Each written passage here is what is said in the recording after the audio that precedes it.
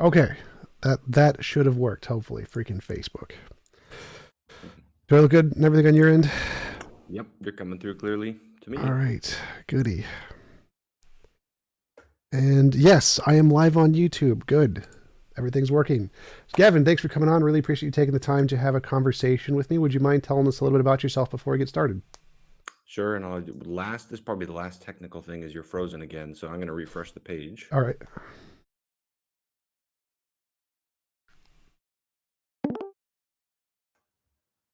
All right. I There's that. think that was the last of the flaws to work through. Yep. Yep. So Wow. yeah, I think yeah. No, thanks for having me, Tom. Happy to talk with you. Yeah, I'm a pastor in Southern California. My academic training is in historical theology. Married with 4 kids, and also love doing apologetics. Gosh, that's a brief overview. Cool. I'm an atheist. I run an atheist YouTube channel and talk about reasons to believe in a God. Would you mind telling me some of the reasons you believe there are for belief in a God? And I'd like to tell you my positions on those reasons and hear your thoughts on my position. Sure, sounds good. Yeah. Okay. Well, I'll mention maybe my top four that I kind of boil it down to in my own mind.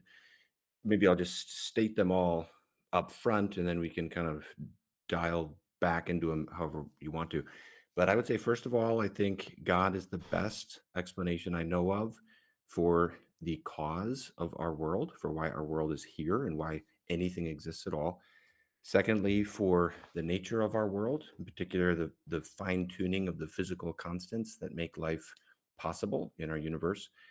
Thirdly, for the nature of morality, if I understand your position correctly, and a lot of my approach in this dialogue will be just questions of ignorance, trying to get to know you better, because I haven't watched a lot of your videos, but I watched a couple.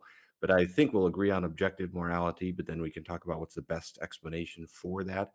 I think God is the best explanation for morality being objective. And then lastly, Jesus of Nazareth, I think is best explained, his life is best explained on the hypothesis that there is a God. There are other reasons too. Um, some of them are harder to leverage into an argument. So, like, I'd acknowledge that personal experience is a huge factor for me. That's harder to argue from to convince another person from that, but that's definitely a reality for me. None of this I approach as kind of like math, it's very complicated. So, but those are four of the testimonies, and I'm happy to unpack any of those four more fully if you want to, or you can press into whichever one you want to, or I can explain them more if you want. Sure. So you mentioned essentially the cosmological argument, teleological argument, moral argument, Jesus, and personal experience. Personal experience is one I don't really go into very much because I think that it's very personal. It's not really like, obviously, it's not proof for anybody else, so that wouldn't really be. I wouldn't take any issue with that. But let's go backwards, I guess. Start with Jesus. Why would Jesus be evidence of a supernatural realm? Okay. Yeah, this is a fun one. I find Jesus incredibly compelling. Here we're into sort of history, and basically the idea here is we've got to have some kind of account of Jesus. Who was he? It seems to me that there are a limited number of options. Uh, C.S. Lewis did the famous Lord, liar, or lunatic argument. I think one of the weaknesses of that is there's other categories, one of which would be lunatic. Or no, sorry, Legend. legend. Thank you, Lord, liar, lunatic, legend, because it assumes that Jesus did claim to be God. But as I've looked into that, I actually think that none of those four options is easy, in my opinion. In fact, on all of these arguments, my intuition is that there's not some kind of easy, obvious slam dunk approach. But I think the least difficult option is Lord. I don't think he's a lunatic. I don't think he's a liar. Both of those are very kind of laborious conclusions to come to, in my opinion. And legend, I don't think is plausible. I mean, the way I've worked through this is just combing through, engaging with Bart Ehrman and the best that I can find on the other side, looking through the literature. I just think that there are good historical reasons, even if one doesn't assume any particular view of the New Testament, just on historical grounds. Even if you go with the most radical skeptical frameworks for what parts of the four gospels go back to the historical Jesus, you're still left with this core set of claims that seem to me to reflect an awareness of divinity. You look just in the Gospel of Mark, which is often taken to be the earliest dated, for example. You're starting off, and right out of the gate, the conflict that drives the Gospels between Jesus and the Pharisees is set in terms of blasphemy. He claims to forgive sins. Now, of course, Jesus doesn't go around saying, "Hey, everybody, God is a Trinity, and I'm the second member of the Trinity." And there's even passages where he conceals his identity. But the way that Jesus functions is with this powerful assumption of divine authority. And he in the context of that, he does make claims that I don't know how to make sense of, other than that he's claiming to have divine authority. The initiating example in the Gospel of Mark, which pretty much all the scholars admit goes back to the historical Jesus, is he forgives sins. The Pharisees assume, he says to the paralytic, "Your sins are forgiven." The Pharisees assume, the Pharisees are agitated and say, "Who can forgive sins but God alone?" And Jesus's response to that seems to not say, "Oh, no, no, no, I'm just announcing that God has forgiven his sins." He says, "No, so that you know that the Son of Man has authority on earth to forgive sins." And then you just trace that thread all the way to the ending of Mark, where he's accused of blasphemy by the Jewish high court, leading to his crucifixion. And so basically, I would say, even if you accept the higher critical standards that want to lop off a lot of the testimony in the Gospels as not going back to the historical Jesus, you're still left, even on the most radical proposal, you're still left with a set of claims that seem to me to reflect an awareness of divinity. And then we pivot to the question of what's the best explanation of that? And I don't base everything just on this, but because I'm already for other reasons open to the idea of God, I look at Jesus and I say, this is really compelling. This person seems good. This person seems sane. And this person seems to be making a claim like, hey, I'm the revelation of the God who created the universe. I'm the answer to the world's problems, and so on. I just find that really gripping and really compelling. Yeah, you mentioned that there were more options. I totally agree with you there. For me, one of the additional options is that he's just a normal human who thought he was God, which I don't think that would count as a delusional. Like, you've heard many atheists say that people who believe in God are delusional because they believe in like a imaginary friend or whatever, right? You've heard that argument. Yes. But like no psychologist, no doctor is ever going to consider just a Christian to be delusional because they believe in a God, because it's just a normal human belief. And I think the same thing applies here. It is very possible for a person with their brain acting normally, in given the correct conditions, to think they had an experience with a supernatural being, have a supernatural being come to them and tell them some story, and that it, not have them be just delusional because they had this. It's a pretty normal human experience. And in that respect, the fact that Jesus could have thought he was God, but may have been incorrect about that, just may have been something he believed because he thought he had a spiritual experience, wouldn't make him delusional or a liar. It could have just been a normal human belief, just like people who believe in a God or a normal human belief. So the same trichotomy, quadcotomy that you present for Jesus, the liar, lunatic, or Lord, would also apply to literally everyone else who's ever claimed to be God or claimed to have a spiritual experience of a God. And I don't think in any of those cases, I think the correct answer in all of those is probably they just had a normal human experience and were probably confused. So I wouldn't say Jesus was necessarily a lunatic, just like I wouldn't say any Christian was a lunatic just because they believed in a God. And I wouldn't say he was Lord, because I think it's better explained by natural human psychological phenomenon, because there are so many of these cases that happen. And I imagine you would agree with all of the other people who claim to be God, or all of the other religions who claim to have personal experiences of a God. They are probably mistaken. But I don't think you'd ever call them liars or lunatics. And I don't think you'd agree that their God is correct, right? Well, I would make a distinction between the experience of God and the claim to be God. So you were referencing, people who've had an experience of the divine, and that can just be a normal human experience that they're in error about. Certainly so. And yes, that would be the general category into which a lot of general religious phenomena you put into, though not necessarily all. You could have an account in which, the true God is obliquely being experienced in other religions in various ways and so forth. But I would say that it's very different, it seems to me, from experiencing God to claiming to be God. If I say I experienced God, it seems to me more plausible to be wrong about that claim than to say I am God. I made the world. I'm the light of the world. I can forgive your sins, and I'm going to judge every human being at the end of history. Boy, I mean, so tell me how help me understand how you would interpret Jesus then, because if he's making claims like that, this is more than an experience, a spiritual experience behind that. There's this enormously inflated view of one's own authority. How do you get that and not be a lunatic? Well, again, I don't see any difference between the two because, or you've had a spiritual experience, your personal experience of God, right? And so, if you had a personal experience of God and He told you that you are His son, I mean, I don't see you believing that as any different from you believing the personal experience that you did have. So, if God Himself came to you and told you you are His son and that you have all this authority, then you proselytizing about that experience would be no different from you proselytizing about the experience you did have. So I don't see any difference between Jesus believing He was God and you believing God exists. I mean, you both claim to have access to this ultimate authority who's going to judge anything. The only difference is the relationship to that authority, which could presumably only be known from what that authority tells you.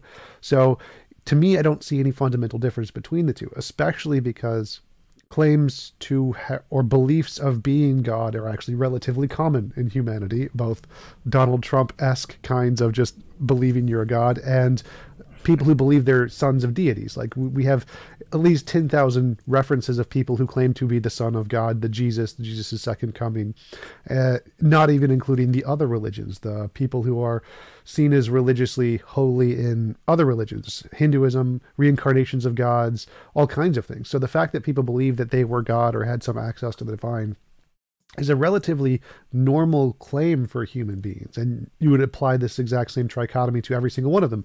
Are they liars? Well, no, I don't think they're lying. I think they believe what they're saying. Are they lunatics? No, they're not. They don't seem to be psychologically crazy. They are able to hold conversations. They have pretty good logical skills. Are they lords? Well, no, I don't think any of them are actually gods.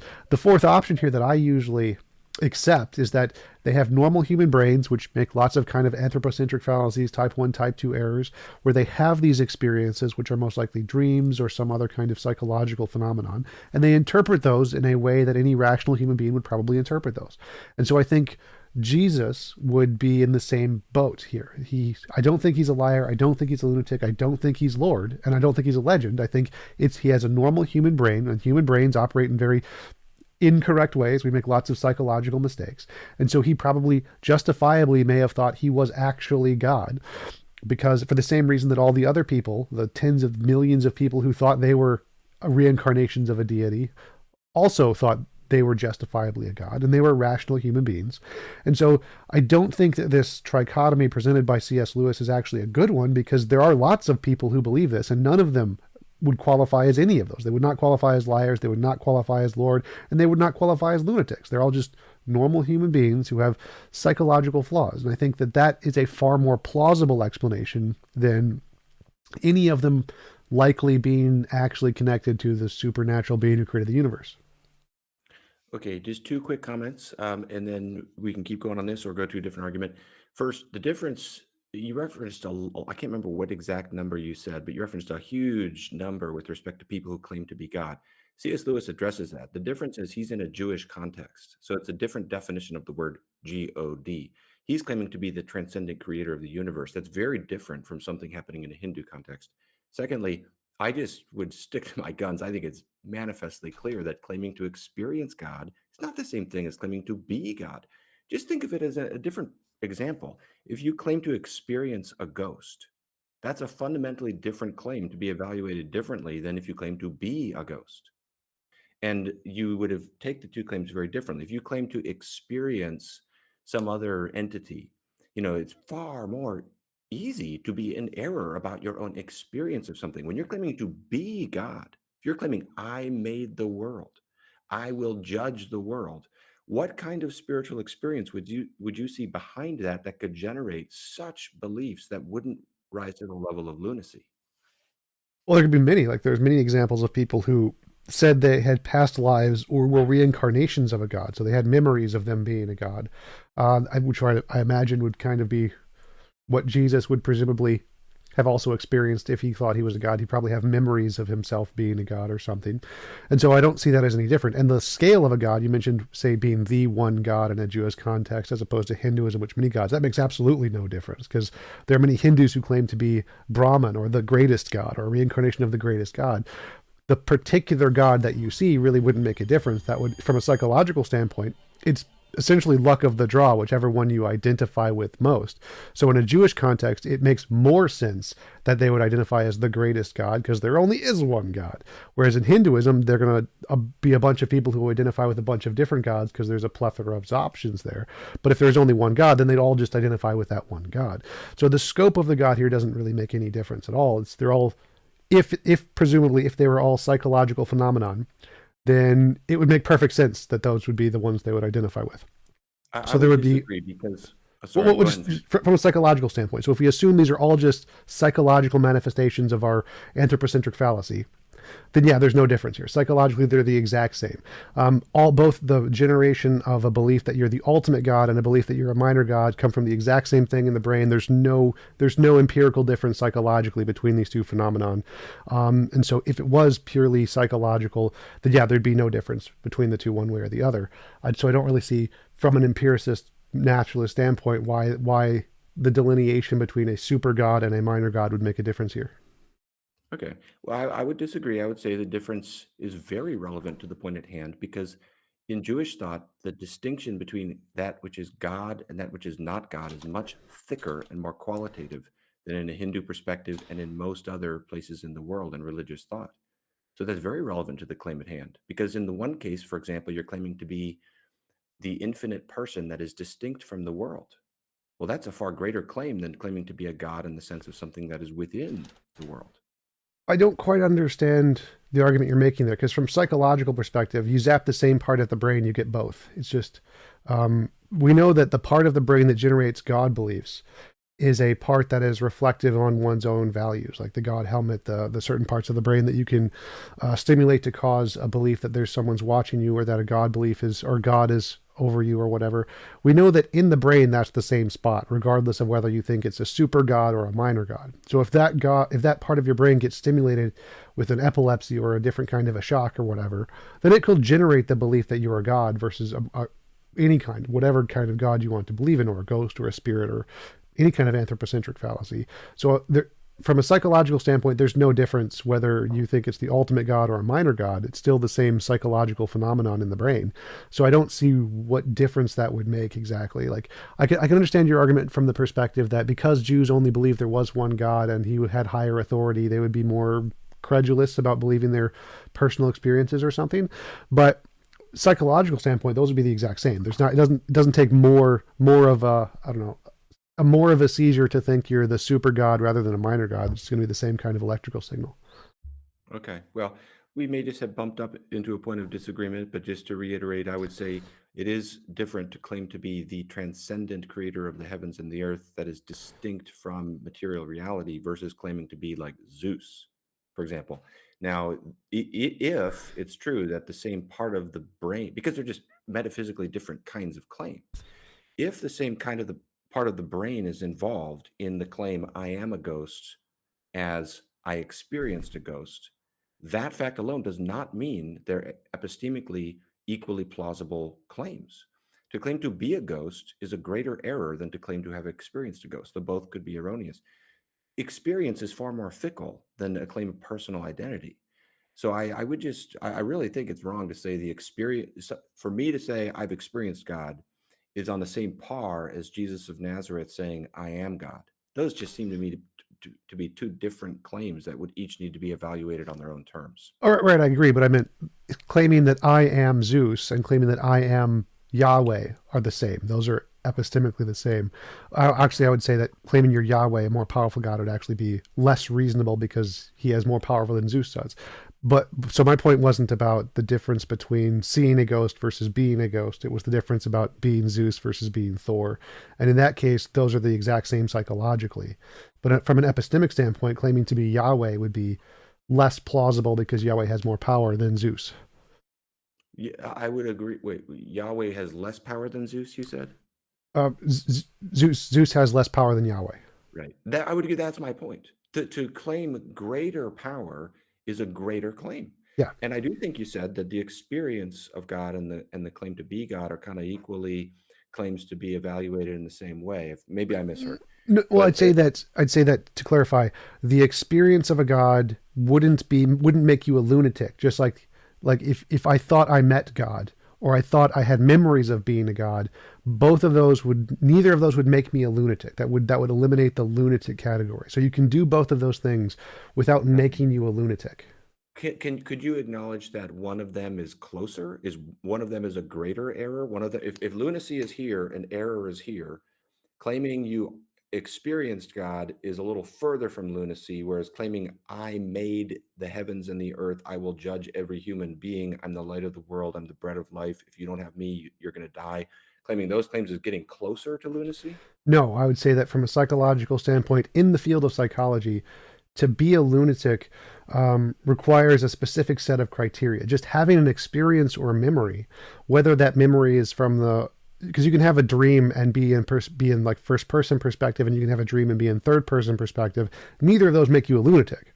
And so, if you have an imagined story where you're in the first person perspective of a god in your dream, or if you have an imagined story where you're in the third person perspective, or and God is talking to you, neither of those make you a lunatic. Neither of those are on the lunatic scale. A lunatic is a consistent misrepresentation of reality, whereas having a dream or a delusion and then believing that was real wouldn't make you on the lunatic scale. So neither of those would make you a lunatic unless it was a persistent, consistent thing, like you are in this moment having this delusion of being able to control the universe, but you can't lift a rock or whatever. So neither of those would make you a lunatic just on the face of the Okay. experience. Would it help us if we remove the word lunatic out of the equation and just spoke of degrees of error? Would you agree that the claim I am God in the Jewish sense of the word God is a greater error than the claim I experienced God? Sure. Okay. But the So reason I brought so that up was because I think C.S. Lewis's argument, liar, lunatic, or Lord, that is fundamentally flawed because you can have an experience of being a god or you can have an experience of a god, and neither of those things make you a lunatic.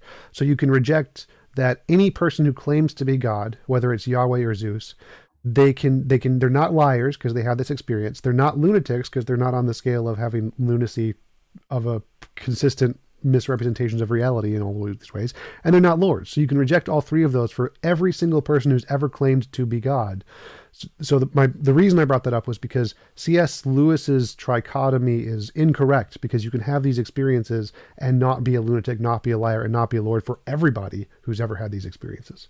right, I understand the qualification you're trying to make, and then I would agree that the argument as it's formulated isn't finally successful because of what we mentioned about the legend category. To some extent, we're getting into semantics here with the term lunatic. This is why I was proposing that, because if we take that term off the table and talk about degrees of error, you could reformulate the argument without getting into the technicalities of what does the word lunatic precisely mean, to say, well, is that option then, that degree of error, less plausible than the Lord category? And I just kind of come back to, I find Jesus impressive. I find him just, there's something about him that is quite startling. And, well, I suppose we're almost half of that. We're almost halfway did it. So maybe we want to get to some of the other arguments too. But I would sum up my comments by saying, whether you call it lunacy or not, to me, it's at the very least not an easy alternative to say, oh, he just had a religious experience like so many other people did. That's why he made these claims. The claims at hand are so gargantuan. I would say unrivaled. I would say no one made the precise claims that Jesus of Nazareth made. And so I would say to accept that there was an erroneous religious experience behind those claims, whether you call it lunacy or not, it starts to push into a degree of error that to me, I would say is more implausible from where I'm looking at it than Lord. I understand that my presuppositions affect that because I'm already open to God showing up in history on other grounds. At the very least, I'd say it's not an easy option.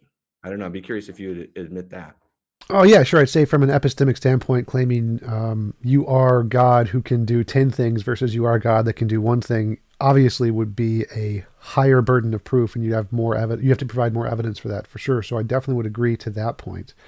But yeah, as you mentioned, this was my specific qualification of what I think is a problem with C.S. Lewis's variation. But yes, I would agree that claiming that you are an all-powerful being who created everything would be different than claiming you are Zeus who could control lightning or something. Yeah, yeah. Okay. All right. Well, this is good. We're making a little bit of progress here. I'd be curious if you don't mind me asking you, of the other three arguments, what do you make of those? Which do you think is the strongest, if any, or do you think they're all equally weak? Which do you think is the weakest? Which do you think is the strongest? I think the weakest would probably be the teleological argument. So the fine tuning argument is interesting because it says that of all the different ways the physical constants of the universe could be, there's only a very small combination that would produce life or anything like life. And so if we look at the universe in the way that it's kind of like finding a dice with a million sides and there's one red side and it's landed on the red side, you're like, well, that's strange. Why would we see this? The problem is that there's three ways to accomplish that. One is, or there's two ways: necessity or chance. And design is just a kind of necessity, so it's really not a third option. But it leads back to this problem of like, if it's true that there's infinitely many ways the universe could be, or just a large number, and only a small percent can create life, well, then if it was designed, let's just assume it was designed. What caused the designer to be the way it is such that it would create this universe as opposed to any of the other options on the dice? Like, who designed the designer? If, for example, there could be as many designers as there are possible universes. Maybe there's a designer who only wanted unicorns, or maybe there's a designer who only wanted black holes, or maybe there's a designer who only wanted hydrogen atoms. So for each of the possible variations of the universe, there's a designer who could have wanted that universe. So who designed the designer to make him create this particular kind of a universe? And so then the argument is self-defeating, because just as the vast amount of possibilities there are for the universe demands an explanation, the vast amount of possibilities for a designer also demands an explanation. Okay, interesting. Well, the first thing you said there about how design is another form of necessity, I cannot see that no matter how I would look, what angle I'd look at that from. But let's leave that aside. Let me address, maybe this might be useful too. So this touches on the first argument as well. These are the most common responses I hear to these arguments. If everything needs a cause, what caused God? So what's the cause of the first cause?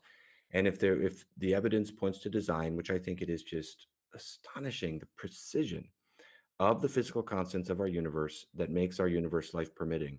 I think if anybody, well, I don't want to say it too strong, but I'd say personally, I find it very striking. And I'd say, so the most common response to this is, well, who designed the designer? I just don't think those arguments work at all.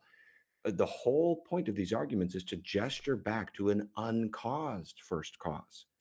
Okay, so with regard to speak to the causation point first, this is the most, you see this stock and trade response in all of the major atheist thinkers, from Lawrence Krauss back through the new atheists, everybody. If everything needs a cause, what caused God? The the problem is it just misunderstands the theist claim. The definition of God in the Judeo-Christian tradition is an uncaused entity. Now you can totally just deny there is any uncaused cause, or what Aristotle called an unmoved mover. You can deny that. But if you ask what caused it, it simply shows you haven't understood the thing in question yet. By definition, it's an uncaused, ontologically distinct. The whole point is, as we look back through the thread of causation, we're noticing our world doesn't seem to be self-explanatory. So we're tracing back to say, what is the explanation, both for the fact of its existence and the nature of its existence, the fact that it's here, and the fact that it seems so exquisitely well ordered.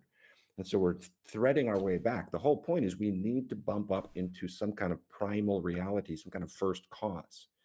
Otherwise, everything is just arbitrary. And you can say, well, that primal reality, that uncaused first cause, isn't God, or you can say there is no first cause. There's all kinds of options you can take, but the what caused God objection, I never think really actually targets the actual proposal at hand here. So I'm curious what you make of that. I mean, I don't know if would you affirm a first cause, or something that generated the universe, something that stands antecedent to the Big Bang? Sure. I mean, my view is naturalistic pantheism, so I think that yeah, there's a fundamental force, but that's to use your own phrasing, that's kind of missing the point of the argument. So the point of the argument here is that if we see something like the universe and assume the universe has a billion variables, and there's a billion variables, and why can't we just say, well, the billion variables in the universe are uncaused, they're necessary things. And you want to say, well, no, no, no, no, that needs to be caused because there are a billion variables. As you said, the something about the precise precision of the universe or something is what The causes you to. physical constants, yeah. Yeah, yeah. So there's so many physical constants, and they can be so many different ways. So you have like a million variables, and they can all be different numbers. And if any of them were different, there would be no life. And that's the reason you think it was caused, or you think it needs an explanation because there's so many different possibilities, right? Is that a fair? That there's three options for the precise fine-tuning of the physical constants of the universe: design, necessity, or chance. Well, And well, I think design is a superior and less arbitrary explanation than the other two. so the reason you think it's design is because there's lots of variables. Let's say 1,000. There's 1,000 variables, and they could all be in different ways. And that alone, just that fact that there are 1,000 variables and they could all be different. No, no, no, no, not the mere fact of variables, and it's unimaginably vast numbers, not thousands. Well, I'm just giving it a number so it's easier to talk about. Okay. All right. So they say we got 1,000. No, it's not the fact that there's 1,000 variables. It's of all the ones it could have been among those variables, it's the one that enables us to be here to talk about it. Right. So that's just the 1,000 variables is that encapsulates that explanation. So there's 1,000 variables. Okay. They could all be different. And the fact that they're this way calls for an explanation or something like that, right? It needs to be explained on some hypothesis or another. It could be necessity, it could be chance, or it could be design. I can't, those to Right. me seem to be the main options, and design seems to me to be superior than the other two. Right. And so the question is why is design more reasonable than necessity? Necessity. It's not that it's more reasonable. It's that I don't see any grounds for necessity. I don't know, and I don't think most of the philosophers on the other side go that route. That's very rarely argued. Uh, What would be the necessity for the physical constants being what they are? We can I'm easily imagine a universe in which they're not what they are. right. Why would they be necessary to exist in the precise way that they do? Right. And so this is where the argument comes in. The argument comes in and saying, just as you can imagine all of the physical constants being different, I can imagine God being different in just as many or more ways. So the problem is that, yes, there are 1,000, we're just going to say 1,000 just to make it easy to talk about. 1,000 physical constants, we can imagine them all being different. So the fact that they're this way needs an explanation. God has equally as many variables. God also has 1,000 variables, and they can also all be different in different ways. Why is God this way as opposed to a different way? So the I see same what you're argument arguing. seems to work for both. Okay, I see what you're arguing. Yeah, okay, that's interesting. I don't think the universe and God are on parallel terms with respect to this claim. I don't agree that there's 1,000 variables or whatever number we choose for how God could be. My understanding of God is an infinitely simple and metaphysically necessary person or being. So I don't think that there's all these different ways that God could be. If one did hold that view of God, then one would have to posit, what are those different ways that God could be? I'm not accustomed to thinking like that myself, Well, yeah, but that's I'm why I happy to mentioned. call myself a theist. I mean, I think in sort of classical Judeo-Christian ways. Well, that's why I mentioned like there could be a God who wanted only unicorns, or God who only wanted hydrogen atoms, or a God who only wanted black holes. Each of these would be one of the variable ways God could be. So you can imagine, just as you can imagine a universe with the different laws, you can imagine a God with different desires. You could desire a universe with just puppies. This is what's all puppies everywhere, and so equally God could be equally as variable as the universe could be. Why did God have the desire to make humans? Why did God have the desire to make Jesus? Why did God have the desire to do X, Y, Z? And even say, well, he could have had a different desire and there'd be a different God. So it's equally as easy to imagine a different kind of a God as it is to imagine a different kind of a universe. Yeah, I still would disagree that God and the universe are on parallel terms like that. I appreciate the fact that we're approaching our understanding of God from a different angle. So that's probably playing into the disagreement here. What would you make of what I said? I mean, do you rely on when it comes to the cosmological argument with causation? Would you use the same way of reasoning with regard to that argument? I don't know. I don't think so. Would you? Okay, so do you Well, think one that? sec. I wanted to ask. So my question would be why? Why do you think the God and the universe are on different scales here? Why is it different to imagine that God could have 1,000 ways of being, or what makes it more likely that there's only one way God could be, or a small number of ways God could be? Because that seems to Right. me there's no reason to assume that there's only a few ways God could be. Or one, yeah. So the definition of God is, as I mentioned, an infinitely simple and metaphysically necessary being. So I don't think God and the universe are on parallel terms with respect to explaining their nature, because the universe is contingent. It's very particular. One of the curiosities that springs naturally out of the human heart is, why is it here? I'll never forget reading through Stephen Hawking's book, A Brief History of Time, and he gets to that famous climactic passage at the end. And I know he changed his views and his way of looking at this later in his life, where he says the question that we all wonder about when the question that the ancient philosophers would say, all philosophy starts with this question of, why does the universe bother go to the bother of existing? What are we all doing here? Now, the reason that question is generated for the universe is because it's contingent. It's not a necessary being. And the physical constants of the universe are not necessary. Something is necessary if it cannot fail to exist, if it exists in every possible world. Now, the classic Judeo-Christian conception of God is both simple and necessary. He cannot fail to exist. He cannot even be conceived not to exist. He exists in every possible world. So that's going to require a different set of explanations than contingent reality. Now, again, you can deny that there's a necessary being. You can say that doesn't exist. But that's what is understood by the word God in the Judeo-Christian tradition. Sure, but that seems to be begging the question. So why would it be more reasonable to say God's a thousand variables are the necessary ones, and the universe's a thousand variables are not necessary? Why can't we just say, because it seems to me they're both equally candidates for the necessary being. Why would God being the necessary being be more likely than saying the universe is the necessary being? Because from my perspective, they both have a thousand variables. All of the thousand variables can be very easily to imagine differently. Why would we think that the God being the necessary thousand is more plausible than saying the universe is the necessary thousand? Right. Yes. Okay. This gets into what I was trying to explain a moment ago, and that is that the universe is a contingent thing. We can imagine it not being here. Well, that seems to be begging the question, because I can imagine God not being here too. So I don't see, like, how do you assess, how do you prove the universe is contingent, God is necessary, and not the other way around? Because it seems like all of the evidence you're presenting works equally as well to show God is contingent. I can imagine God not being here. I do. I'm an atheist. So how is that? What evidence do you have to show that God isn't contingent and that the universe is contingent? What is the difference between the two? Yeah. Well, they're fundamentally different kinds of claims. I mean, of course, either can be denied. I'm not saying no one can actually say the sentence "God doesn't exist" and sincerely believe that. But the claim of what is purported by that word is a necessary being. Now, I don't know too many philosophers who claim that the universe is a necessary being. You do see that from time to time, but that's not the majority view. The majority view among skeptical philosophers is to go to the multiverse theory and then appeal to the anthropic principle, so that you've got either an infinite person behind the world or an infinite number of worlds, and we just happen to live in the right one. But I guess I would press you to say, what makes you think the universe is necessary? If you do think that, I think I heard that, but I might have misheard. Yeah, so the vast majority of theories in physics is that there is a fundamental force which is necessary. In string theory, there's a different kind of force. But I'm just clumping all of that together, including the multiverse, into just the universe here. So all physicists think that there is a fundamental necessary natural thing of some kind. That's all, every one of the models says this. And so they don't, they all say that you don't need a God. Like the explanation in physics of the Big Bang is God isn't even on the table. They're all naturalistic forces of some kind that are necessary forces.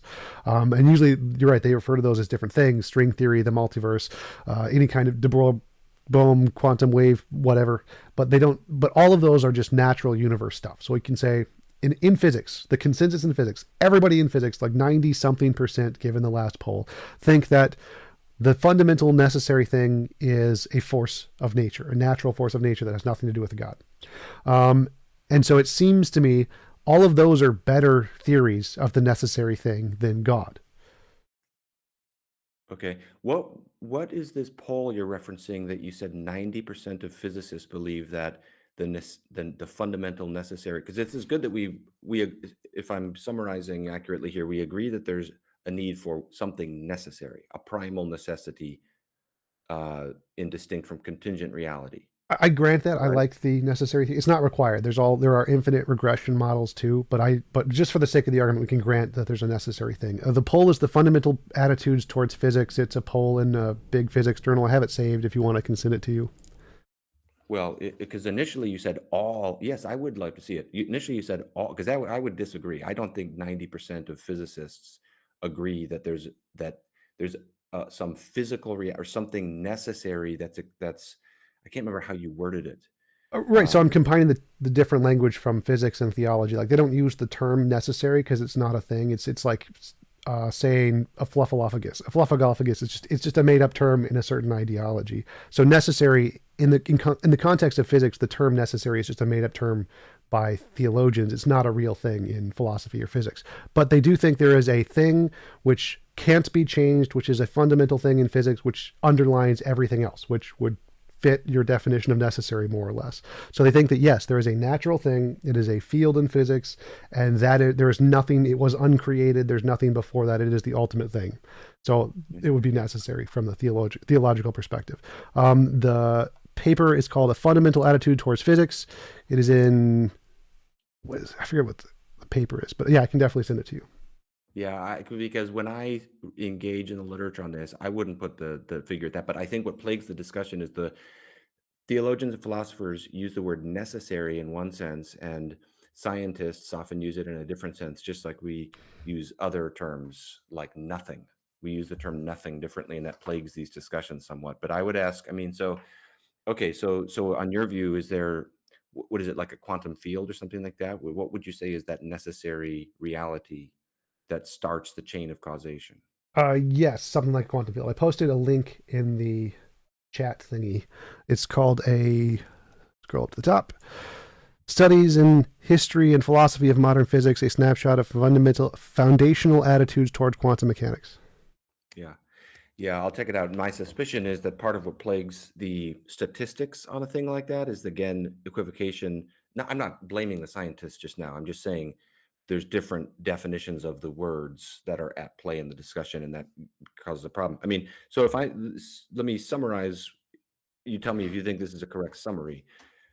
Both you and I would agree that the chain of causation goes back to something necessary. Sure. Um, for you, it's a quantum field or something like Yes. that. Yes, and that For is me, the consensus in physics. Like you can just Google the William Lane Craig Sean Carroll debate. He explicitly says this: God is not a category of a potential explanation anywhere in physics or quantum mechanics. It's not accepted. They do accept that there is something fundamental, and it's a quantum field. well, again, I would disagree with the idea that they do that. I think it's a disputed question, and many cosmologists and physicists would acknowledge that it's not within the field, it's not within the purview of that field to actually pronounce upon God. Because my proposal would say, let there be a zillion quantum fields. Those are not necessary, and it's a historically eccentric way of thinking to slap on the adjective necessary to a quantum field because it is a contingent reality. So I would say, so to summarize, I would say we both believe in a chain of causation going back to something that's necessary. The reason I think that whether that goes to a quantum field as well behind the universe or not, ultimately that it terminates in God, and that's a better proposal, in my opinion, is because I think it's better to have a personal first cause and it's better to have a simple first cause. And God is infinitely simple. I think Occam's razor favors that. And I think a personal first cause just makes more sense. You know, I don't know if you'd accept the distinction between event causation and agent causation, but I think to bring about a new state of affairs, such as we see with space time coming into being at the Big Bang, and I know that there will be different views on how to word that exactly, seems to me to make far more sense to be a personal act, a volitional act. And it's far more intuitive to me, existentially as well as intellectually, to think that the personal doesn't derive from the impersonal, and the universe contains persons like you and me. So we both agree that the chain of causation goes back to something necessary. My view could accommodate any number of quantum fields, but I just wouldn't see them as what's as the actual first. I would say they go back. You have to get back further than that, and I think part of what I would be curious to understand your perspective better would just be, why would a quantum field be necessary? Is that really a better candidate than God? I think a personal and simple candidate makes the best candidate for the first cause. Yeah, absolutely. So the three things you brought up was one, it's simple. To me, a God who is creator of the universe is more complex than everything it could potentially create. So that would go against a God hypothesis. Personal beings are not simple. Nothing about them is How do you simple. mean the word complex there? Sorry to Um, interrupt. a variation of its possible states. Okay, and I just as you, I'm sure, know, theologically, the classical view of God is that that's not God. God is infinitely simple. There's only one way he could possibly be. Well, that's Aquinas's view. It's not actually the classical view. But even if we just granted that's the classical view, It's not the intuitively, classical view? no, Who it's who who in who in pre-modern times doesn't hold that view in no, no. So I'm the saying like that the conception of simple was something added in by Aquinas and Anselm and those guys. It did not come before those. This was not something prior Oh, yes, to. it did. Oh, No, sure it did. It's no. all the church I'm fathers. very, very familiar with the history on this, but the point here is that saying God is simple is like saying the creator of this cup is simpler than this cup. Like, clearly, no, that's false. That's obviously false. A God who could create infinitely many universes is by definition not simpler than any particular universe it could create. So And I would philosophically, say what go philosophically the idea of a creator God who can create infinitely many things with infinitely many power can by definition not be simpler than any of the things it particularly creates. So if something has infinite power, it must necessarily be as complex as the potential uses of the power. okay. What it's at stake there is how we define simplicity. And I would just stick to my guns and reiterate my disagreement and my concern with your sketch of the history, as though Anselm and Aquinas introduced divine simplicity. I published on that. I've done a survey of the church fathers on divine simplicity. It is the standard view. I mean, you can say that they're wrong, but you can't say Augustine didn't believe in divine simplicity.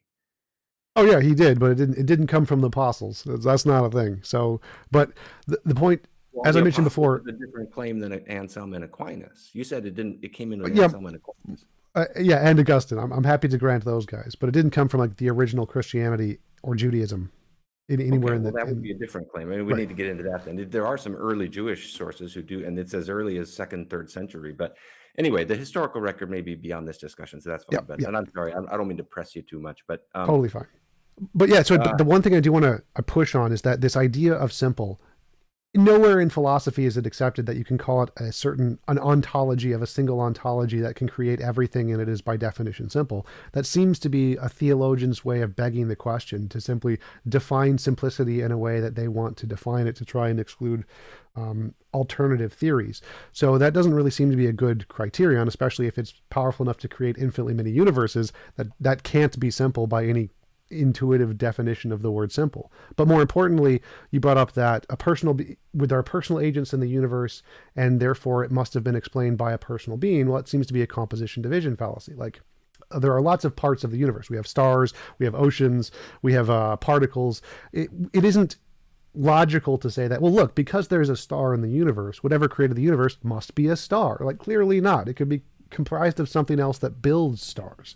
Likewise, we know that brains and personal agents are a result of different kinds of physical interactions in the universe. So whatever created brains and personal agents doesn't need to be an agent any more than it needs to be a star. It could just be something that produces these things, a simpler part that produces this complex personhood. Why would you think that because there are persons in the universe that the agent needs to be a person rather than a star?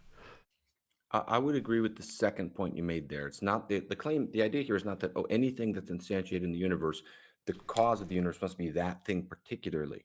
But on the first point, I would say the power to create composite things does not determine whether the creator is then composite versus simple. It has to do with that entity's metaphysical composition.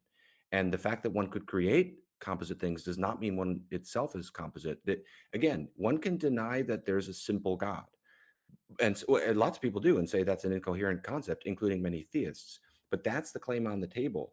So to say, well, oh, he's creating composite things, therefore he would have to be composite. I wouldn't agree with that inference, but I do. Gosh, it would be fun if we could get to the moral argument too at some point here, but I don't want to redirect too abruptly. Oh yeah, sure, that would be fine. We have like 8 minutes left. If you think that's enough time, sure.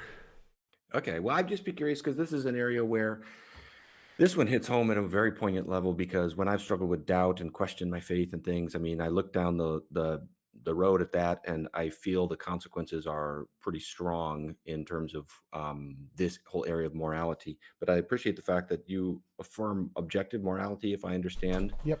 And so I just love to learn a little more of your perspective on how you understand that and where what you think grounds that. And the way I could frame the question is, it seems to me that the moral law is different from physical laws in that it's prescriptive, not just descriptive. It says what things ought to do, not just what they are. And so I'm curious, where does on your view, where does the physical universe generate this moral law? Where does the ought come from out of the is? How do you understand that? I don't think there are any oughts in morality. I think morality is a law of physics, just like gravity. It is essentially a fundamental nature in describing interactions in reality. And then we apply the oughts and the prescriptions based on our interpretation, just like we apply colors to a light spectrum. So, just like in physics, the consensus in philosophy is that morality is objective. Even most philosophers, 70%, are atheists, and about 67% of philosophers believe in moral realism, objective morality. 15% are theists. Very, very small numbers. It's not something that's taken seriously, but the vast majority think, yeah, there's objective morality, even though they're all atheists. And there's lots of different theories of what that might be, but God isn't really one of the big ones because it doesn't solve any of the problems or do anything in the field. Like, the reason why the moral I'm a moral naturalist is the version of morality I subscribe to. Moral I'm sorry, naturalism. say that again. Yeah, moral naturalism is the view of morality I subscribe to. You can find there's a page on the Stanford Encyclopedia of Philosophy about moral naturalism if you want to read more about it.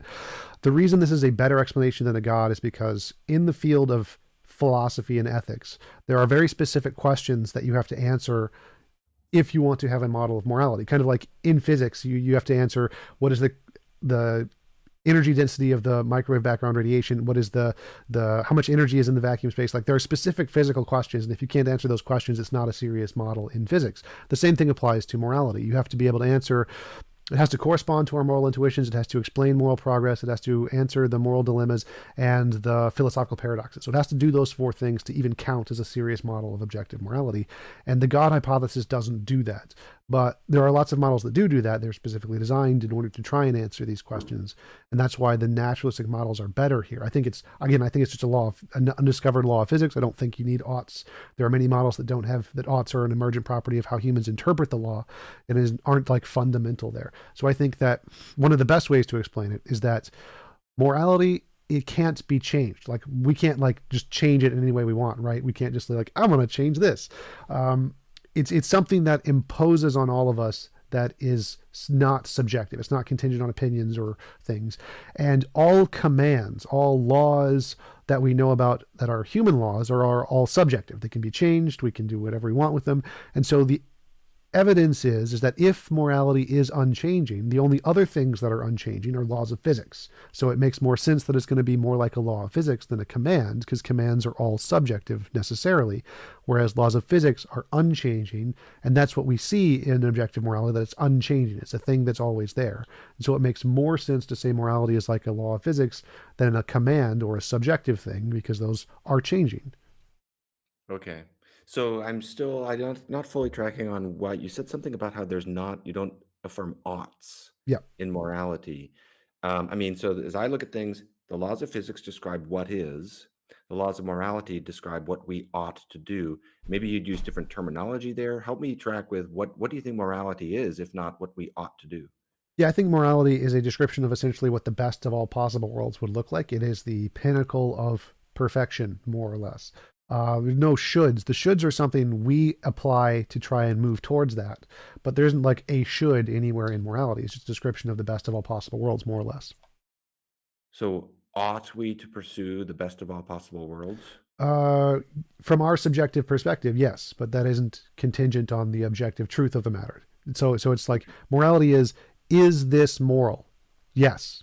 The oughts doesn't make a difference. You don't need an ought there. Whether you add an ought anywhere in that statement is irrelevant. This is moral and this is immoral, independent of whether or not we ought to do or not do anything. Interesting. All right. Well, I probably need to chew on that a little more and try to wrap my brain around that. That's an interesting way to think. So, would you say that the objective laws of morality are connected to anything physical? Yes, I think it's a physical law, just like gravity. There is a field. There is an actual moral field in the universe, like gravity, like a space-time field. Okay. Where, if anywhere, do you think it comes from? What is its ground? I think it's a part of the necessary fundamental laws of nature. So I don't. I think it is a part of the necessary thing. Interesting. Okay.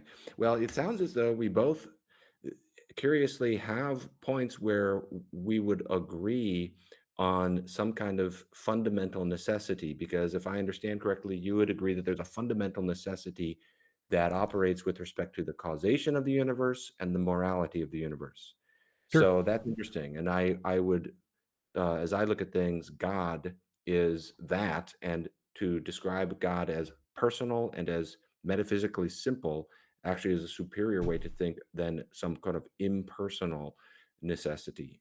Because anything short of that, which is a necessary and simple being, would itself need explanations to be working back in the chain of causation. But anyway, I'm just trying to summarize kind of where we agree and where we disagree, at least as I'm listening to you. Yeah, sure. I would totally agree with everything you said there. I would just think the difference is that, in my view, the explanation of what reality is should be based off things that we can differentiate imagination from reality. So we need to be able to show that this category or idea that we've presented isn't just an imaginary thing that we've made up, and it is correspondent to reality. Whereas things like the definition of simple seem to be just something we've made up. That doesn't exist in physics. There's nothing that can correspond in that ontologically simple kind of a definition. There's no physical laws that instantiate that simplicity. And the personhood seems to be completely based on brains. We have no examples of any kind of consciousness outside of brains. And there's nothing in physics that would demand that some consciousness would actually exist. All of it is explained by purely physical forces. Again, that's the consensus in all of physics and philosophy, that the vast majority are naturalists and materialists. So it seems like the better explanation here of what caused the universe, what caused morality, is one that is a combination of things that can be demonstrated to not be imaginary. And when you add in imaginary properties that have no evidence in the field, physics, philosophy, whichever field you want to go with, then that is a bad hypothesis. Like if I added unicorns, like we just add unicorns to the field of physics, it's a bad theory. So if you add anything that doesn't have any kind of referent to show it's not imaginary, then it's a bad theory, which is why I think a better explanation of the necessary thing in morality is a combination of principles, particles, and laws that we can demonstrate are not just imaginary things. Yeah, and I don't agree with the way you're summarizing the argument and the way it makes the inference to God, because, well, we've already been through that. One quick thing as we're nearing the end of time. You say, if did I hear you rightly, you said that the vast majority of philosophers are naturalists? Yes. I would not Or agree with not, that. they're atheists, not naturalists. I would not agree with that either. I mean, it depends on how vast. 70%. Oh, well, 70%, to you, 70% is vast majority? I'd say that's just a slight majority or In moderate majority. in the context of philosophy, where they know when, like, most disagreements in philosophy are usually split evenly, like 30-30-30, 50-50, 20-20, 20-20. In one of the things they agree on most, more than anything else, like top 5 things they agree on most, is atheism. Like that's like up there on a really high agreement thingy. And I'm using the Phil Surveys paper 2020 as the evidence for that one. I also have that paper saved if you want to look at it. Yeah, yeah, I'll take a look, because the figures I've seen are even different than the 70% figure, but I don't have off the top of my head a certain knowledge of that exact number. But still, Paper one of the things that's interesting throughout the late 20th century is there is a resurgence of theism in academic philosophy. But anyway, I know we're near the end of time here. I really enjoyed this and would love to talk again sometime. Next time, I'll try to ask you more questions about your perspective, your arguments for your point of view. Yeah, absolutely. I posted the link to the Phil surveys in the chat if you want to check that out. Thanks again for coming on. Really appreciate you taking the time to have a conversation. Really enjoyed chatting with you. And I definitely love to talk again, especially more about the Jesus thing that we didn't to go into as much. Okay, yeah. Hey, sounds great. Thanks a lot, Tom. Thanks. Talk to you later. Bye. Okay, bye-bye. You can just close out of the screen if you want. That's fine. Okay, all right. See you later. See ya.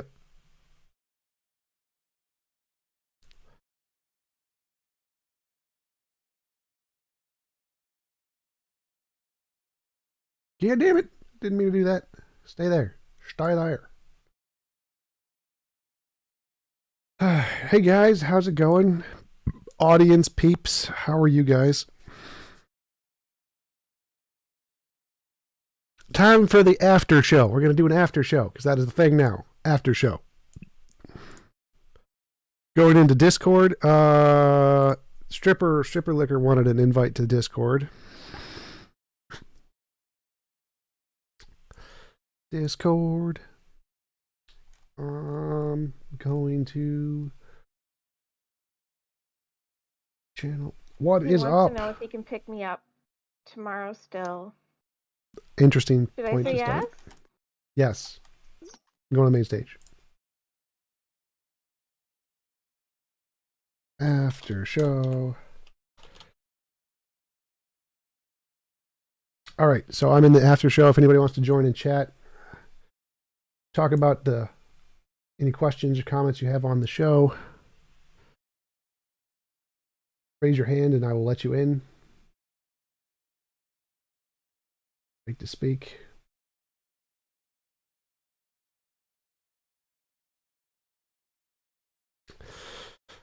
So maybe let's just go to general. Maybe general would be better. Is there a general? Just go to general chat. All right, I'm in general chat. General chat's easier. I'm too lazy to actually let people on the show. All right, after show. Anybody wants to join? Come on. Please debate Leo Gura. I've invited Leo Gura, Alex. I've invited Leo Gura several times, but I haven't heard back from him. Thanks, Jack J. Appreciate it.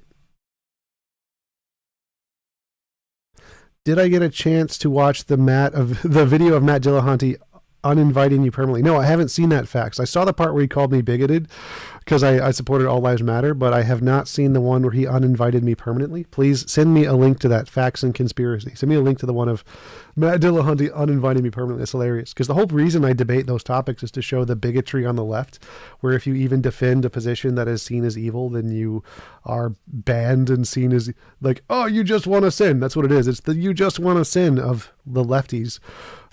Which is just hilarious. So Matt is just a demonstration of the bigotry on the left, that if you defend any position in a debate that isn't on the the appropriate side, then you're deemed evil, which is kind of the whole point of the reason I take those positions. Hey guys, how's it going? What else? Can you guys hear me in the Discord? Can the Discord people hear me? Yes, we can hear you fine. Cool. Yep. What is TJump? What is infrared like in real life? Infrared is exactly the same in person as he is in debates, as far as I can tell. Like, very Chad bro. Can I ask a question? Is that possible? Sure, go for it. So I just had one question and then like a comment. So I wonder if you thought, like, because I watched your panel on Modern Day Debate with like Hake and Destiny and what's her name, Amy, I think her name is. Yeah. So I wonder if you caught because at one point it was Hake who said he was like a religious critical theorist or whatever at some point. Yes, that was hilarious. Yeah. Critical religion theory. Yeah, and I thought that it was extra funny because your conversation with Destiny came full circle, where Destiny's position actually helped Hake's position in some way. So I thought that was really funny. What do you mean? Well, because he was saying Destiny was sort of agreeing with you in some matters, but he was saying that there was some value to CRT. Oh yeah. Which I thought.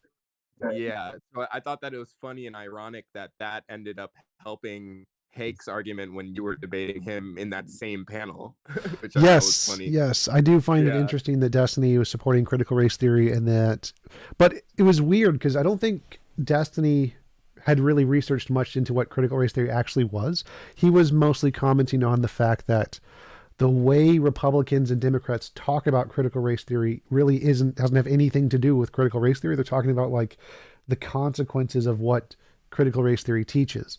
And so I don't really think Destiny knew much about the actual epistemology of critical race theory. He didn't seem to have researched much into that. So I don't think he knew exactly what he was defending when he was actually taking that position. I think so as well. That was going to be my second question, was on a scale of 1 to 10, how dishonest do you think Destiny was in that interaction between you two? Because it seems like he was just making shit up on the fly. I don't think he was being dishonest. I think he was, based on the limited research he did, I think his honest interpretation of the data was that critical race theory is misrepresented by Republicans and Democrats when they criticize it or support it in the media, which is true. He's absolutely right. They do. But then I don't think he really had much of a position on critical race theory itself. And so his comment that it was a reasonable epistemology to assess things was more of a general, just kind of, yeah, sure, you can assess things any way you want kind of a statement. I don't think he was being dishonest. I just don't think he knew as much about the actual critical race theory. I think he admitted that in the debate. I think he actually said, like, I don't know much about the actual critical race theory epistemology. So I don't think he was being dishonest. I think he was just going based off of what his position in general was, which is that people in the news misrepresent it. But that's pretty much an accurate statement about literally anything. Right. There's also something else I was thinking, like his interpretation of critical race theory was that that you can use stories as a way to build a hypothesis. I think that was his summary of it. But that seems weird because that's literally what everyone has ever done in the history of ever, is you use stories to build a hypothesis. So that doesn't, if that's all critical race theory was, if that's all standpoint epistemology was, then it's a pretty pointless, useless epistemology. What makes critical race theory unique is the fact that it advocates for stories to supersede data that was built on other stories. So it's like, oh, this group of people has this story and that contradicts the data by this group of people. Therefore, we can discount the data over the stories because we should prioritize this group's perspective. That's kind of what standpoint epistemology is actually advocating for. And Destiny's representation that it's just a way to build hypotheses based off of stories. Well, literally every epistemology ever has always done that. That's not actually significant or make it any different from any other epistemology. Yeah, I would agree with that, and I think that you're much more charitable than I am. But yeah. All right. When did Matt say this? DC, I have the link saved on my Instagram. Yeah, Matt said I was a bigoted, terrible person because I supported super straight and all lives matter in a debate, which is hilarious because the whole point of me debating those positions is to show the bigotry on the left. Like, all lives matter. Like, I don't... The reason it's totally fine and not bigoted to support all lives matter is because you can disagree with many of the points. Black Lives Matter is objectively wrong about many things. They present stupid arguments that are factually incorrect. And if you disagree with those, it's reasonable to dissent against the Black Lives Matter position by just saying all lives matter. Like you can just put, I don't know, anti-Black Lives Matter isn't really a position. So if you want to take a position in a debate that is against Black Lives Matter, all lives matter is the best one to do. So there's nothing bigoted about that. I don't know why he thinks that because, or I do know why. It's because he's a bigoted lefty who can't accept anybody who disagrees with his religious worldview on the left. And if anybody does, then they're evil. So, but yeah, I will give you the video. I think Squatch sent it to me. Squatch on Instagram sent it to me. Here, I'll post a link. It's at the 54 14-minute mark, I think. There you go. Yeah, I hadn't heard that either. What's up, TJump? Hey, how's it going? I'll post a link in the general general chat in Discord too, if anybody else wants to see it. Yeah, definitely. Hey, can I ask you a question real quick? I'm almost home, and I gotta go in before my wife leaves for work. But quick question about your view of language. So, Sure. So you and I had a debate a while back about atheism, the definition, and so forth. And Oh, Converse. Hey, how's it going? Yeah. Sorry, I'm not looking at my phone. I didn't know if you seen me or not. But yeah. So not to do with that term, but more broadly, language. I know that we can agree that language is arbitrary for the most part, right? But I do think that there are distinctions that make a term, let's say, maybe useful or an appropriate. So, for example, if I say I like take the YouTube, you have a like a dislike, and a withhold judgment, right? Well, dislike is defined in terms of like. So I guess I could say that to dislike something means that I like it, and so I hit the dislike button. But wouldn't that seem to be like such a terrible method for understanding like communication or language, or like how do you look at that in general as far as What? Look at what? well, like there are certain factors in language that seems to like have a reason one term's better than the other. Like for example, dislike is defined in terms of like. So if I hit the dislike button, I say, well, that just means I like it. Well, I guess you could use it that way, but wouldn't you agree that there are certain parameters that make a term more like a better for the use? Yeah, but the term, Does the that make what? sense? Yeah, there's. I mean, the factor that makes a term better is if you're using it in a society to convey or express an idea. The best usage is the one that most people understand. Or if you're using it in like the society you were brought up in, then the one that actually expresses the beliefs that you were brought up in best expresses the idea. Or if you're using a word that expresses your ideology, the one that you most identify with is the best that expresses the idea. So there's definitely reasons when some usages are better than others, and the reasons will change based on what you're trying to do with the words. But yeah, I definitely agree that Oh, there are sure. some usages that are correct and incorrect in certain circumstances. Okay. Yeah, I was confused about that, but no, I totally agree with that. You brought up Matt Dillahunty. One of the things is I'm doing kind of a little social experiment. I haven't really put it out yet, but I'm doing like a series. And one thing is that I had a recent debate with Dillahunty, and in it he tried to change the term of the debate promote into allowing for. And so to promote something means you allow for it. So that means that, for example, I said if a communist allows capitalism to exist by, you know, not directly fighting against it, even though they think it's immoral because they're lazy or working a job because they have to, does that mean communists who think capitalism is immoral promote capitalism? And he said yes. And so, by that same logic, right, slaves promote slavery because they contribute to it in some way. And so, I'm like, well, wait a second. I know Tom doesn't think that every use of the term is just arbitrary, and you can just use whatever use you want. Well, I mean, Like, so all language is arbitrary. It's a principle in linguistics. Literally every usage yeah, of every sure, word ever is arbitrary. But if your goal is to convey an idea or to represent someone, then you need to use, there's a better ways to do that. Like if you're misrepresenting someone with a word use, like if I said, you believed in a magical sky daddy or something, like clearly that's derogatory. Clearly that would not be an accurate representation of your position. It would be a straw man. So there's definitely better or worse usages yeah. in philosophy that are like steel manning a position versus straw manning a position. And so if your goal, or if the goal of the people watching or the debate or whatever is to accurately represent someone's position, then yes, there are better and worse usages based off of the goal of the conversation or the goal of the audience. So yes, based on the goal of the conversation or the usage, there are definitely better, objectively better usages. But all right, one more thing, and I'm about to pull up. But do you, like, don't you agree though that somebody can kind of change their position?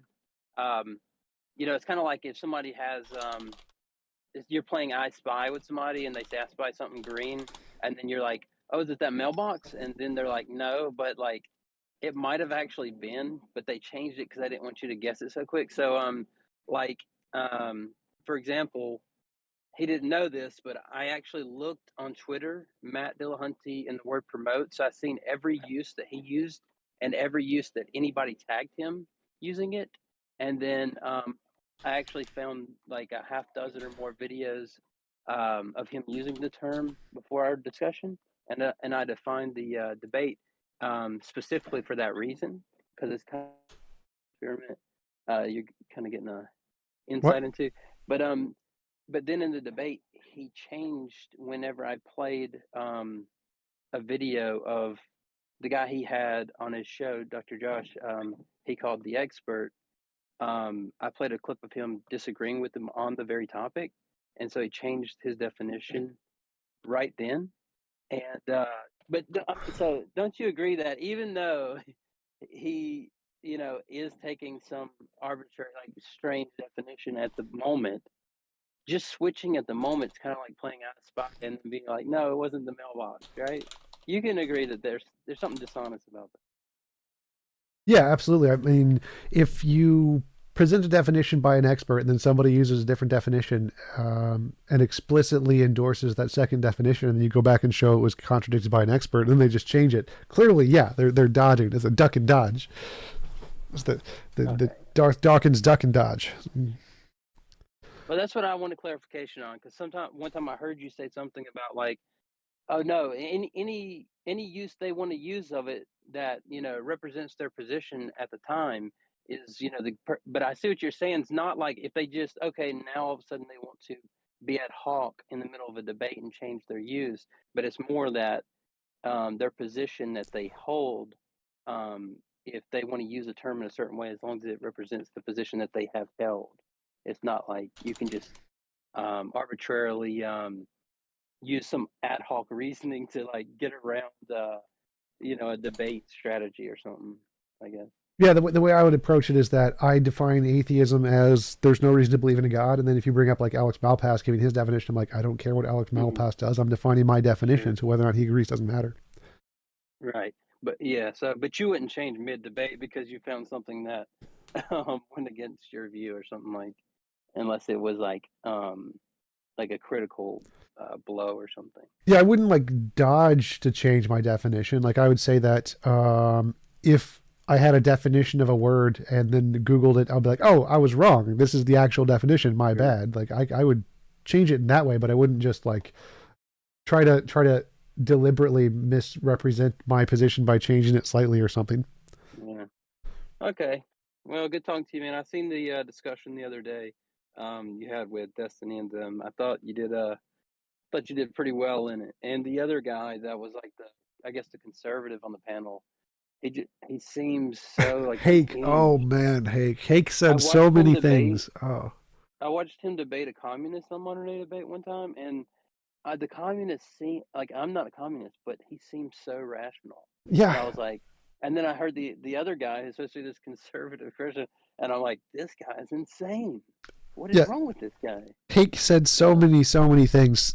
Hake was like, women don't need respect. That's one of the things he said. And women shouldn't be in politics. I was like, wow, Hake did it. Hake said things that are just like, oh my God, I can't believe he said that. Like, wow. A lot of the things I heard him say, I just thought immediately that he had been like in some type of like mentorship program with Jesse Lee Peterson. It was just so bad. But anyway, good talking to you. Yep, good talking with you too. Javier actually just said that Dr. Josh was in the chat and he didn't support your usage in that one. So you'd have to check with Dr. Josh, but yeah, no, I just. Oh, you talking about me? Yeah. When you brought up the Dr. Josh clip of Dillahunty, Dr. Josh was in the chat and he was saying he disagreed with the way you represented him or something. Go but back and look at the. No, I know exactly. I don't care. I'm not going to look at it. Just Javier said that you can. Yeah. No, Dillahunty said he got a text message from Josh mid debate saying that he disagreed. I text Josh after the debate. He said, "No, Matt texted me during the debate, and I didn't even see the first half of the debate." So. All right, well, that's between you guys. I have no idea what's going on. And second best Bob. Yes, Steve is a dumbass. Steve McRae, dumbass. There you go. You are breaking up. I can't really understand you. When you asked, hey, can you hear me now? Try leaving and coming back because you're like I can hear like every other word. Yeah. I was kind of wondering on that panel if it made it difficult to engage with other panelists because Hake was so ridiculous. Yes, he does that every time. Like Dylan, I've been on Dylan's show. We were talking. He's like, whenever he brings Hake on, it just becomes everybody versus Hake because Hake takes such an extreme position and everybody disagrees with him that the entire panel just ends up having to like debunk what Hake said. It does. It does make it very difficult. There's a few times like where you like would challenge somebody else. You were the only one that was doing it, and then they were almost like shocked that you were like abandoning team anti-Hake. Yeah, yep. Because people were saying that too. Like, oh, were you on Hake's team? I'm like, no, I wasn't on Hake's team. It was a panel. It was like a 1v1v1v1, not a 2v2. But nobody could tell because I was the only one debating other than Hake, not going on. Yeah, the only useful discussion that was really happening there. Can you guys hear me now? Yes, I can hear you now. Yeah, I was just gonna quickly say my favorite thing that Hake said in the debate was when you asked him, even if we can prove that it helps people, like, would you change your position? And he was like, no. Yeah, like he was like, I said at one point, like, if Jesus himself came down and told you that trans was real, would you believe it? He's like, no, I don't think I would. I'm like, wow. So funny. What's the conversation today, guys? This is an after show for my debate thingy after my conversation. Oh shit, is this the actual TJump person in No. his server or shit? No, I'm a Sock Puppet account. A what? Sock Puppet account? What is that? I don't remember how to best explain that. Okay, cool. Let's just move on. So, you guys are talking about some kind of debate, huh? Yeah, I just had a conversation on my YouTube channel with a theist professor on reasons to believe in God. So this is just the after show. You can ask questions, whatever. It doesn't really make a difference. Okay. I mean, I don't watch the show, but can I ask a bunch of questions though? Sure. So, like, what kind of atheist are you though? Like, do you think that there's like I'm no a black God atheist. whatsoever? What does that mean? Means I have a black skin color from Africa. What the fuck does that have to do with It what was I just asked? it was a joke. So what kind of atheist am I? What is your question? Yeah, like, is it like for you, is it like there's no purpose to our existence, there's no higher being? No, that's not a part of atheism. What? Atheism means there is no God. That is what atheism means. You either believe there is no God or say there's no reason to believe in a God. Yeah, buddy, I know that. But like, what do you mean by God? Like, God is a very problematic word. A unembodied, non-physical mind that created the universe. So there is no creator. Like, things just happen for you. Is that it? Yes, there was quantum fields are the necessary thing. There's no Sky Daddy, no mind thingy. That's okay. I love the term Sky Daddy. So how do you derive meaning and purpose in life then? Where do you get that from? I wonder. Meaning and purpose are inherent. They're given by the individual. I think there's objective morality, and that's a law of physics. Meaning and purpose are derived from objective morality and given internally through inherent desires and values. I see. So you think that everybody can be like, responsible enough to give themselves their own version of like what matters? You can give yourself your own purpose, sure. So were you always like an atheist? No, I converted, or I stopped believing in God in late high school. Oh, like what brought this change, I wonder? None of my prayers were ever answered. Oh, so you thought like, wait, so you're telling me that if God doesn't answer your prayers, I'm not saying that I believe in God and I don't, like you're saying that the only use for him was like, just to answer prayers or whatever, or?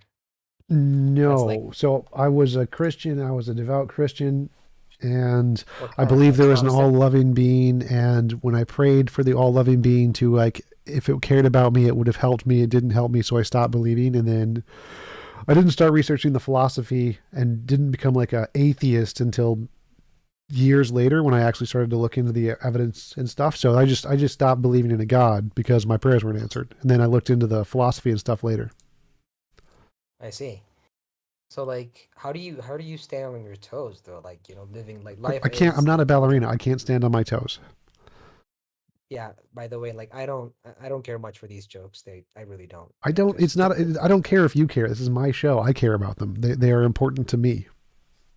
when you're having a conversation with somebody though, I mean, doesn't it matter what the other person thinks? No, it matters what the audience who sends me money thinks. So I you're like the trying to please jokes. the audience. Barn. Oh shit. Okay, there's somebody enjoys the joke. Shit. Okay. So, did you have another question? Huh? Oh yeah. I was getting to that. So how do you, navigate life? Life is kind of difficult. Like without religion, without like I said, you've given yourself a sense of purpose and a sense of meaning. Okay, I get that. But like how do you deal with, all the suffering that life has to offer? Like how do you deal with all that? How do you not Um, lose, you mean like sight of personally, life? like emotionally? How do I deal with it, or like because my goal is to actually solve it? I think that as there is objective morality, the goal of humans is to try and make the world as best as possible by removing as much involuntary imposition of will as possible. And our goal should be to create a world where it's impossible to force one person to do anything they don't consent to doing. Hmm. No, like my question, it's more like let me try to make it more specific. It's I want to ask more on how do you deal with being human, with being this fragile, like needy being in a chaotic universe? Like how do you deal with Porn, that? drugs. I don't know. I don't know what the question is exactly. Okay, so like Sex. the thing is, no, I know what those things are. My real question is like, you have all these impulses and you have all these needs that you need to fulfill, like, to actually, just keep on living, right? And there's a bunch of shit that you should do and a bunch of shit that you shouldn't do as well. And on top of that, there's a bunch of shit that you aspire to. For example, the server, your channel, like you want to obviously, Yes. reap the rewards from whatever it is that you're doing now. Yes, I like And reaping. Reaping is so much fun. yes, me too. So like how do you deal with being alive? Like, how does I that don't work for you? understand what that means. So like are you asking how do I emotionally continue get out of bed in the morning? Is that like what you're asking? Like I don't get it. You know what? Yeah, let's go with that and we'll circle back to, my Yes, so I question. have motivations. I have desires. I get dopamine when I succeed at things, and I like serotonin. It makes me relax when I get ASMR stuff. So there's lots of things. Echo. I got a background echo. So there's lots of things in life I really enjoy doing that get me out of bed in the morning. I like to try and make a difference in the world. One of them is like I want to build a company, the Atheist Church, to lower the cost of living for as many people as possible. There's many things that I aspire to do that give me dopamine when I do them that get me out of bed in the morning. Wait, tell me more about this church. I'm kind of intrigued now. Yeah, so I'm starting an atheist church where it's a church. It's a religious organization. It's built around my objective morality. The goal is to get to the best of all possible worlds, where, as I mentioned before, it's impossible to force anyone to do anything they don't consent to doing. And the best way to do that pragmatically is to lower the cost of living for as many people as possible. The way we're going to do that is by buying an apartment building and lowering the cost of rent as much as possible. I'm planning to start as many different companies as possible to eliminate all of the corrupt garbage shit that is in current companies. Like, I want to start a credit card company and give a reasonable APR that's not taking advantage of poor people. I want to start a bank and not charge people a ridiculous amount for loans. I want to start, I want to change the UPS and make it into a savings bank so there's no more payday loans. There's a bunch of different company ideas I'd like to do to lower the cost of living for as many people as much as possible without like doing what all the current companies do, which is they take advantage of people and make lots of money. So the goal of this would be to, again, just lower the cost of living by buying an apartment building and then giving people homes that they can afford. Okay, so once you solve all these economic problems, and let's say that there was like a bunch of other people like you, and maybe in 20 years you solved it, and like I think you're from the U.S., right? 20 years, holy shit. If I solve that in 20 years, you should worship me as a god. Maybe I will. Maybe I will. So this is the thing. So you solved it in 10 years, let's say. Like not just you, like you just found a bunch of other people, you raised enough funds and you got enough smart people to like, just crunch the math or whatever, and you Yep. just did it. Let's say it did happen. And maybe the national debt of the US was like, not an issue and the government found a way around that as well. And um then what? Like, do you think like the most pertinent problem that humanity and your country is facing right now is like economic? Do you think that's the issue? The biggest problem that we're facing is economics, sort of. I think the biggest problem we're facing is that nature is trying to kill us all, and there's not enough resources in order to keep everyone alive. Huh. Let's, this is the thing. When you're speaking to an atheist person, it's so the most bizarre thing is you don't know what what they value. Do you value life? Like, do you think that it's Who? Don't know inherently what who a values. sacred thing? Huh? I'm sorry, what? Yes, I value choice. I value conscious choice. No. I mean, like, do you value life? Like, do you think it's like sacred or something? No, I don't think life is sacred. I think choice is sacred. I think the ability to choose, consent is sacred. I see. So life doesn't matter as much then. Yeah, so like if someone wants to die, it's moral to help them to die. It's not their life doesn't matter, it's their choices that matter. Their consent is more important than their life. So if someone is like miserable and hates being alive, it's moral to kill them. It's moral to, or if they ask to be killed, if they ask and wants to be killed, it's moral to kill them. Like oh shoot, I met him a few times, forgot his name now. There's a big atheist guy who's been going around talking about because he's dying. He's got ALS, I think, and he wants to have assisted suicide. He's going to do that at the end of his life when he can't do certain. Yes, David. What's his name? I think it's David. Warnock. Yes, Warnock. Exactly. Thank you. And so it's moral for someone to help him to die because he's suffering so much. So yes, life isn't sacred. Consent and choice is sacred. Oh. That's a very interesting thing. I've battled with this ideology for a while now. And do you believe that your life has meaning because of other people? Are you a believer in that, or do you not care? Like, do you not think that other people's choices and other people's like existence here is not pertinent to like your existence as well? Which one do you go with? Well, I think meaning is, again, inherent. Meaning is given from an internal perspective. You give your life meaning. And if a part of your meaning involves relationships with other people, then yes, other people can give you meaning. You're telling me that your life would matter even if there were no people around? Mine, yes. Like I give meaning to my own life. So my life has meaning even without other people. Yes. So like you're telling me that if you were like the only person on the planet, then you'd still be like, yeah, I'm cool with this. I don't care. Yes. As long as I had control over physics, yes. I would be in a video game. I would be playing Star Wars and Harry Potter and shit. They would have just as much meaning for me.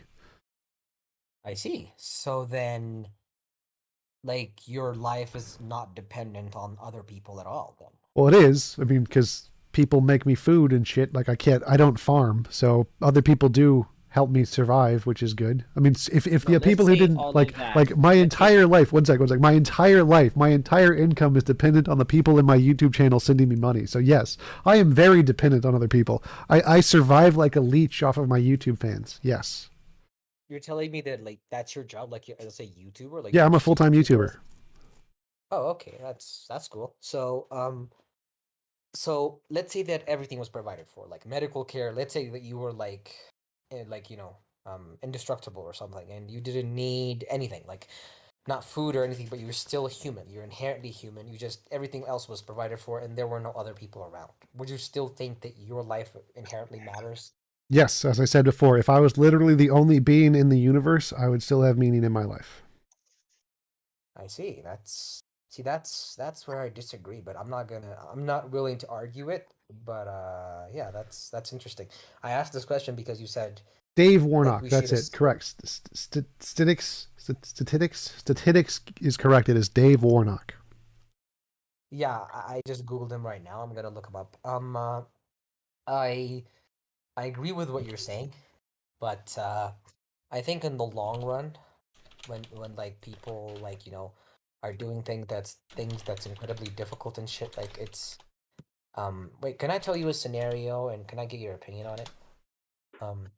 So I was speaking to a person once and they were like, I was talking about how people fight for resources. Like they have wars and shit for like, whatever, like resources. It could be food, it could be land, whatever. But like what's never happened is like both sides have never been like, hey, we need to eliminate like this many people, and the opposite side needs to do as much, and then the rest of the people can just survive, and let's just pay the sacrifice instead of like dying a very horrible deaths because of like war and shit. Nobody's ever done that. I don't think it's happened. And why I think that is because killing people is a natural, but to like kill yourself isn't, because it's such a there's just something ingrained within human beings where it's like survival means so much. It's like seeing a person kill another person is easier than seeing a person kill themselves. I mean, apparently, and I was thinking about why that is, and I think it's because when a person does kill themselves, it somehow means that they do not care about life. They just don't give a fuck, you know? And that does something to the witness, like to the person that's actually seeing that happen. It's like it does something to you when where you think about your life and it's like, why the fuck am I doing this if it doesn't, like, if most people are like just, you know, willing to give it up? Like, why does anything matter? Why does and I'm saying this because I think everything is valued because other people value it. If nobody valued anything, nothing would have value, right? So a person committing suicide, that's why I think it's wrong, because it's like, you know, like I'm bored and I want to die. You can't do that because you're literally taking away from people, because it's like, because you don't give a fuck about things, it's like you're literally taking away meaning and purpose from other people, because you have to care in order for other people to value things. Does that make sense? Can I ask a question? Well, first thing is so value is different from morality. I think there's objective morality. I think things inherently have value in that sense. Your subjective value can be different from morality. But if I find value in someone's life and they want to kill themselves, yes, I'm losing something if they kill themselves, which is not good, but they have every right over their own life. Like, my valuing them doesn't make them obligated to not commit suicide. Each individual has rights over themselves and their property, which includes their body and their life. So if an individual wants to commit suicide because they're in suffering or they don't want to live, no one else has a right to stop them, and they're under no obligation to continue living for the sake of anybody else. Somebody else wanted to ask a question? Yeah, somebody else wanted to say something.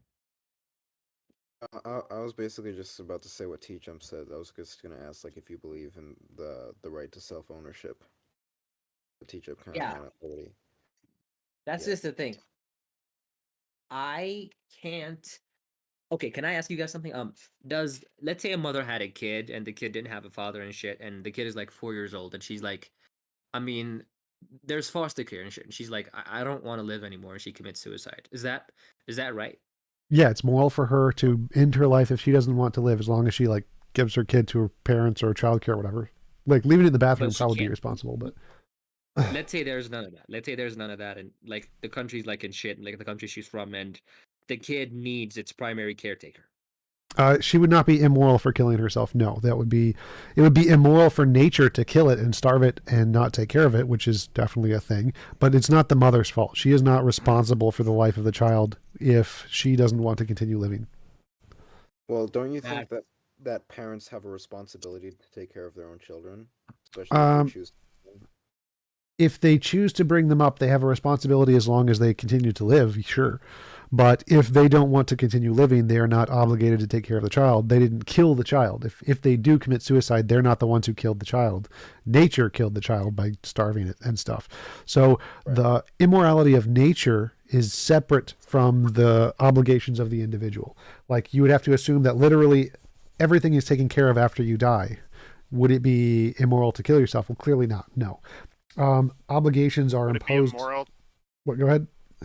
Sorry, would it be immoral then to like take a long trip to Europe and enjoy the scenery and leave your kid at home for the same reason?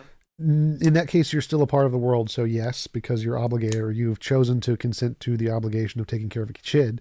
So, like, if I agree to be a lifeguard or whatever, I've signed a contract, I agree to be a lifeguard, and then if I'm going to go on a trip and just not pay attention to the water anymore and someone dies, obviously you're responsible. So if you have agreed to some kind of a contract that you have some obligations and you don't adhere to that contract, yes, that's immoral. But if your contract only extends to like the end of your work hour, so I'm a lifeguard from 8 to 12, and then I get off work and I go home. I'm not responsible anymore. Same thing with a parent.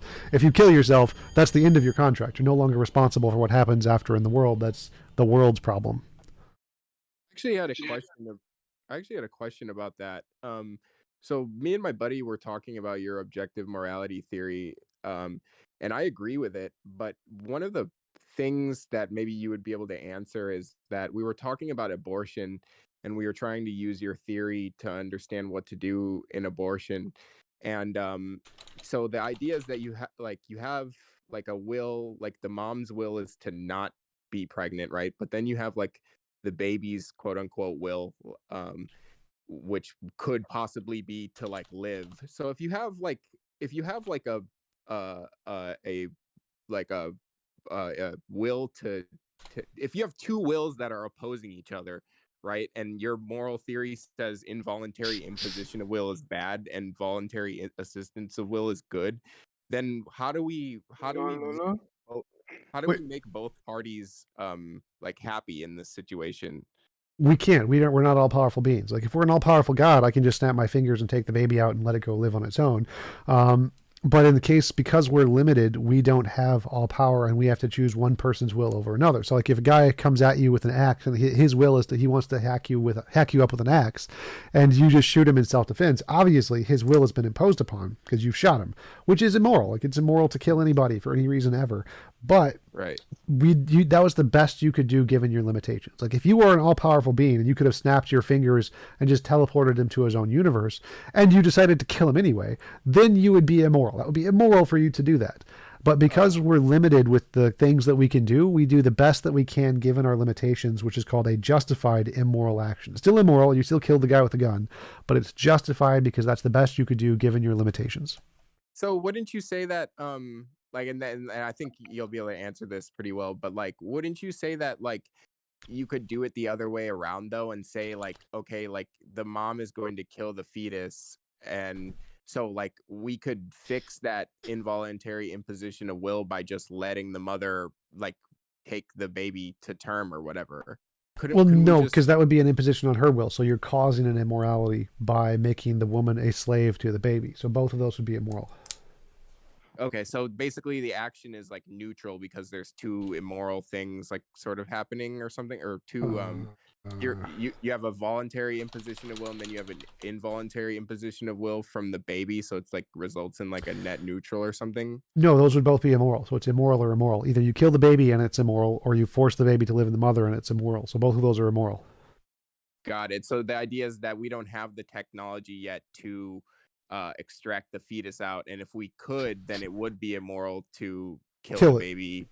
Yeah. So right now it's a justified immoral action because it's self-defense of the mother. The mother has the right to remove the baby from its body, but it's an immoral action because you're killing the baby. So it's a justified immoral action. And once we have the technology to remove the baby without killing it, then it'll be immoral to just kill the baby. Like we can remove it, we can take it out without killing it. That is the moral option. Okay, awesome. That clears a lot of things up by giving the term like justified immoral act. Like that really clears things up. So thank you. Yep. Could I say something about this? Sure. So, are we talking about a baby or a fetus? Because I find those two things to be very different. They're the same in my context, so I don't care if it's whatever point. I think it becomes a human being with rights when it has consciousness. Anything with consciousness has moral value, and killing anything with consciousness is immoral. So I don't really care at what point the baby is considered a baby versus a fetus. It's like if it has consciousness, it's immoral to kill it. Okay, well, another thing about your example with the axe guy and the guy protecting himself in self-defense. Yeah. Did you say that the guy with the gun killing the axe maniac is immoral? Yes, it is immoral to kill anyone ever, but it's justified because it's the least immoral thing you could do other than having him like axe your face off. I don't know if he's threatening your peaceful well-being. I don't find it as immoral. It's not as immoral, so it's less immoral, but it's still immoral. So like if you were an all-powerful being and you could snap your fingers or just pull up a like imagine if you had a force field, like you had a personal force field and you could just turn on the personal force field and the axe guy couldn't hurt you anymore. But instead, you decided to shoot him. Obviously, you would be immoral. You would be immoral at that point. But if you don't have a personal force field, and the best you can do is to shoot him, then it's still immoral because you've killed him, but it's not as bad because it's the best you could do in the situation to protect yourself. So it's a justified immoral action. Okay, so I have a question. So say someone is coming at you with an axe, and you have a gun, but you're also a very good athlete. Would it be more moral to would it be immoral to kill the person if you have the option to just run away?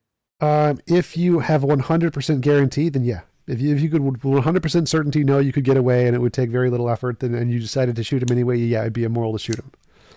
Unless you knew that he's going to kill somebody else with the axe. Right, yeah. So if you're protecting yourself and somebody else, as long as you could run away and know for a fact he's not going to harm anybody else, then yeah, it would be immoral to shoot him.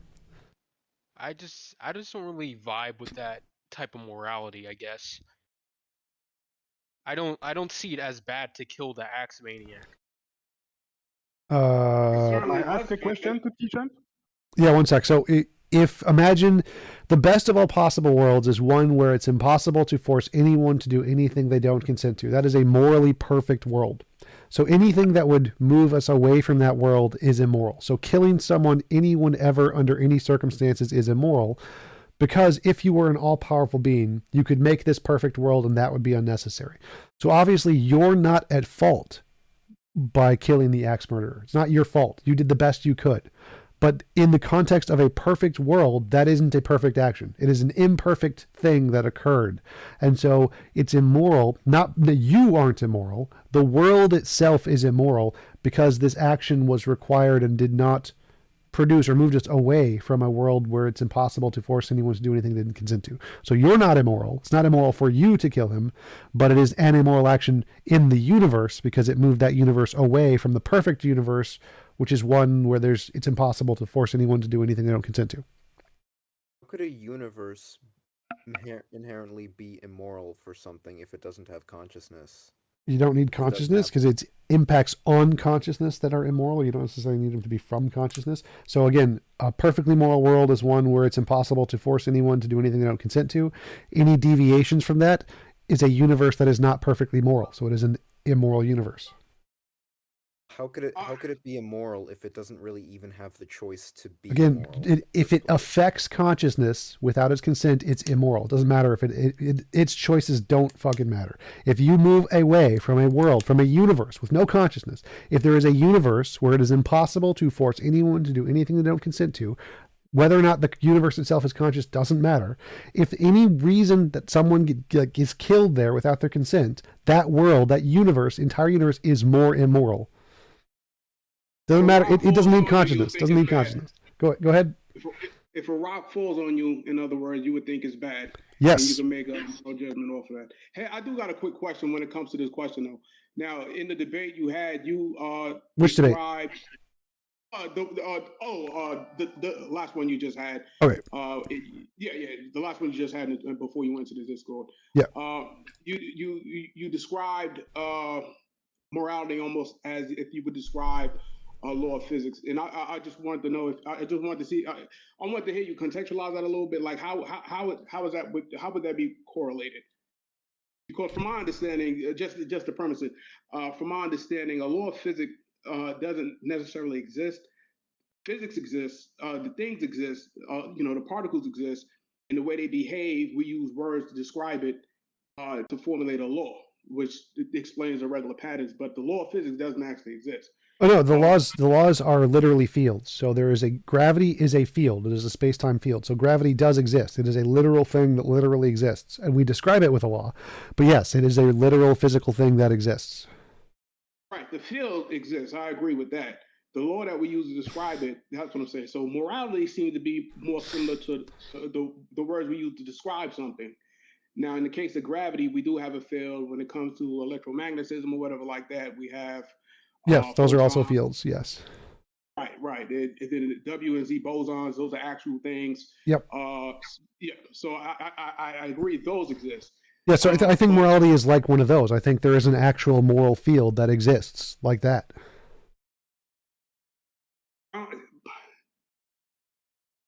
see, I can come with you if you would say like a law of physics, but the words themselves, the concept, which doesn't exist but describes what exists, then I could say I can get on board with that.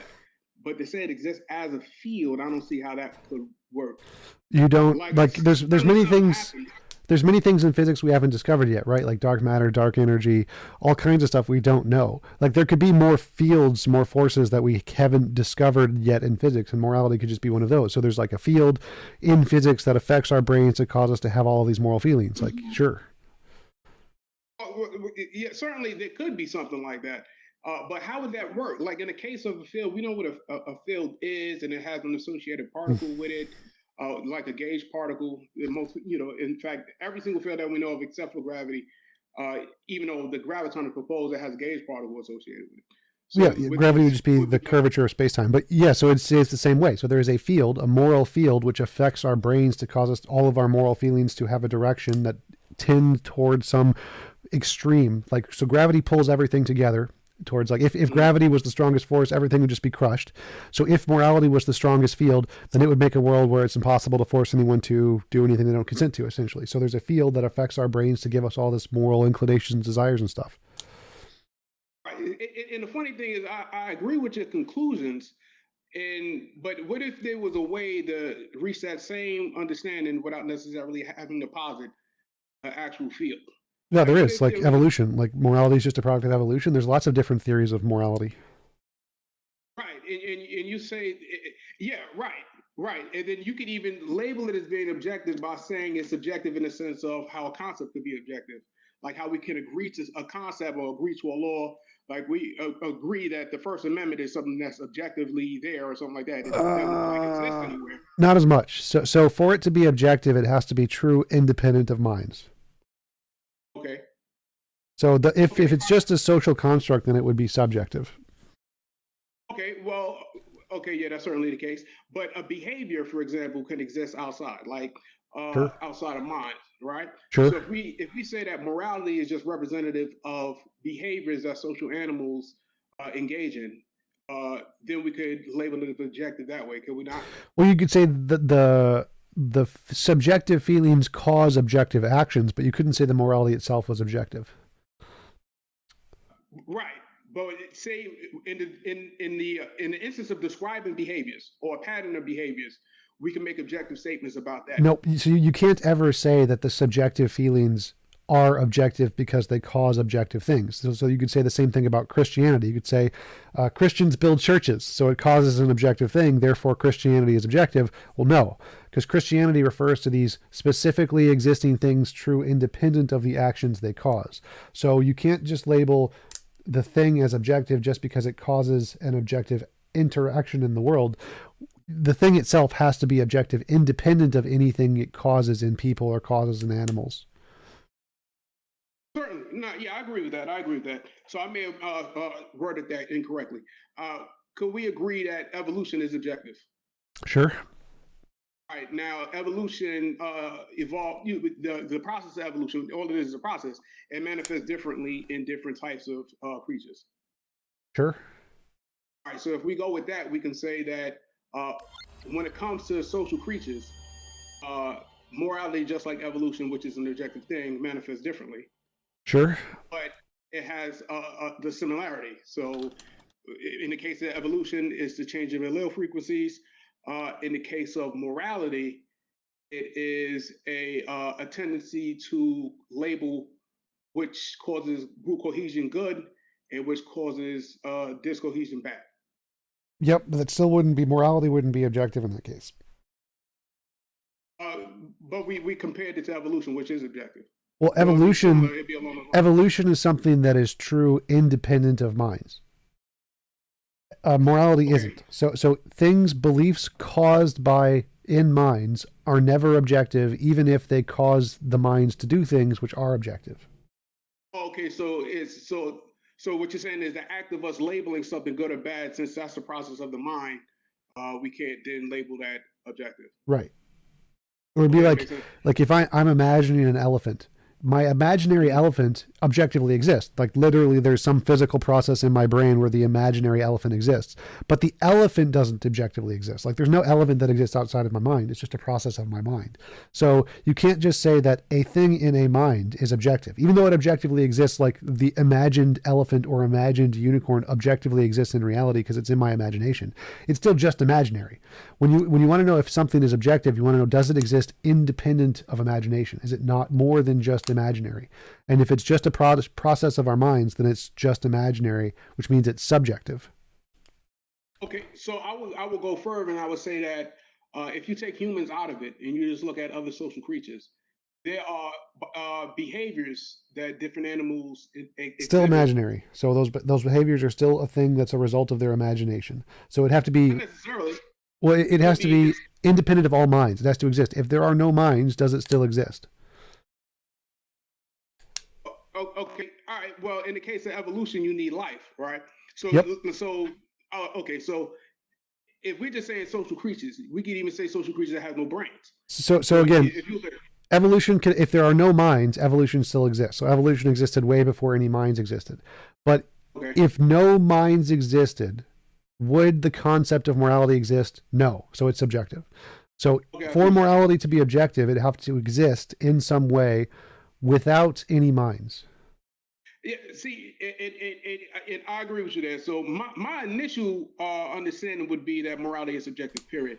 I Right. try to see if I can like kind of bridge what you were saying because I agree with your conclusions with without having to posit a field of some kind because I don't see any evidence of that. Right. So the reason no evidence doesn't mean it can't. Yeah. Right. So the reason I think there's something more like there's no evidence of objective morality. If I had proven that, I'd have a Nobel Prize. So there's no evidence of it. It's just a hypothesis.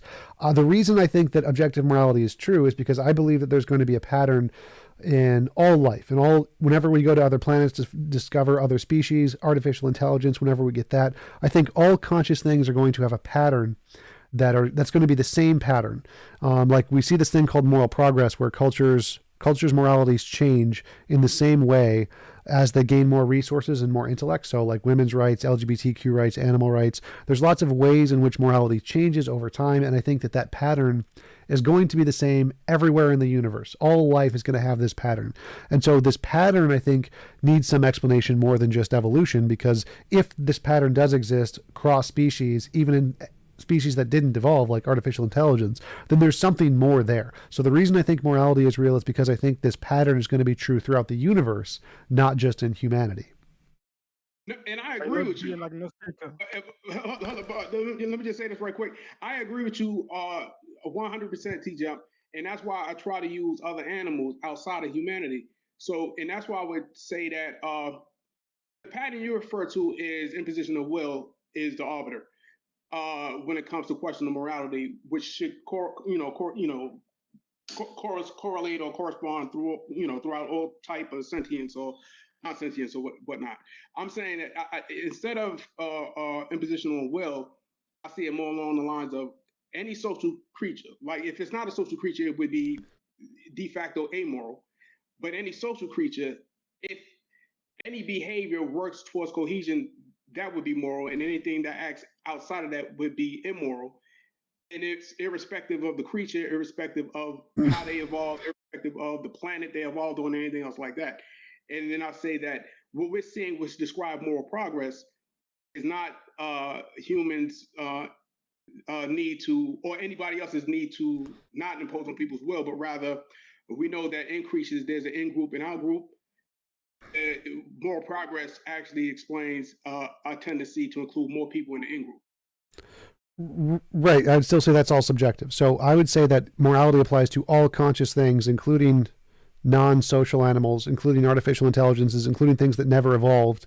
I'd say anything with a brain and consciousness is going to discover morality, even if they're not social. So I think morality exists like a law. If no minds existed, it's still going to be there, like gravity is going to be there. What you're saying seems to be you believe morality is an emergent property of minds and social interactions, which is subjective. Right. But I would just label it what describes that, so what I'm saying, you're right, you're absolutely right. And what I'm saying is what describes that, how we interpret what is moral and what is not, that we can conceptualize that, and that concept is objective, and that's something that we can all agree to, independent of mind. Well, again, what I think you're saying is that, like, if I'm imagining a unicorn, the image in my head objectively exists. Yes, it does, but it doesn't make the unicorn objective. So the imagined process that we do because we believe in morality we can't say morality is objective. So it's like we can't say the unicorn objectively exists, even though the image of a unicorn exists in my head. We can't say morality objectively exists, even though the concept of morality exists in our heads. So just because we have moral actions, we can't call it objective. Okay, I agree with you. That's 100%. And that's why I initially would label myself subjective. I would think morality is subjective. What's the value of having morality being objective as opposed to this pseudo-objective concept? I think that there is a phenomenon that will exist all throughout the universe that is a pattern that needs to be explained. And if it's just subjective, then we wouldn't expect this pattern to exist. So if there's this pattern of moral progress that exists in all species everywhere in the universe, that's completely makes no sense if morality is just subjective.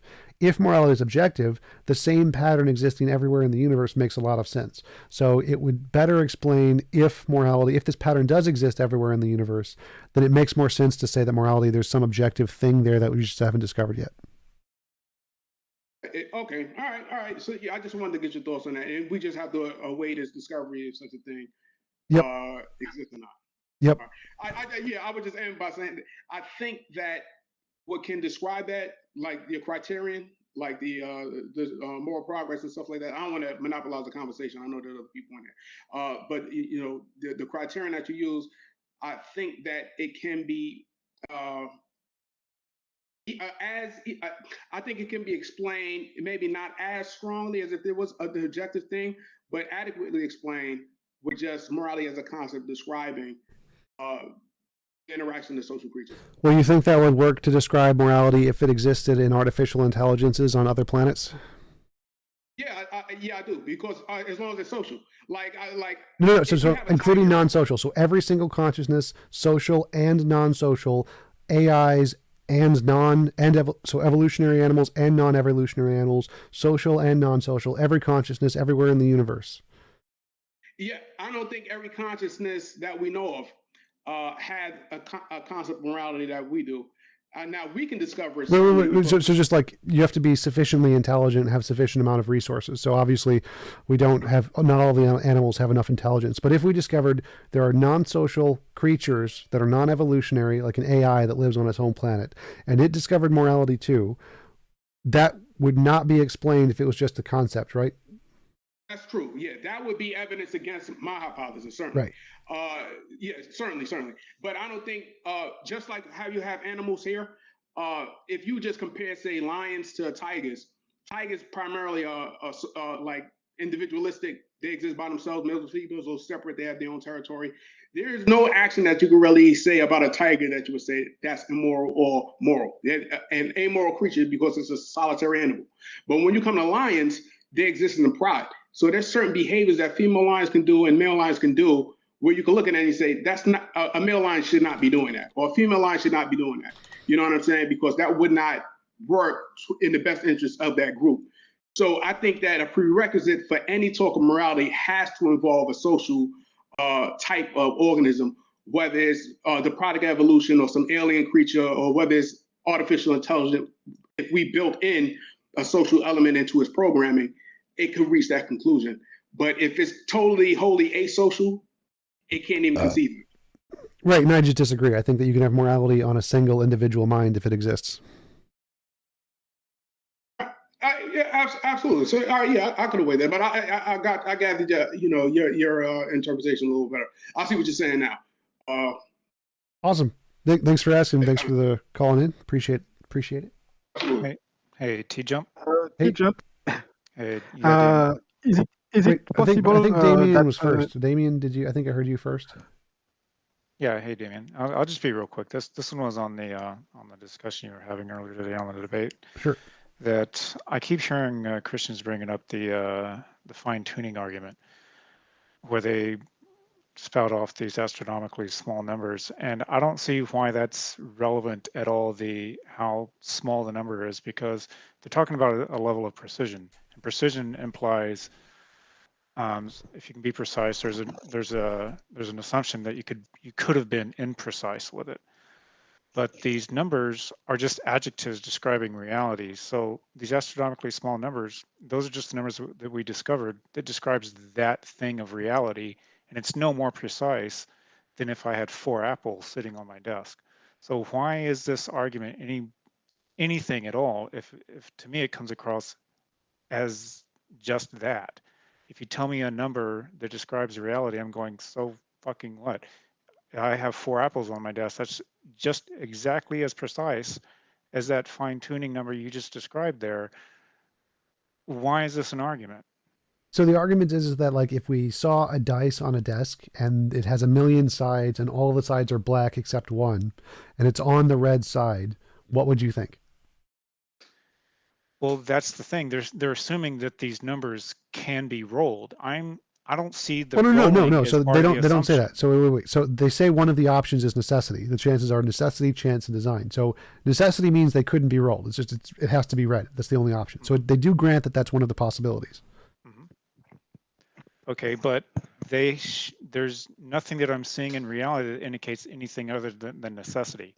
Just like necessity of it being 4 apples on my desk, the necessity of that astronomical number being that small, that's just what it is. We haven't discovered anything that couldn't So what they're happen. saying, they say that, well, we don't see any reason to think it's necessary. Like we see the dice, we see it's on the red number. We don't see anything to think that it's necessary. It could be, but we don't see that. And so if it's not necessary and it was just happened, it's not very likely to happen by chance, by definition, because there's 1,000 sides or 1,000,000 sides or whatever.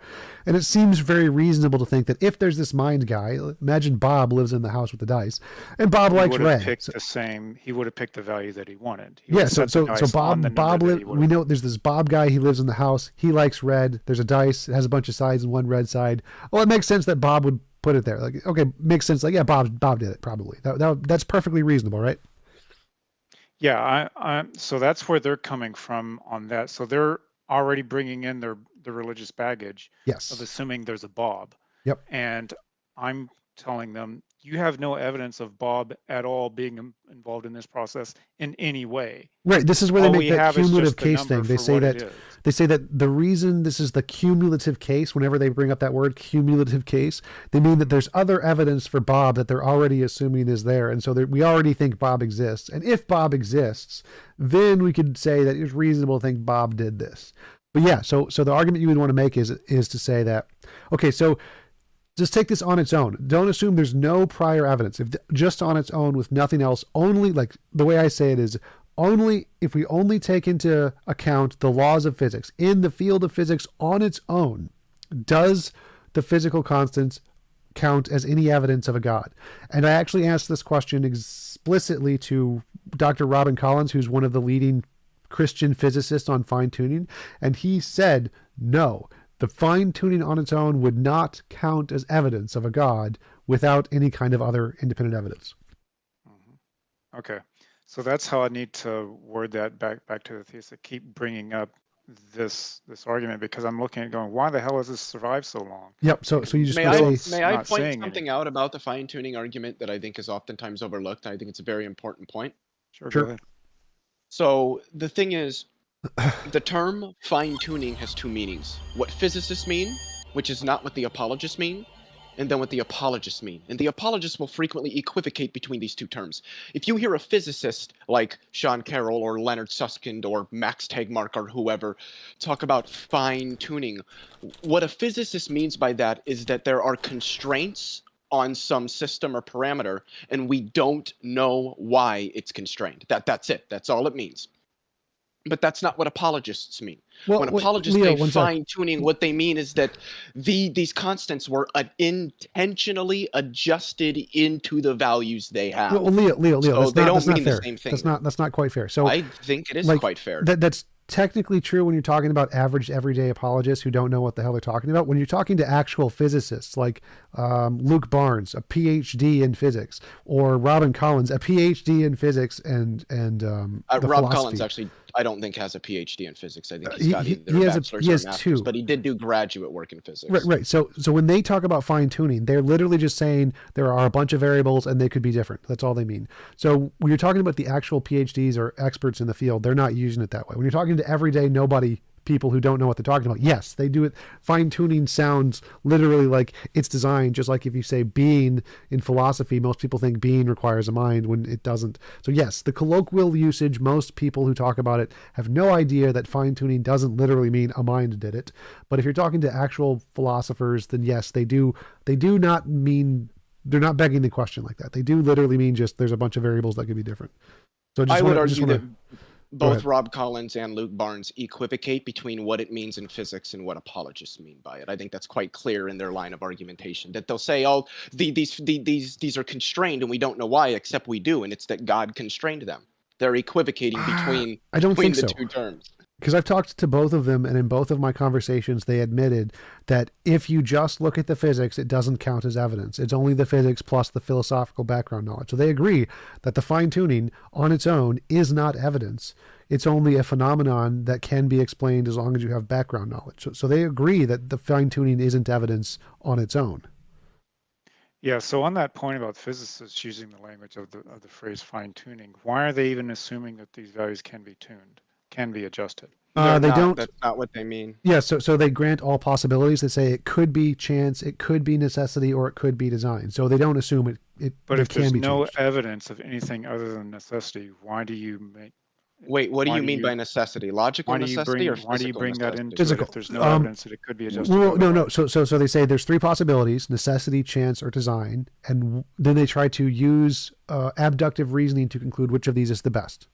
So they're saying, okay, so if the three possibilities are necessity, chance, design, what is the best explanation of the data? And they say the best explanation is Sky Daddy done it. That's their explanation. And they think the reason it's better because Sky Daddy done it is because, well, there's the moral argument and stuff. And Jesus rose from the dead. And so God already exists and we already have this evidence of God. So he could have done it, easy done. Well, this is what I'm wondering about. Is it sounds like when physicists are saying these are the different possibilities, either it's necessary or it could be adjusted, whatever.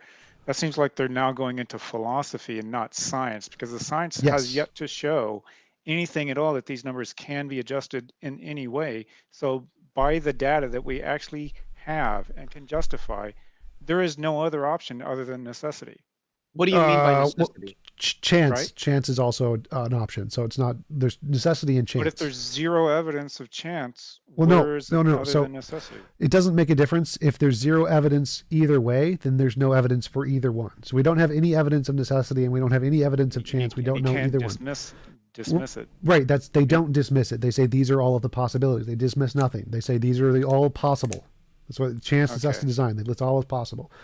But to clarify, we do actually have evidence that random chance is actually a fundamental force in physics. That's the consensus in physics. So that would actually kind of be better in many cases. Okay, is it actually random chance, or is it actually just a gap in our science? It's literally random chance. So works. Fundamental snapshot of the attitudes of quantum mechanics is a poll in physics. It's the one I mentioned in my prior debate before I started this live stream.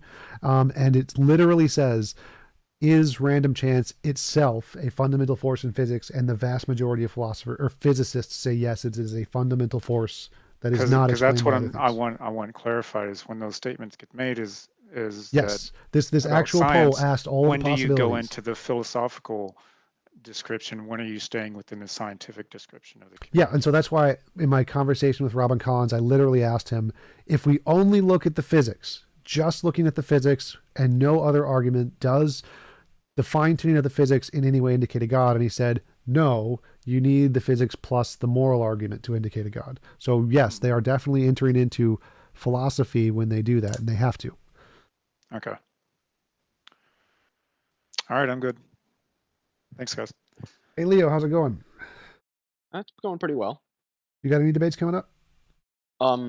Actually, no. I've been trying to get a debate with Michael Egnor on naturalism versus intelligent design, but the people I know don't really have a good way of getting a hold of him. Yeah, Egnor. Have you been on what's it called? Theology Unleashed with what's his name?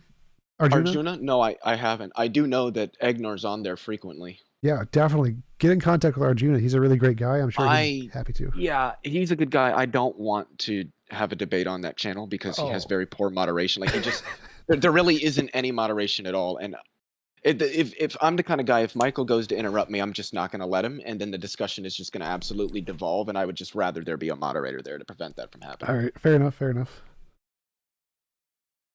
All right, anybody else got any questions, comments? I have. Okay, what is it? You say that you arrive at your objective morality through moral intuitions and moral progress. That's right? Sure, those are the patterns that I think are explained, yes. Okay. I often hear you say that intuitions are useless to determine what is in reality. They're useless as evidence, but you can build a hypothesis on them. Okay, so it's a hypothesis. Yes. Which would need some evidence to be accepted. Okay. Do you have any evidence? Nope. Objective morality? I have a prediction that if it comes true would count as evidence. I don't have any evidence yet. Okay. In this case, wouldn't it be better to be like agnostic until you get the evidence? Well, I'm admitting it's a hypothesis. I don't say I have evidence that it's true. So I haven't said I've proven it. So yeah, I know, but you affirm it anyway. Yes, I like it. I like it better. Okay, so what's the difference between a theist that likes the idea that God exists, and even though there's no evidence, he believes it? There isn't. Like if somebody just, if the only thing that they are claiming is I believe God because I like the idea of God, like that's perfectly rational. Like you can say that as long as you don't claim there's evidence, you can perfectly say that. Yeah, well, but they are claiming that God is an objective fact, reality, the same way that you argue that morality is objective. Yeah, if they just claim that's a hypothesis and don't claim they have independent evidence, then that's perfectly rational. So it's not irrational to claim that you have a hypothesis that you think that you like, as long as you don't claim to have evidence. Like if you claim to have evidence and it doesn't work, then that's a factual inaccuracy. But if you're not claiming to have evidence, you can believe whatever you want. Yeah, I know. Okay, so you don't claim to have evidence at all for the objective morality thing. Yep. Just the patterns and predictions that hopefully will be discovered to be correct in the future. If, let's say, tomorrow we are contacted by aliens who are like esclavagists and want to enslave Earth people, it's really silly because I don't think like aliens will travel for light years just to enslave humans. But let's say, for example, we encountered aliens and they have really what we will call horrific ethical standards. Will it disprove your hypothesis? Yes.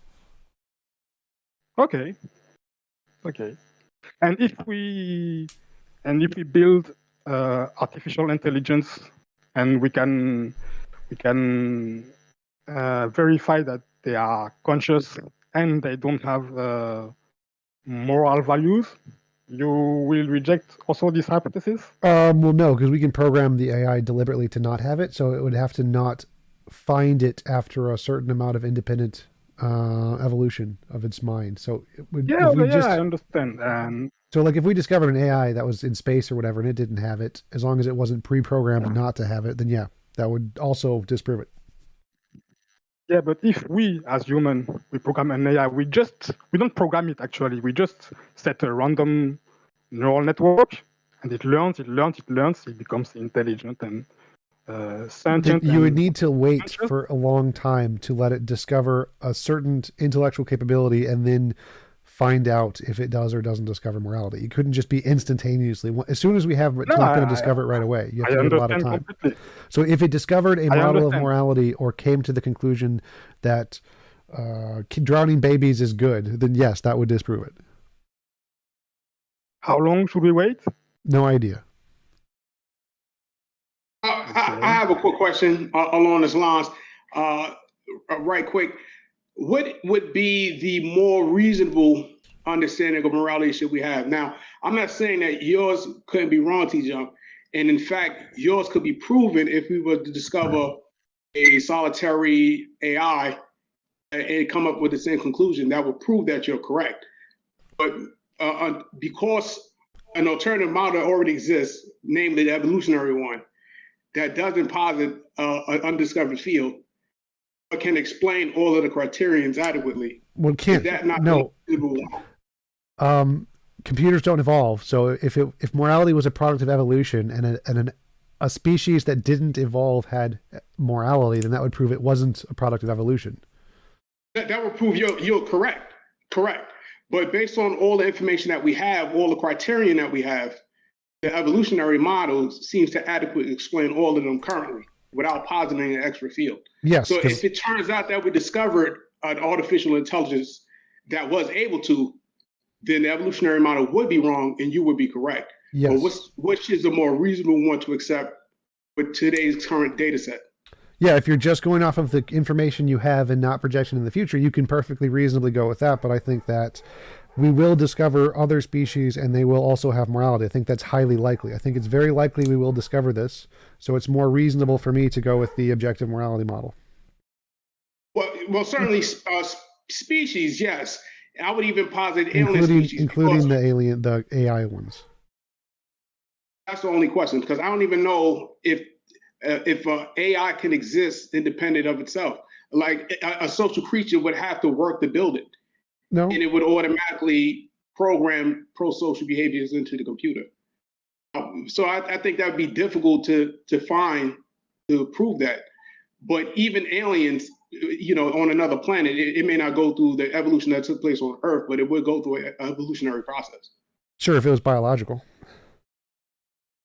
Certainly. Well, yeah, certainly. Yeah. If there's non-biological, well, everything technically is like the evolution of the cosmos itself is a non-biological evolutionary process. The stars forming and then accretion disk and then plate tectonics and everything else like that. Those are all, they technically can be labeled an evolutionary process, a non-biological one at that. So certainly, but to get to the level of intelligence, I think it would require a biological type of life form to exist. No, I think that's definitively false. So like we can have silicone-based life, we don't non-evolutionary based life, AI-based life. You don't need, I would say it's definitely false that you would require biology. But the fact that it's alive mean that it's a biological thing? No. You can have AIs that are alive that aren't biology. You can have silicone-based computer or physical machine-based life that isn't biology. Okay, all right. So it may just be the way we're using words. I thought I'll have to look at it again. I thought biology was like life science, the study of life. No, biology is our kind of life. Like it isn't all life. So consciousness can come about in different ways, and it would still be life, but it wouldn't be biological life. So it's biological life that you're talking about. Okay. All right. Okay. Yeah. Granted. All right. So that was the only thing. So that was my only question. So definitely, if we find an AI solitary, maybe non-biological, that could discover the principles of morality, that would certainly prove you correct. But I'm just saying, as far as the criteria that we have, I think the evolutionary model is adequate enough to explain it without positing anything more. So it would be a simpler model. Sure, you can take that, but again, I think that we will discover this and it will be discovered. So I think it's just wrong. Like you can take that if you want, and it's fine. It's reasonable for you to think that the evolutionary model is right. I just think it's probably going to be wrong, discovered to be wrong. Right. Okay, what I got basis do you have for believing it will be discovered? Do you have any inductive argument for believing that this will be discovered in all? Yeah, so as I mentioned before, I think that we will discover that all the different species and intelligences in the universe will have the same moral pattern that we find. That is something I find to be very, very likely. Why do you believe that? For lots of reasons, but doesn't make a difference. Because a magic 8-ball told me. The reason why doesn't make a difference here. Yes, it does, I think. No, it's again, all of the things I've seen in moral progress, moral intuition, the patterns, like all of that is involved. Like you can check my other debates on all those different reasons, but it doesn't matter. I heard your debate, but I accept there's moral change. whether it's progress or not, it is to be debated. I don't care about intuitions because they don't tell us about anything about the real world. Like you say, we need to differentiate between imagination and reality. Yep. So I don't see any basis for believing that in the future all conscious beings will have this characteristic when we know only about us and certain animals, and there's nothing indicating that it will be the case. That's fine. You can believe that, and when we discover them, we'll find out who's right. Yeah. So, okay, but yeah, I just don't understand why. Like, why? What is the reason that you believe that there will be this universal thing For in all of the all reasons conscious I've listed in beings? every single debate and for the past hour. Hey, let me ask you, TJump. I know that one of the tools that you use to combat theists, especially, is naturalistic pantheism, right? Yep. So it's like a stand-in for a non-conscious God that you can reference to pretty much plug into any theistic argument that they want to use and just say the same thing can do all the things that you're claiming without positing the existence of a consciousness. Yep. And it's a very good rhetorical tool, and it pretty much stumps theists, and I think it does it perfectly well. I don't think that you're necessarily beholden, though, to the idea of naturalistic pantheism. Is that am I assessing that correctly? Sort of, yeah. Like when I made it up, I definitely didn't adhere to it. It was just something I made up just to counter the theistic argument. But since I've been researching more into like the physics and stuff of like how space-time is emergent and the basic models of string theory and stuff, it seems more like that can really fit as naturalistic pantheism. And so I've come more to like adopt it as more of like a serious thing of like, this could really work. Like naturalistic pantheism could be an accurate way to describe like fundamental physics and emergent space-time and string theory and stuff. So yeah, it could be serious. So like when I first created it, I just made it up. It was just something I completely made up, had no belief in whatsoever. But now I think it's more accurate to say, yeah, this could be true. This could be more of a true way to describe fundamental physics than like theism. And it could be just another label that we put on the things that we discover about physics in the future. Yeah. Yeah, absolutely, I agree with that. But simultaneously, theists are beholden to the idea of objective morality, whereas atheists not so much. It doesn't necessarily have to be objective. Sure. And you can still pretty much get you get all the teeth without necessarily making it objective. Do you hold on to the pure objectivity of morality to combat theists with the same force? No.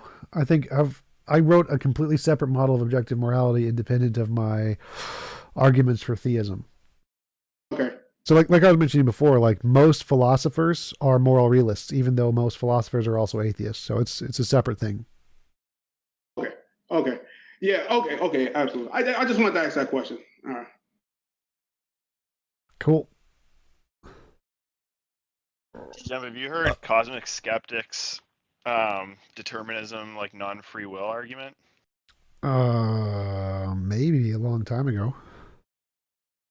It's essentially it's something like everything we do is for reasons, and then reasons ultimately That's Sam boil down Harris's. is that from Sam Harris Yep. originally? That's Sam Harris's model, and I stole it from Sam Harris, and then Cosmic Skeptic probably just did the same thing. Okay.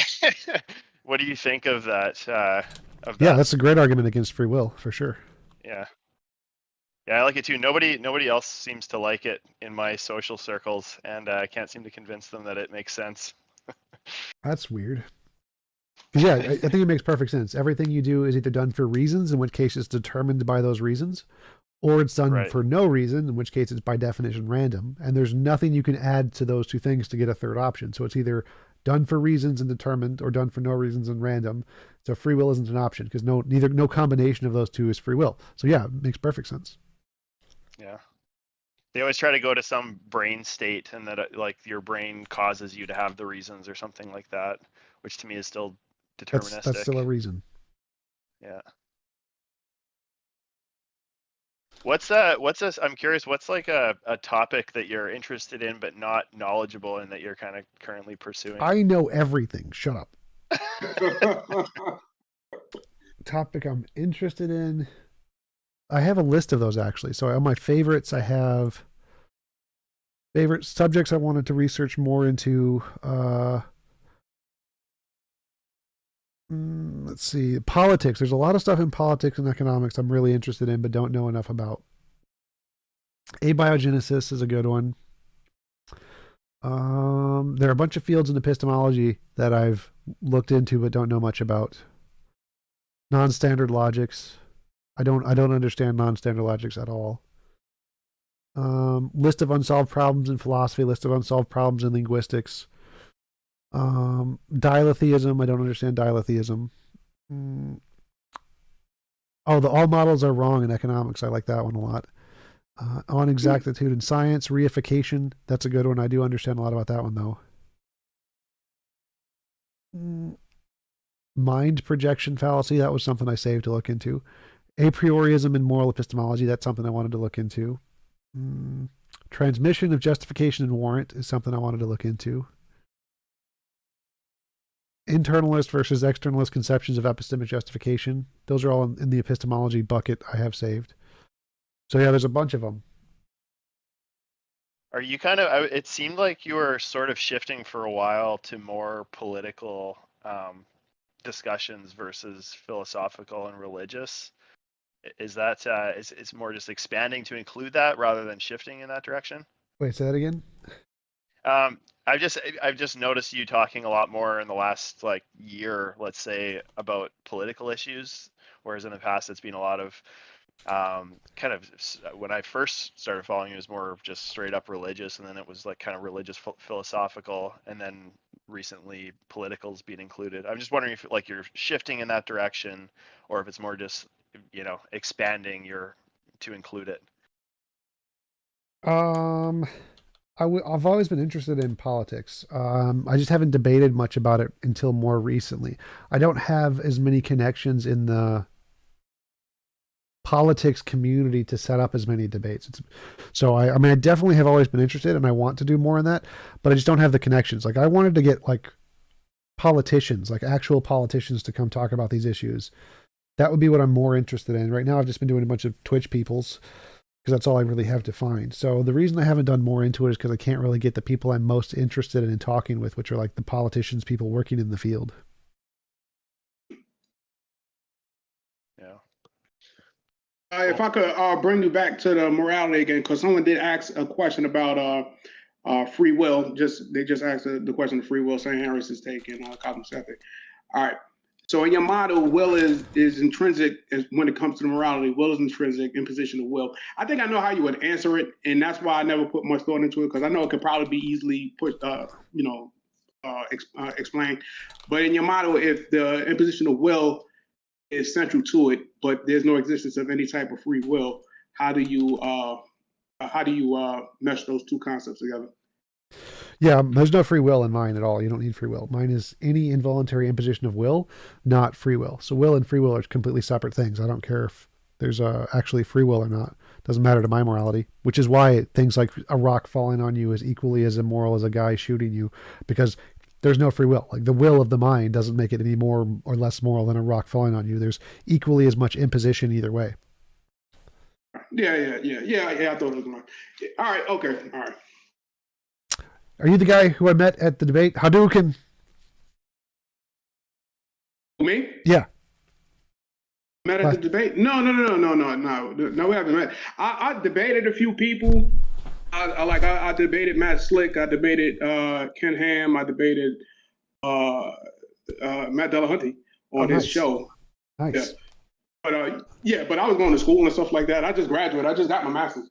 You sound just like a guy I met over the weekend. He was a really cool guy. Had a DBZ shirt on, and he brought a modern day debate shirt, and all the debaters signed it. It was really cool. But okay, yeah, cool. Well, I am a fan of modern day debate and DBZ, so but yeah, that wasn't me.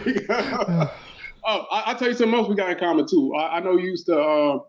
I don't know if you still do donate at CSO Plasma. Yep, for sure. I actually worked as assistant center manager for CSF. Oh, nice. So, But I'm one of the people who like donates for the new donor bonus and then goes to another place and gets the other new donor bonus, then donates to a third place, gets another new donor bonus, and then like gets back in 6 months to get the new donor bonus at the CSL. It's great. Oh yeah. We know them guys. We know the guys that rotate in and out. Yep. Absolutely. All right, man. Yeah. Keep doing your thing. Huge fan, and keep doing your thing, man. We definitely need it, and we appreciate you, man. I know. At least I do. Thanks, man. Appreciate it. Chance of another discussion with Ask Yourself? Yeah, sure. I'm gonna make fun of how stupid he is, but yes. Oh God. I listened to just recently saw your discussion with him. I guess it wasn't really much of a discussion. It was on a very channel with very bad moderation, and it seemed as his issue with your moral philosophy was kind of semantically the way you were describing it. And I think at one point you said impositions on will, and then at another point you said A imposes on the will of B or something like that. And he said he was picking apart that those were two different things, and you were saying no, and he couldn't get past that. Like one of them's like a running tiger, he kept saying, and even though one implies that there are two parties in it, it's like, yes, they're different words, different phrases, but they mean the same thing. And he like wouldn't even let you talk to say that. So yeah. So we had I think 4 debates on that topic, and in the last one which was on modern day debates, he finally phrased it into a way that was coherent. He's saying it's not just true because of the way you're using the words. And I'm like, well, duh. Like literally no one who thinks something is objectively true is true because of the way you're using the words. And he's like, oh. And that was where the debate ended. And it was like, really? Like this is what you wasted my time on for 4 debates? Oh my God. Yeah. Yeah, I think he's a smart guy, but he gets hung up on very semantics, like, the minutia. pedantic. Yeah, semantic, yes, exactly. I think that's because he's very autism like I am, because I was diagnosed with high function autism, and so I think he just literally can't understand arguments if you don't put it into the form of a premise conclusion.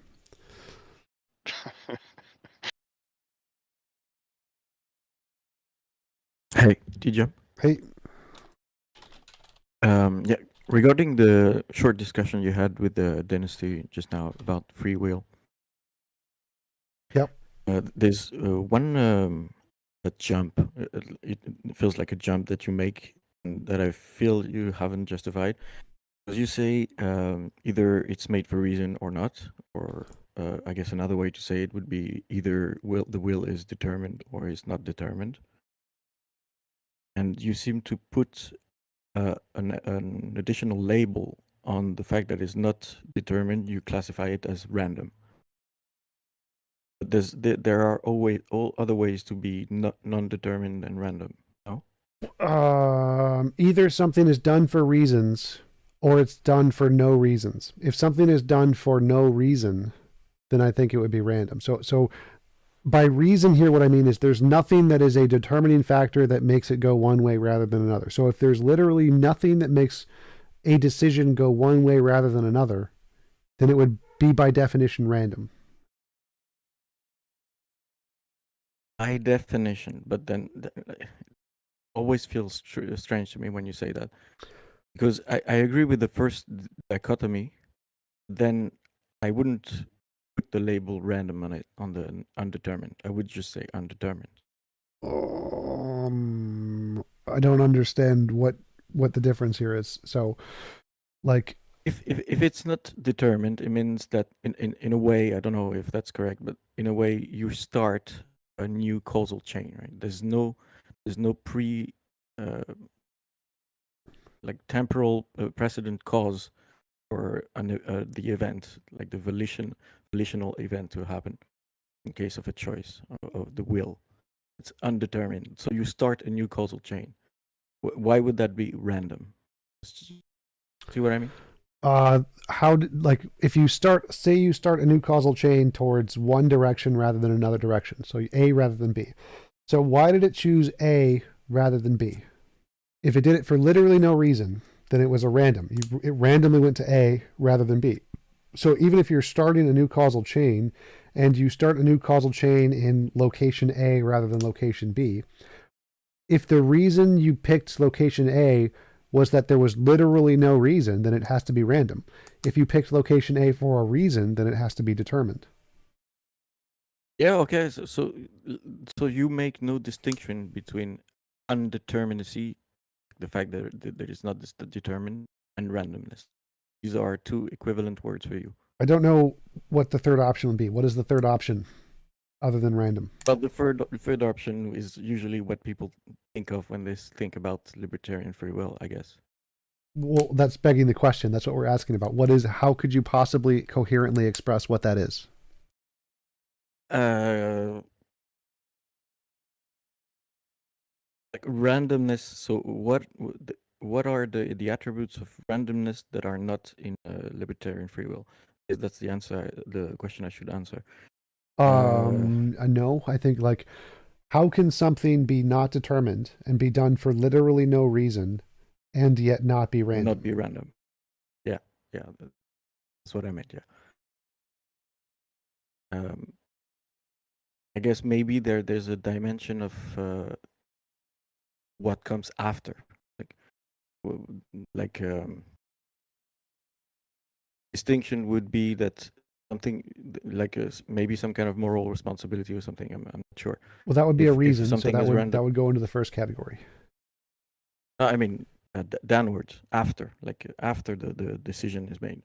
Like if well, I so want like to time goes backwards and a reason from the future affects the past.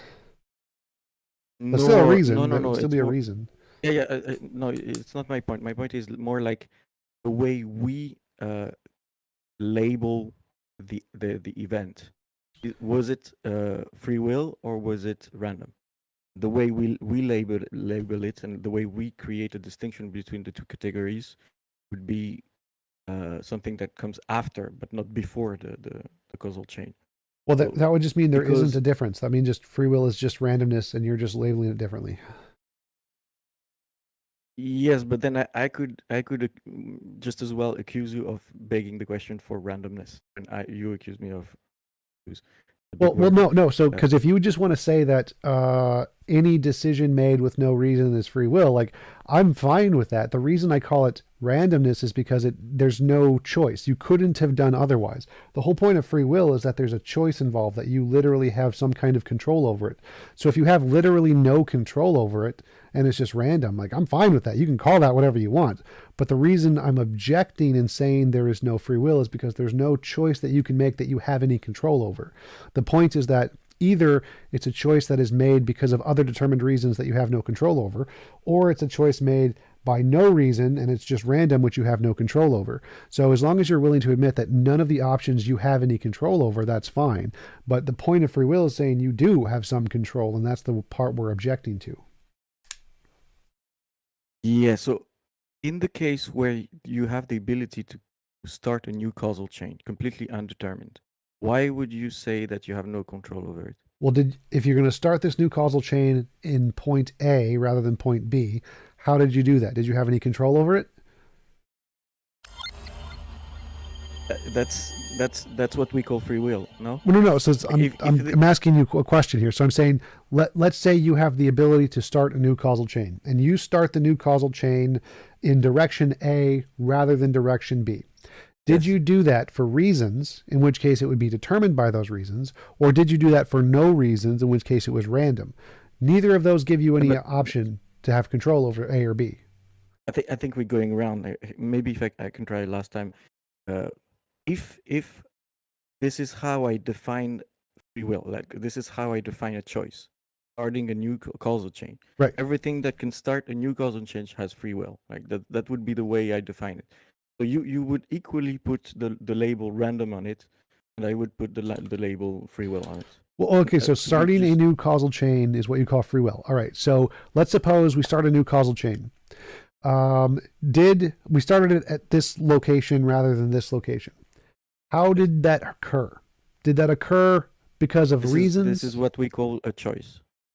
Well, if you're just calling any starting a new causal chain a choice, well, then that would be randomness. So there's no, if you don't have any control over it, it's still randomness. And so there would still be no free will in the way that we think of it. So if you're just saying that any random or determined starting of a new causal chain is free will, well, then unless you can show that you have control over it, then there would be nothing about it that But would give it freedom. how would I even be able to determine whether I have control over it or not? I don't know. Like, regardless of whether or not you're determining it, you just need to show any kind of logical possibility. So even if you don't know whether or not you have it, it doesn't make a difference. You just need to show it's logically possible. Is there any way to imagine starting a new causal chain that isn't determined by prior reasons or completely random? And you don't need to show if you did it deliberately. You just need to show any logical possibility, any way to imagine that this could occur for a reason that isn't determined or random. This is the same. You put the label random on it, but this actually the problem then is, do I have control over it? Yes. And, so if I guess analytically, if I define it as, if I can start a new causal chain, then I have control over it. Like there's an equivalence. Well, that's begging the question. And so the ability to start a new causal chain doesn't mean you have control over it. You have to show you'd have control over it. But then couldn't I ask you to show that it is random? Like, can we both, aren't we both begging the question in this case? No, because I'm saying, so here are all the logical possibilities. Either you do it for reasons or you do it for no reasons. That's P or not P. If you do it for reasons, it's determined and you have no control over it. If you do it for no reasons, it's random and you have no control over it. So both of these options are you have no control over it. So you need to give me a third option that is you have some control over it. Yes, but what I'm saying is that when you, non-P, okay, it's undetermined, you say you have no control over it, but you didn't justify this affirmation. Well, if it's done for no reasons, that seems to mean that there's nothing that has control over it. So to have control over something isn't that begging the question? No, it's the definition. So like, if let's say a ball falls to the right, it's because there was gravity. There's a reason it went to the right. If there's no gravity, if there's nothing forcing it to go to the right and it goes to the right, then it's random. Then maybe it chose to do it. No, that would be forcing it. That would mean something forced it. Oh, that would mean that they would have control over the starting of a new causal chain. That would mean something forced it. Its will. That's still a force. So that still needs to be, there's some kind of a force there, and your choices need to be some kind of a force.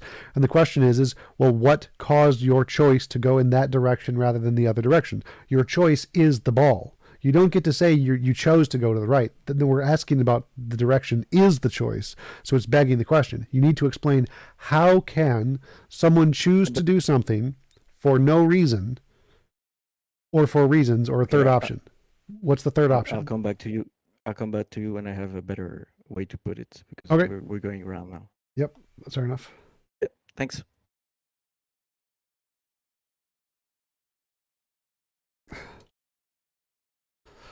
Tom, how you doing? Pretty good. How are you? I'm doing all right, man. I was we had somebody come in here on stage using Bayesian epistemology, and I wanted to ask you, what was your thoughts on that? Bayesian epistemology is stupid, not because it's inherently flawed, but because of the way it changes semantics to make it so it seems different than the way it is. So theists say that if you start with a hypothesis, or you start with data, so you say you saw a gold brick. There's a gold brick in front of you, and you say, well, if there's a leprechaun who would put a gold brick here, and I see a gold brick here, that's evidence of the leprechaun. So it's post hoc ergo propter hoc.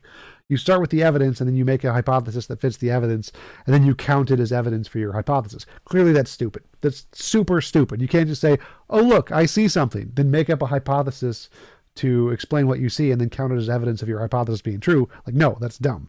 So putting the priors, the reason this doesn't work is because they put the other factors into what they call the priors. And so it seems like it's evidence because you already have these priors independently, but really the priors are all of the empirical data. So it's like all of the science is a prior.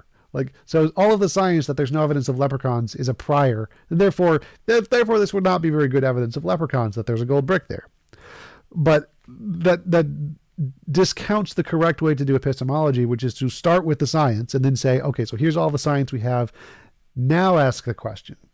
So because they changed the way you ask the question to moving all of the science into a prior, so you don't even consider it, and just look at the question on the face value and say, well, I can make up a hypothesis to explain this data, therefore it's evidence of the hypothesis.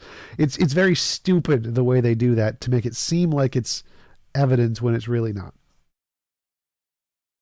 But I have another event I have to go to. So I'm going to leave the Discord. I will see you guys on Discord later. Ciao.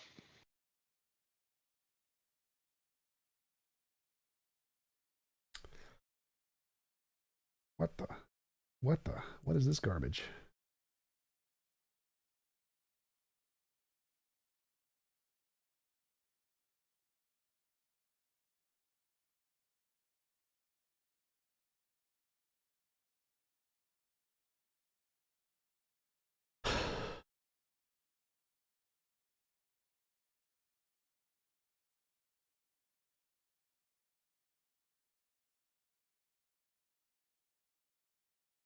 All right, let's see. Cam mic. Okay, close that. Video. It's not great. How's Can you it hear me going? okay? Yep, I can hear you. I'm getting some audio feedback here. Go ahead and talk again. Testing, 1, 2, 3, 4. Testing. Okay, sounds good now. It sounds like it was cleared up. We're going to go live roughly 5 minutes or so, TJump. So how this works is you'll have a 7-minute opening statement. Your opponent will also have a 7-minute opening statement. He's the challenger, so I'll let him open first on truth utilitarianism. After that, we'll go into the open floor. We expect the debate to last around an hour and a half, hour 45 minutes with Q&A. And that's pretty much the format. There'll be a little bit of intro music, that type of thing. You have any questions for me? What is the topic exactly? Truth utilitarianism, which Question is mark? So the good thing both of you are here, so he can explain the position essentially. Go ahead, Synth, if you want to explain truth utilitarianism real quick. Sure. So it's a form of utilitarianism where the type of utility you're maximizing is something similar to like if you're familiar with like objective list theory, it's very similar to that. That instead of knowledge is true belief would be like the highest of these the list here. And do you want me to take the position, like, describe my position in your words? Your position, you seem to be some kind of like utopianist, I guess, where you think the moral action is based on the what it would be the moral action to do in the best of all possible worlds. Okay, so I'm taking the position truth utilitarianism is less good than my model or something like that? I would assume so. Sure, got it. Okay. Cool. Wait, TJump, don't go yet. I have to ask a question. You were at the live debate thing, right, for modern day debates? Yes. Who am I talking to? Pedro, this is my partner. Sorry. Gotcha. Yeah. Like, did I leave my Discord open by accident? Like, what's going on? I'm hearing voices. Yes, I was at the modern day debate thing. All right. Legend has it, when Haas and Dylan Burns were about to fight, you were actually the man who stood up and told them both to stop it. Is that true? No, I wanted them to fight. I was egging it on.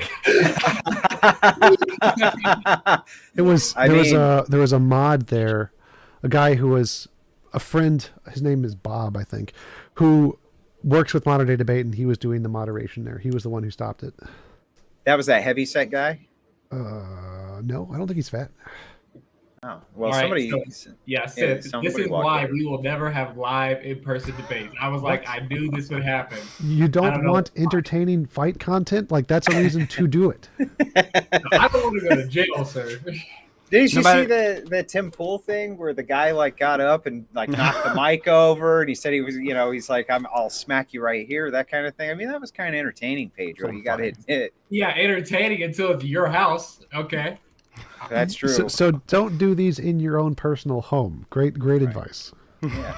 Yeah. That's funny. What's the I don't know. That was the whole thing was interesting. Were you actually there when they Destiny and Haas were measuring each other? Yes. Okay, so where did we land on that, TJump? I gotta know. Destiny and Haas. I don't wait. Was I there for that? I know I was debating in the other room, so I can't tell you about that one. Oh damn. You see, you could have solved this mystery for the entire internet. We could have sold Wait, it are for you asking thousands like of dollars. who's taller? Yeah. Oh, they're both pretty short. They're both really short guys. Like Dylan is slightly taller than both of them, I think. So, and I'm like 6 inches taller than all of them. What?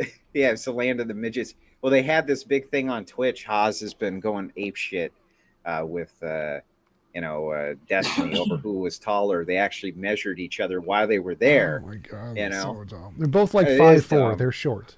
The lollipop kids are fighting, dude. All right, guys, we'll toss you in the back. I think you're all set. You guys got any questions for us before we go? Not for me.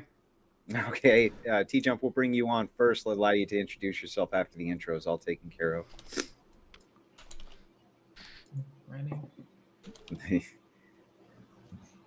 Poor Yeah, bro, TJump. we're never doing He was stuck in-person. in the land of the lollipop kids.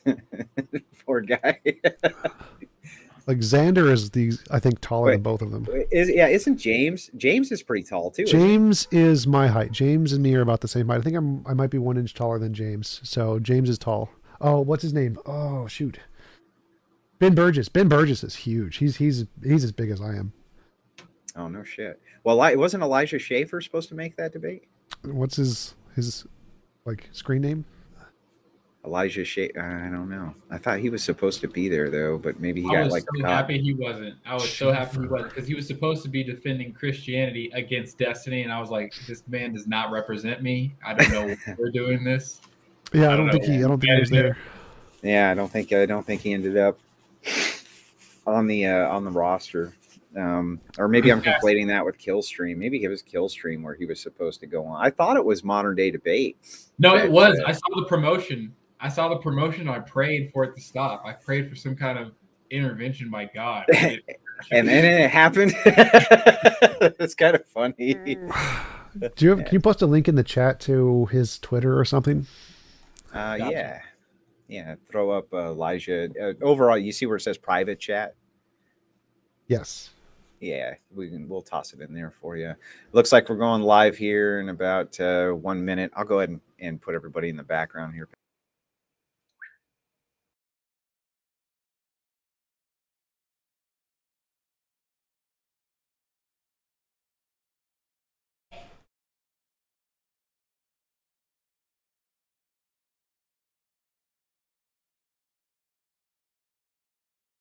Private chat.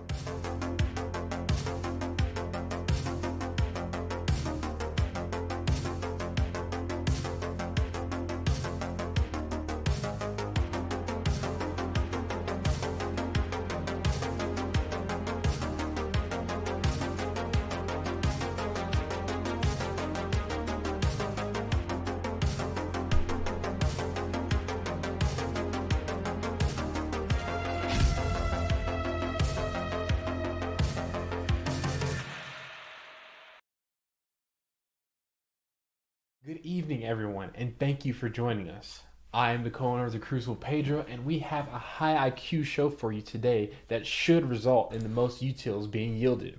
Our official in-house left-wing debater, Synth, will be going up against internet personality, really artificial intelligence, TJump, covering the subject of truth utilitarianism. Pretty much Gary Kasparov versus Deep Blue, game number 7. So everyone take notes or you will get lost. But please still enjoy. But before we get to that, we would request you all watch this episode through Twitch right now by clicking the link at the top of the description or pinned in the top of the live chat. We are a young channel, ladies and gentlemen, and are constantly trying to expand. Like, share, subscribe, and if you feel you want to help us create something for this to grow even more and keep that nice steady drip of content going, donate to us through our PayPal. Join and become a member on our YouTube channel, or become a patron. Any and everything helps us complete the work we are trying to do ultimately, which is create a battleground, a public square where we can fight for and proclaim the truth. Welcome back, and glad to have you, everyone. This is The Crucible. Enjoy.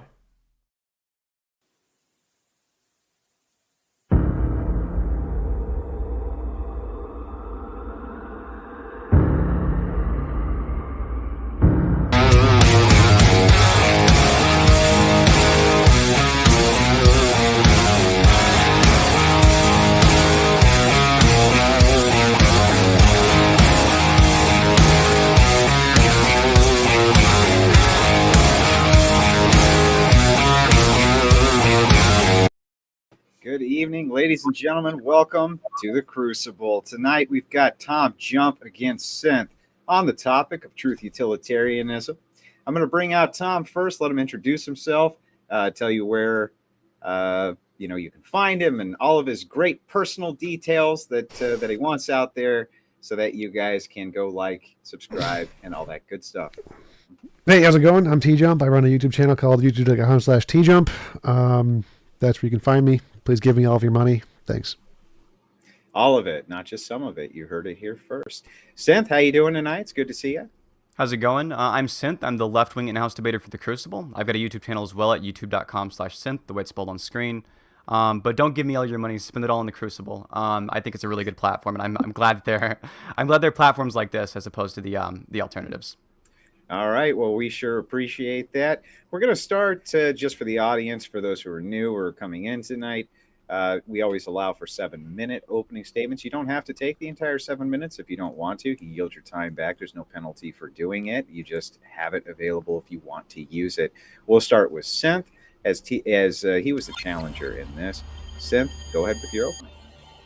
Sure. So my ethical system is a form of utilitarianism. The actions we ought do are primarily the ones that maximize the degree to which people's brains are modeling reality as it exists independently of human minds.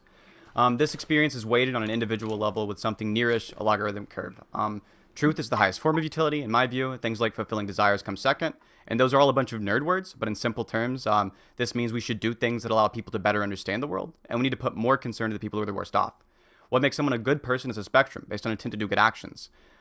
You could say the pinnacle of morality is a person who intends to do the most good for as many people as possible, expecting nothing in return. Here are a few examples of ways this works out in the real world. Imagine you gave someone an infinite supply of drugs, making them feel great, but they're always half passed out on the couch. If you're drugged out, you're incapable of broadening your horizons or better understanding the world. And so even in the case that it makes somebody feel better, even if they feel better overall, it would still be wrong to sell them drugs, or even worse, to sell them to children. Another one would be if you see a child drowning in a lake, you can hop in and save that kid, and if that kid dies, they'll never be able to understand anything else about the world. So it's your moral duty to jump in. It would be wrong to just sit there. Other decisions are encapsulated by it as well. So, for example, causing someone suffering is generally wrong. If you're suffering, you're distracted, and thus you're incapable of understanding truth. Fulfilling somebody's preferences is very strongly generally good for many reasons. For example, it gets rid of those wants and allows people to better focus on the truth. TJump's alternative is a system which believes that despite the fact that the actions you should do are going to be very similar to the ones that I prescribe that you should do, the actions that are moral are going to be distinct from this. So, for example, in the case of the trolley problem, TJump thinks it's objectively immoral to kill one to save 5. I would assume TJump applies this as well to, like, it's objectively immoral to kill one to save 1 billion, or to steal a penny to save the world even. All of these would be to TJump objectively immoral, but TJump says you should do it. That's the end of my opening statement. TJump can go ahead. Okay, TJump, you're up. So my moral action is one that describes morality in terms of what a perfectly moral world would look like. So I describe morality as, or objective morality as, the best of all possible worlds. And what the moral system in that world would be is the perfect morality. And then we should use that as a comparing point to assess morality in our world and every other world. So we could ask, for any action, if you want to know if it's objectively moral, would this action be moral or immoral in the best of all possible worlds? If it would be immoral in the best of all possible worlds, it's an immoral action. If it would be moral in the best of all possible worlds, it's a moral action. And And so my morality takes the stance that we should define morality not based off of our subjective pragmatic limitations, but based off of the objective connotation of what morality would look like in the best of all possible worlds. This is why I use the terms in the way that he described. And I think it is a better, more accurate way to use them rather than defining them subjectively, because if we do define them subjectively, it leads to contradictions with how morality would be perceived in the future. So, for example, if you say, is it moral in the trolley problem to kill 1 to save 5? The answer is yes, given our current limitations. But if we apply the limitations of the future and future technological advances, then the answer is going to be no. So these pragmatic limitations that are used in the utilitarian model have the problem of not being able to accurately assess future morality, as it is completely deterministic on our subjective limitations, whereas mine takes a more holistic approach and is able to define morality from a scope of any possible world or any technological development, and accurately give it a definition that can be applied in all of these different worlds, including the best moral ones. And that is why mine is a better model. And I'll conclude there. The floor is open. Synth, if you want to start with a response, you're more than welcome to. Sure. So you said it would be moral given our current limitations. Our current limitations are true, so deductively wouldn't that just mean it is moral? No, it would fit our current limitations as defined as moral, would only apply in our current social perspective. It wouldn't, there's no objective reference there. You couldn't say because we would define it as moral in our current society, therefore it's objectively moral. No, what you could say is that we will give it that label, or most people in our society would give it that label. But the reason it fails is because if we look at the society like the best of all possible worlds I described, most people in that society would say, you're all wrong. And they're more likely to be right than we are because they're in the best of all possible worlds. They're more likely to have some model of morality that is more likely to correspond to what the better or the actual morality is. And since they're most likely going to say, no, you guys are all wrong for calling that morality, then we're more likely to be incorrect about giving it that label, even though we would pragmatically do so given our limitations. When you say possible, are you referring to like logically possible, or are you referring to some other idea of possible? What do you mean? When did I use I mean, the like word when you say the possible? best, you said the best of all possible worlds. When you say possible here, like what do you mean like by possible? modal realism. Like if we assessed all possible worlds, there is, if we just, it doesn't matter if it's modal ontological realism where they all exist or not. If we look at a world which is the most technologically advanced possible and try to discern what is the morality they would have, or how would they answer this question, that's what I mean by possible here. In the best of all possible worlds, are there infinite people feeling like infinite amounts of good? There could be. It doesn't matter. Is it possible? Sure. Okay, then it would be the best of all possible worlds. Would be one with infinite people experiencing infinite amounts of good. Well, no. If this So is the I would case, then define the best of all possible. No. Oh, go ahead. I didn't know you. So the best of all possible worlds, by my definition, is one where it's impossible to force anyone to do anything they don't consent to doing. The number of people there isn't really relevant as long as it's more than like one. Okay, so if there was only one person, you think this would be the best possible world? More than one. Number of people don't matter here. So again, we're talking about the laws of the universe, not the number of people here. It's irrelevant. So for you, the best possible world would be one in which it just seems like if you're saying best, you're referring to this in some kind of like, I guess, normative sense, or are you like, I'm not. No, it's just a label I'm giving to a world that is the most technologically advanced. So imagine if there's a world where there's the most technologically advanced world possible. Just imagine the same number of people as our Earth, because it doesn't matter for the sake of the argument. What is, if we had all of the technology to do absolutely everything, there's no limitations on food or resources or money, what is the moral system they would have? And we're going to label this the best. We're just going to call this the best, because presumably... Okay, so it could exist with one person. It doesn't matter. This is irrelevant to the argument. Well, no, it is relevant to the This argument. makes no difference just to because morality. you don't see the relevance. Just because you don't see the no relevance. difference to morality. Sure, if it doesn't matter, then the best of all possible worlds, right? One where nobody else is able to violate anybody else's consent would be one where like either one person exists, or again, one this where is more a straw people man. exist, This is in which irrelevant there- to morality. It's not a straw man. This is Hold on, not- let me. wait, no, hold on, no, I let you go for a bit. Oh my God, no. You This just doesn't said that address it the could be question. possible We're with the going case of back. one person. Hang on, guys. Hang Go on, back. hang on. We got to do one at a time. Let Synth get his response, and we'll get it right back to you, TJump. Sure. So if it's the case that in a world where the best possible world would be any world in which there exists there exists nobody ever violating anyone else's consent. It would be this would be the case for a world in which one person exists. Nobody could violate anybody else's consent because only one person exists. And thus, to create the best of all possible worlds, you should kill off all but one person. This is ridiculous. again, as I said, this is a straw man. He's just wasting time. He doesn't understand anything about the issue. So we're comparing models here. Mine says no involuntary imposition of will. That means if you kill anybody, it's immoral. No, that isn't the best of all possible worlds. You don't get to kill people in the past and call it a moral world. That's just stupid. Literally a stupid argument. So to get back to the point, which he completely just evaded on this complete random side tangent that had nothing to do with the issue, the question is which model of morality is better? His model uses a subjective contextual definition of morality based on only our current limitations. My model uses a definition that if we imagine the best world possible, which is one where imagine we got to the point where we had infinite technology and no limitations, what model of morality would they use? The number of people here is just a stupid side tangent that's irrelevant. Imagine the same number we have now, or whatever we would have when we had perfect technology. Doesn't matter to the point. The point is what is the moral system we're going to use when we get to a point where we have the best technology possible? No more limitations of food, no more limitations of money. What moral system will we adopt? In that moral system, how will they answer the question? That answer is more likely to give us a definition of morality that is going to correspond to the true morality, or what we should call objective morality, whether or not there is such a thing. And that system is the one I'm using to give a definition. So that system, which can accurately define morality at all points in time through all history for all possible worlds, is a better system to define morality than one that is contingent on our subjective limitations, which is the one Synth is using.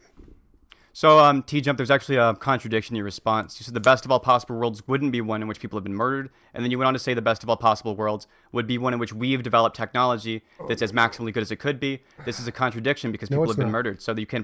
Yeah, it is a contradiction. The best of all possible worlds is one where people haven't been murdered, and also the best of all possible world is this one, right?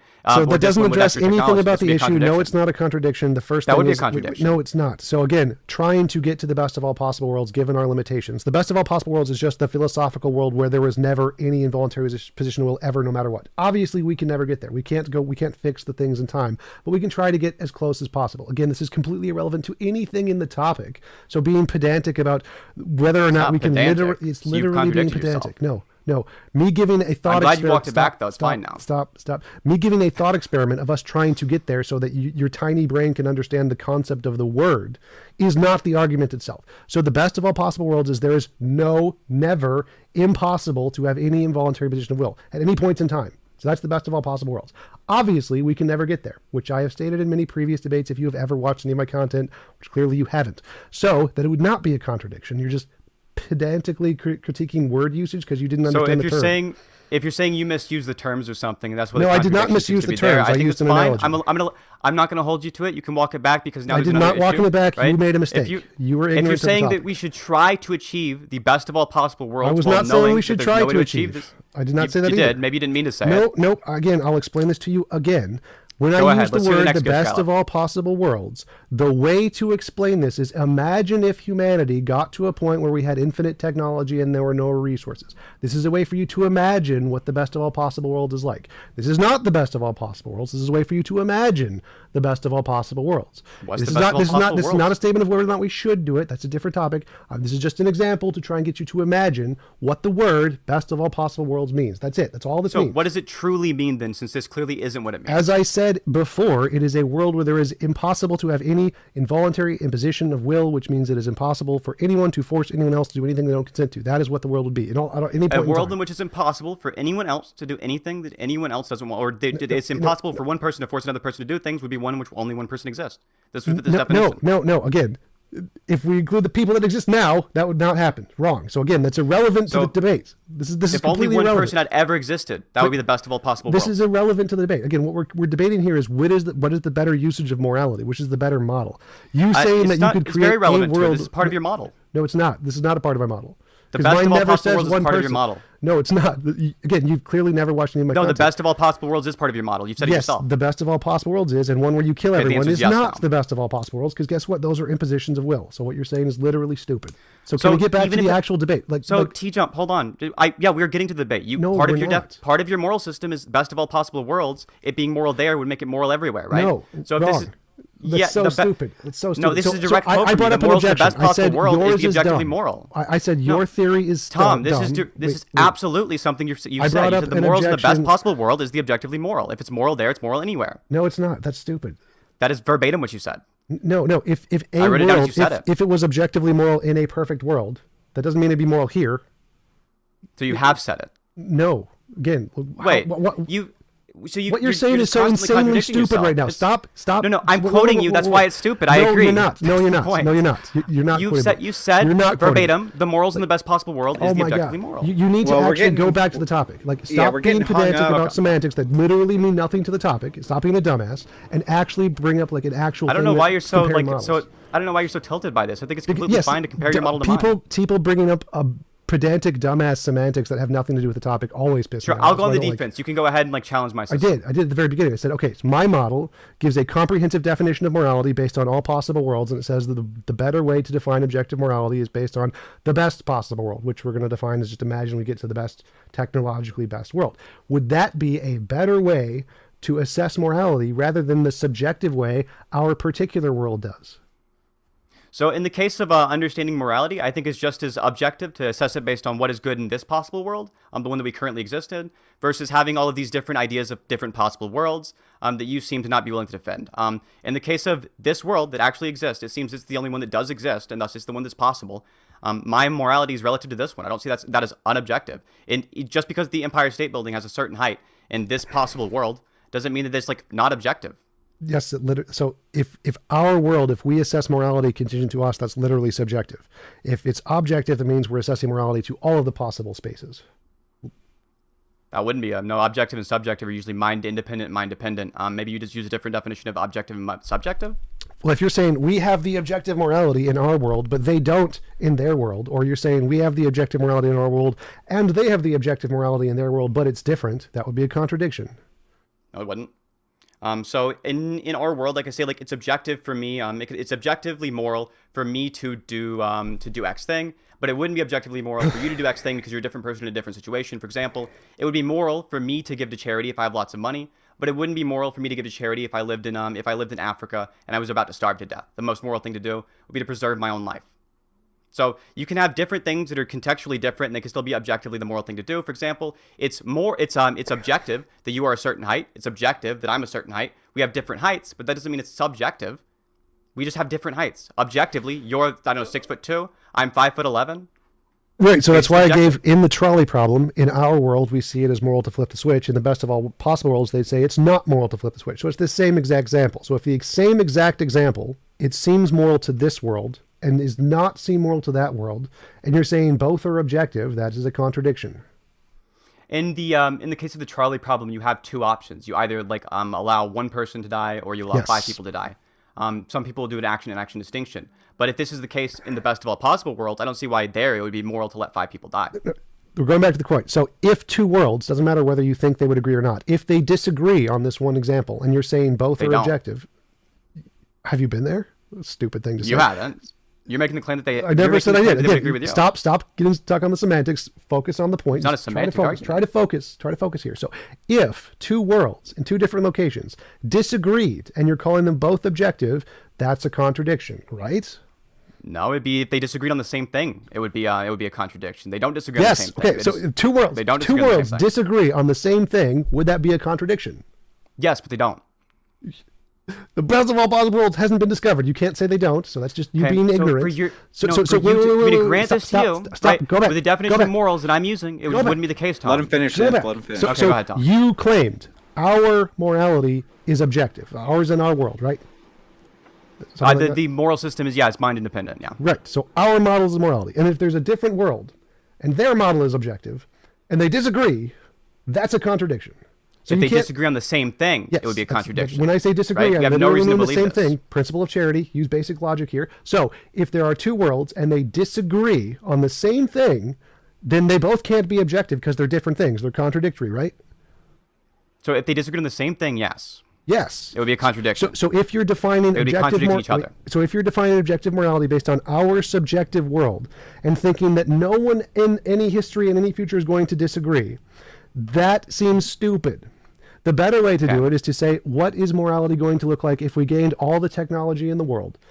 So there's no more subjective limitations, because there's lots of things that we think are moral because of our subjective limitations that aren't, like stealing food. If 10 people are starving to death, there's not only enough food for 5 people and you steal it to save yourself, technically not immoral. But in other worlds, they say, no, that's still immoral. Like, the moral thing to do is to sacrifice yourself under all circumstances, no matter what, even if everyone is going to die. The morality changes as we gain more technology and more intellectual resources. And so to think that because of our subjective current world, that everyone is going to agree with us in the future about the morality that we subjectively see is a very weak-minded way to assess morality. A better way to assess morality is to think, what are they going to see as moral in the future when they have all the technology? That would be a better way to assess. This is more likely to be objective, and ours is more likely to be subjective based off our limitations. So, Tom, this is just not the argument I gave you. In the case of these two different disagreements you're talking about here, you've just made the claim they would disagree on this thing. In a different situation, different things are moral and immoral. It's not a disagreement about the same situation. No. I said same. Remember, like 10 times I said same situation. The best of all possible world where people are starving or people are likely to die of starvation? No. That was your example. So trolley problem. The example before was trolley problem. So trolley problem, we're talking about just the trolley problem. There are cases where we look at a moral situation, and in our world it seems moral, and in the future they may not see it as moral. Whether or not they do or not is irrelevant here. They may not see it as moral. So if we are assessing objective morality based on our subjective world and say that our subjective world is right about everything and nothing will change, that's stupid. Clearly, a better way to try to assess objective morality is to think, what will it be like in the future when they don't have any subjective limitations like food stuff? That's why I gave the food example. So we imagine that isn't a problem. The issue is you're saying they may not see it as moral. You are making it based on a subjective statement, right? In the case of they may not see it as moral. I agree, but they would be wrong about this, right? We can have objective morality that people can be wrong about. There are people who would disagree about. Okay. There will be people who would disagree with you about morality, Tom. And you would say those people are wrong, right? Your morality you say is objective. You can do that like weird exasperated thing, but hold on. You talked for a while there. I want to address all the gish you brought up a good point. You gished out that a bunch. Finish, Tom. Okay. Wait, Tom. No, he brought up a really good point there, so I wanted to bring it up. Yes, they could think of differently, but the question here is, who is more likely to be right? Are we more likely to be right about objective morality, or are the people who have discovered all the technologies and solved food and hunger and money, are they more likely to be right about morality? So are they more likely to? It doesn't really matter because we don't know if they are or aren't. If they are or aren't making a certain statement about it, they may disagree with us. But if you define morality a certain way, then it would be objectively the case that that is what morality is. Even if your definition is subjective, you hold the same position. You said it's technically not immoral. So even you believe that in this world, it's not immoral to pull that lever. Yeah, I do believe it is, because I believe morality is based on that best world. So, but what I think... You said it's technically not immoral. No, it's still immoral. Justified immoral actions are still immoral. I'll let you walk it back. I didn't walk it back. Like, have you seen nothing of my morality? Maybe you should just not be ignorant about the topic. I have. Wait, I want to go back to the debate. You did say it would technically not be immoral. Maybe you misspoke. I'm not going to hold you to it. It would still be immoral. A justified immoral action is still immoral. Just watch any of my content on the topic. But so actually, I have watched some of your content. You're so ignorant. I just corrected you. Could I mention you have verbatim quoted a specific timestamp? I'm ignorant. You're ignorant of my topic. I literally just told you what my position is. You're wrong. So you said at 104 in your debate with Omni, the objectively moral thing is the best. My position is. I get to tell you you're wrong. You're a dumbass. You don't get to strawman me. I don't know why you're so upset about this. I'm being pretty polite to you. I'm being extremely polite to you while you're being demonstrably wrong. All right. We gotta get this, but we gotta get this back on track. But yes, like I've said like 10 times. Holy shit. But Synth does deserve to get to finish his point. We have not when he strawmans me. No one gets to finish their point if it's just a strawman. So if he's a strawman me, wastes my time, and he's a dumbass, I'm going to tell him he's a dumbass and get us back on track. That's fair. And when you strawman me, I'll interrupt. Okay. Fair. Yes, absolutely. All right. All right. So, but Synth said, like, the reason I bring this up is the best of all possible worlds up is because from my perspective, they are more likely to be right about morality. They are. I never said that. I didn't say you did. You just said Synth said. You said. Oh yeah. You said that they were not more likely to be right. Yeah, you said they were not more likely to be right about objective morality, right? I said what? That the world that's super technologically advanced is not more likely to be right about objective morality, something like that. Or you said they could be wrong or something. They could be wrong. Yeah, I never said that they were more likely to be wrong. I asked you, are they more likely to be right about objective morality? I would say yes. They are more likely to be right. I believe that the system they'll use in the future, it seems that people are trending more and more towards my system. So this would probably be strong evidence they'll be right about morality. All right. So in the future, they're more likely to be more right about morality. So if we're trying to determine what is the correct usage of morality, we should probably go with their model, not ours, correct? We don't know their model, so there's no way we could do that. That wasn't a part of the question. If we did, we're more likely to go with their model than ours. If we did? If we did, it would likely be the case, yeah, that we should use the large, broad. We should do like logical deference to them, yeah. Right. So we don't know theirs, so we can't. It didn't say we did. Not the point here. So if someone had a model that does seem to indicate what theirs will be, like if we had some model that predicts in the future the things that they will see and it gets testable predictions right, and so it's more likely to do that, should we go with that model? If it was the case we had access to it, yes, but we don't, so we shouldn't. Luckily we do. It's mine. Congratulations. So I've no, it's not. But so here's the difference here is that even in your system you can see that we should do things which are immoral. You said this in Omni's debate. Justified immoral actions. Yeah. Yes. So then in that case we shouldn't use your moral system. So it makes sense that you're doesn't make wrong any and you've sense. conceded the debate. There's Yes, no it does. logic there. No. We shouldn't use your moral system because we should do things that are under your system immoral. That's a composition division fallacy, saying that there are some things that you should do that are immoral doesn't mean that you should do all things. And that I didn't say that. Whether or not we adopt my That's a morality straw has man. nothing to do with I never said you should do all immoral actions. No. I said we shouldn't use your moral system.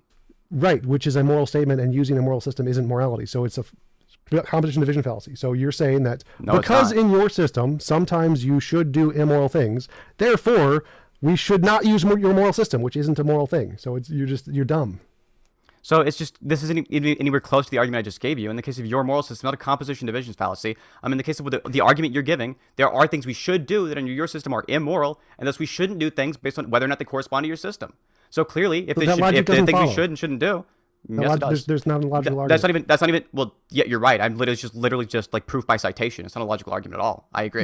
It's just like I'm just quoting what you said. Give me your premise conclusion of how you think. It's proof by citation. It's not a premise conclusion. I just took citation here. Yeah, I took your premise, slightly rephrased it, and suddenly you have an issue with it. You're dumb. So now I need an argument. You need to get your emotions in check, Tom. Stop. You made an argument that we shouldn't use my model because my model says we should do things that are immoral. No, your model says there are certain things which are immoral that we should do. And if it's that's the case, literally a synonym of what I just said. You're an idiot. Then we shouldn't do. We shouldn't do. No, it's absolutely different. One thing the reasoning is one, and then we come to the other. They literally are the same words at different points in the sentence. You idiot. So yeah, different points in the sentence means there is different meaning there, Tom. No, they're not. You can say the same sentence in different word order and still the same sentence. You're an idiot. If I said explain how. No. Just because you can mix the orders of words up, Tom, and it can be a different sentence. Okay. Yes, and it can be the same sentence. It can be synonyms. You're an idiot. Answer the question. It's possible, yes, Tom. Yes, that's not it's the possible, which we literally just did. The thing that I gave you, Tom. Go back to the Tom, topic. The example I gave is relevant to the topic. No, it's not. What?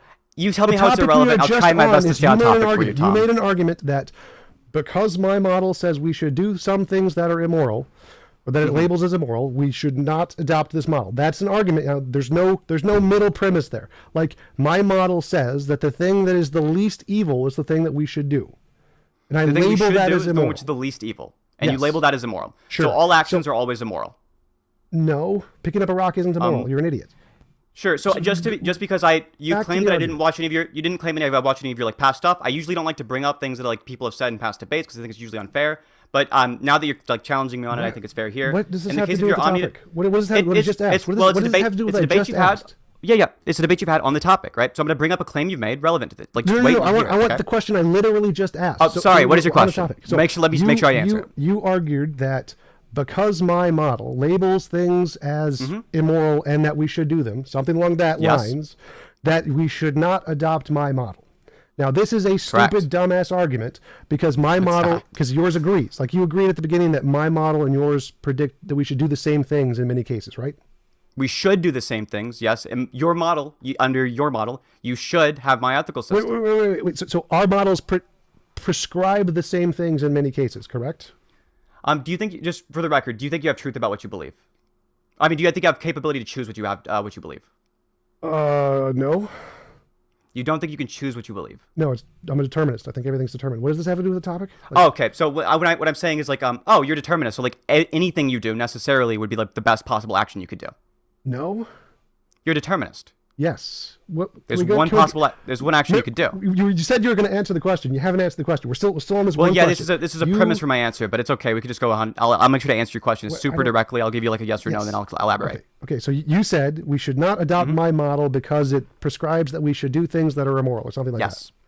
Now, your model and my model, as you said in the beginning, prescribe the same things. Like both in the trolley problem, we say flip the switch, right? We agree, flip the switch. The difference is that I call it immoral and you call it moral. Yes. Okay, so you're saying that the only difference here, the reason we shouldn't adopt my model is because it gives a different label to the action, even though it prescribes the same action. Do you think there's not different utility and using different definitions for different words? Like, don't you think you should use the word that's going to communicate your idea the most effectively? Sure. Okay, so then if you're using a word like immoral, which would apply to basically every single action, since it's not the best, we're not doing it in the best possible world. It does not apply to every single action.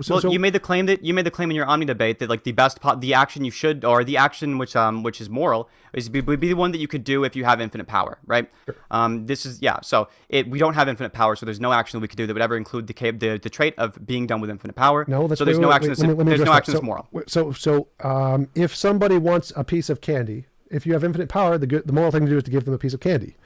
I also have a piece of candy. I could also give them a piece of candy, and that's also moral.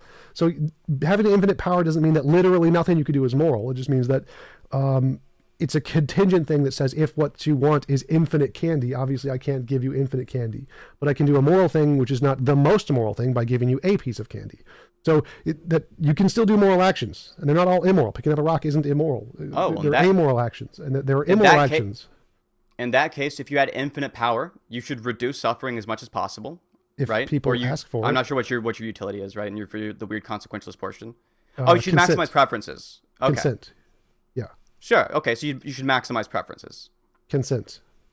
Okay, you should. What do you mean by consent? I can have a preference that I want to smack you in the face, but allowing that would be immoral. So a lot. For example, if somebody wanted to smack you in the face and you were okay with letting them, you would like. It would only be an issue if it violated your consent? If I was okay with letting them, it wouldn't be a violation of consent. Okay. So as long as it doesn't violate your consent, then it'd be fine. Yes. So like if you said, I'd like to slap you in the face, and I was like, okay, then it wouldn't be immoral. It would be perfectly consensual. So allowing people to die in the trolley problem, you think would violate their consent, correct? Presumably, yes. Okay, because they don't wish to die. In the case of allowing people to die who are like starving to death in Africa currently, right? This would violate their consent. Yes, presumably. Okay, and there are currently people starving to death in Africa, right? Yes. And you're currently allowing it? Well, no, I didn't cause it. So allowing it and causing it are separate things. You didn't cause the train to go down the train tracks. Right. Okay, but you'd still be allowing them, right, to die if you didn't pull the lever. Well, allowing is a separate issue here. So if you allowing them, like obviously you didn't cause the train track, so you didn't kill the 5 people. So would it be moral, if you had all powerful, would it be moral to save all starving people? Yes. Okay, if you had infinite power, it would be moral, but that's not the question I asked you. I'm trying to figure out what your question is relative to the all powerful. Yeah, it would in the same way that you currently allowing people to die in Africa violates their consent. That would also be true for the example you already agree with of you allowing the train to run over the 5 people. I'm not violating their consent. Like nature. You're not. But you're allowing it to be. Yeah, and you're allowing it to happen. Allowing isn't immoral. So allowing, like if someone else was beating you to death and me not stopping them isn't immoral because I didn't do it. It's so amoral. Then letting the trolley run over would be over amoral. 5 people. Would be okay. You said in your Omni debate it was immoral. The running over, like letting the 5 people get run over and pulling the lever. An both the immoral thing occurs because someone's consent is violated, but it's not you're doing the immoral. So yes, okay, it wouldn't be immoral to do it. Okay, so just to clarify, there's a difference between an immoral thing happening and you doing an immoral thing. I agree. This isn't the claim that you made in the past, but so in relevance to the trolley I could quote you directly what you've said it. Then you misunderstood it. So in the trolley problem, an immoral thing happens, which is somebody dies without their consent. If you don't have the obligation to flip the switch, which I have explained this before in many of my videos, which obviously didn't watch, then you wouldn't be the one at fault. You would be doing an amoral action, even though an immoral action occurred in the scenario. It wasn't you who did it. So you think in this case you should do the immoral action, not the one that's morally neutral? Yes, because there's 5 moral actions, which is saving the 5 moral people, saving the 5 people. Okay, you think saving the 5 people would be the moral action there. So in the same sense, there's 5 moral actions. You've saved 5 lives and killed 1. Yes. 1 immoral, 5 moral. Do the 5 moral things. Okay, so in the world we currently exist in, I guess then the thing that you should do is going to be the one that brings the most people, the most preferences fulfilled overall, because obviously nature violates their consent otherwise. In the case of these people dying in Africa, obviously this would be like maximizing their preferences to you. If this is the case, if your goal is to maximize preferences, again, I never said maximize preferences. That's not a thing. I said consent. Well, necessarily maximizing preferences does do what you're asking for, because obviously in the case of people who have preferences, hold on, let me explain. Right before you can't really address an argument you haven't heard. In the case of okay, go ahead. Okay, well, preferences. Remember, I can have the preference for harming you, but if you don't consent to it, then it would be immoral. So it's not about maximizing preferences. So in the case of you having this preference, right? It's not like I understand what you're saying in this instance, right? But in the case of like people who are incapable of being able to slap somebody, they want the experience of slapping someone, right? This is something that like under your worldview, you should like if you had infinite power, you fulfill this experience even if they don't know it's true, right? No, not if they wanted to actually have the actual experience of slapping people. Like if they were okay with it being a delusion, then it would be fine. Do you think there's a difference between preferring something and or preferring something that actually happens and like preferring the experience of it happening? Yes. Okay. How do you think somebody could ever like have access to whether or not it did or didn't happen? Well, whether or not they have epistemic access is irrelevant. So like I would prefer, like Christians would prefer that heaven was real and actually go to heaven, but they wouldn't be able to tell the difference if we put them in the matrix. But they would still prefer it to be real. So you can definitely prefer the real thing as opposed to just the experience. I agree you can, right? But it's always the case that like would you also prefer the experience of it happening for any person who prefers a certain thing? They would also prefer to experience that the thing is true, right? If they prefer for it to be true. Yes. Okay. So in the case of what we ought do, it's going to be generally in the real world, it seems to still strongly correlate. Even if you think there's like some niche hypothetical case in the real world, it seems to be that it's just the case that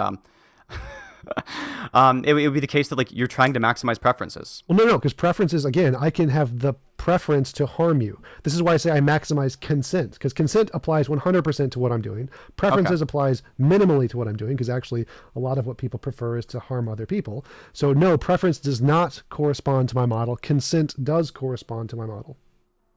Okay, so just for the sake of like not having the same argument made over and over again in regards to the preference versus consent thing, I'll just grant it because I think the same argument that I'm about to make still applies.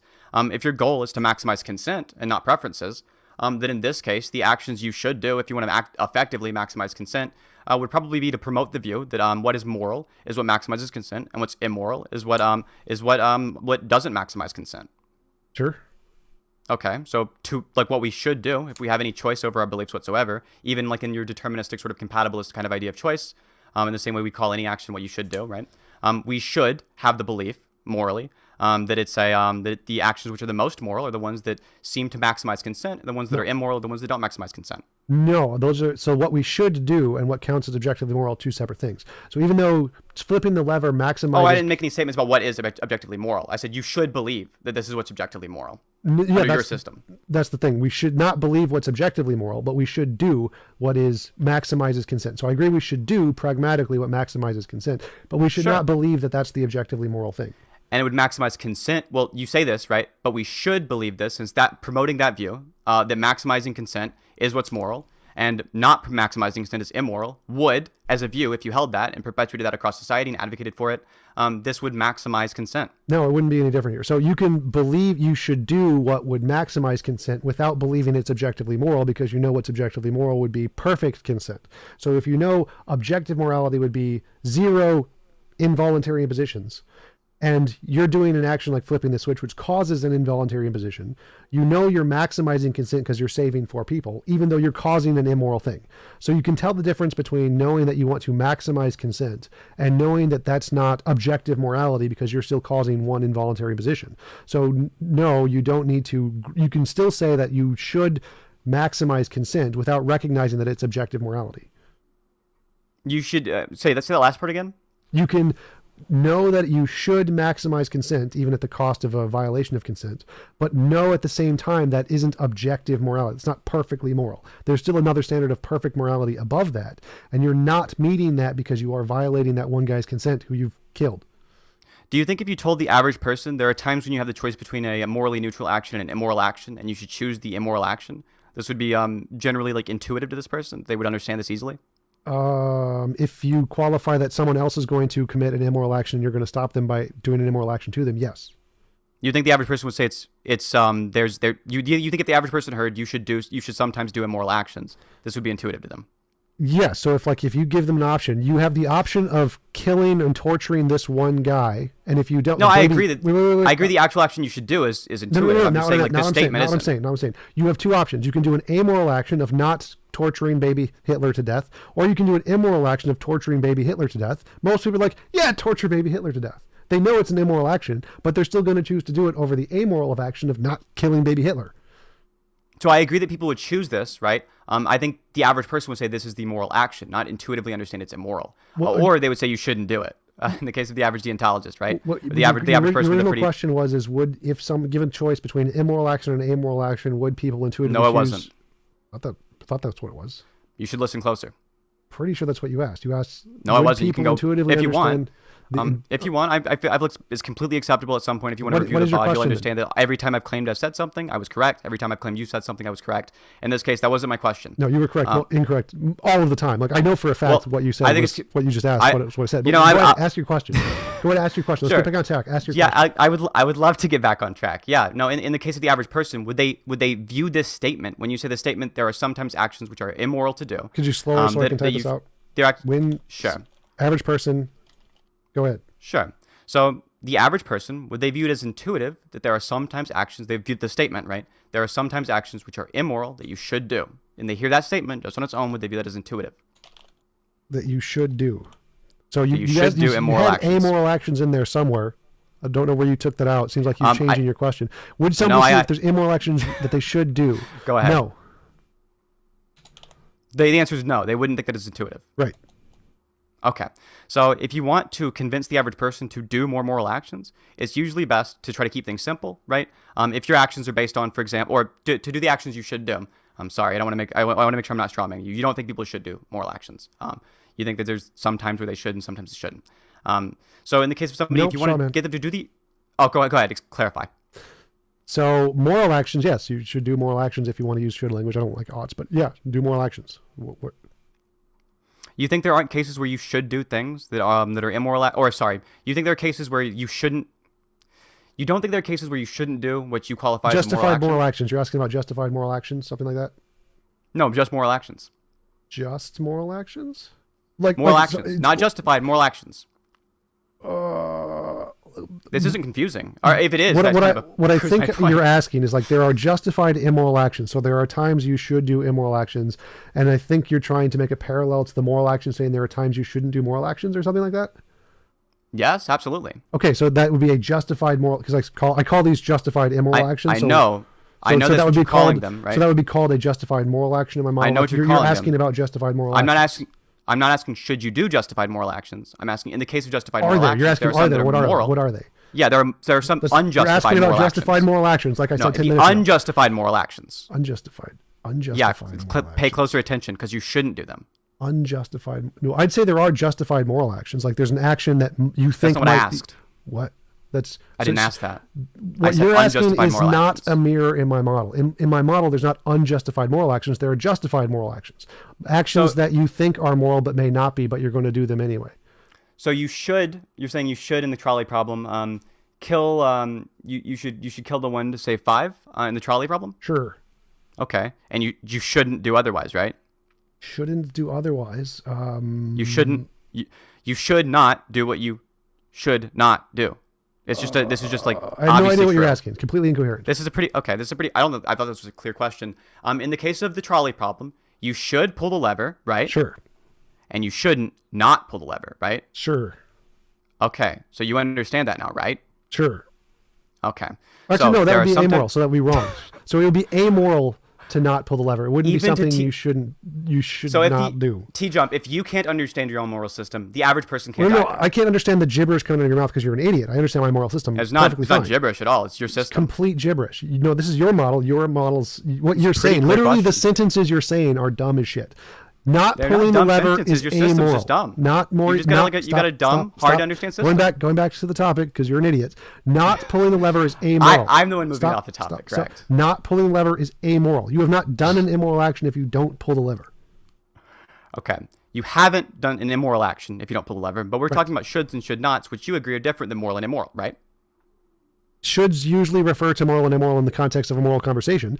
In this conversation, pulling the lever, you have done one immoral action. You've killed a guy, and you've saved 5. You have done these Quote from- actions. If you don't pull the lever... This is different from your past statement. No, which it's has been- not. You're a dumbass. It is. Don't straw man 104 me. You're a dumbass. Listen to the It's actual not a straw thoughts. man. I promise it's not a straw man. I you're an promise idiot. it's not. You're a dumbass. I guarantee. You're a 104 dumbass. in your debate Let's with go my back- good friend Omni, you let's say go back to verbatim the the topic. objectively moral thing You're is a the best dumbass. action you could do with infinite Again, power, principle and you of say at charity. 33 seconds, You're a objectively dumbass. immoral to kill You're a one to save dumbass. 5, and they So again, should do it. Again, you're So- a dumbass. You're not putting this Go in the ahead, I'm context of the sorry. debate. So you being a dumbass and misquoting me out of context, as obviously. So you can say statements that seem on their face value to be contradictory, but then when you put them in the context of the debate, like, oh, they're not.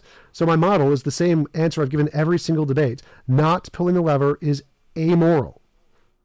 But Okay. you should pull the lever because you're saving 5 lives. So you're generating moral actions. There is still an immoral action that has occurred there. Like I said before, when you asked this before, because you're a dumbass. Yes, 5 people die, which is 5 immoral actions if you don't pull the switch, but you didn't do them. So yes, you should pull the switch to prevent those 5 immoral actions. It isn't you doing those immoral actions. You're just a dumbass who doesn't understand the model. But you're Okay. going back to your question. Let's get How back on about this? topic. Let's get back Yes. on topic. You Here's a asked question. the shouldn't Oh, thingy. go ahead. The shouldn't thingy. Did you get it? Should you pull the switch? Yes. Should you not pull the switch? No. That is super fucking confusing. Your dumbass phrasing of that is very fucking confusing. But if you don't pull the switch, it's amoral. You're not immoral for pulling the switch. What is should short for?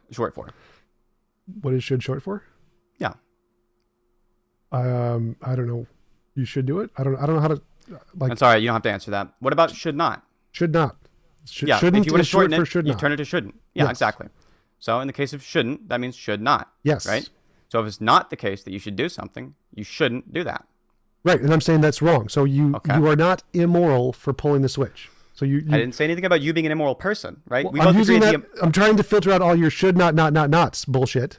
So instead of It's saying it only in that two of them. dumbass phrasing, or if I say It's only- you should it's only not two do, nots. you should not, should you not no. There's 3 negatives in there. It's a really confusing dumbass phrasing No, that you there thought weren't of. 3. There were 2. There were 2. No, Okay. my answer. I'm including my answer there. So if you Okay, should not that's- do something, if I say no that you should not do something, that's 3 negatives. You're an idiot. So let's remove the shoulds, and I can just give you the answer. Not pulling the switch is amoral.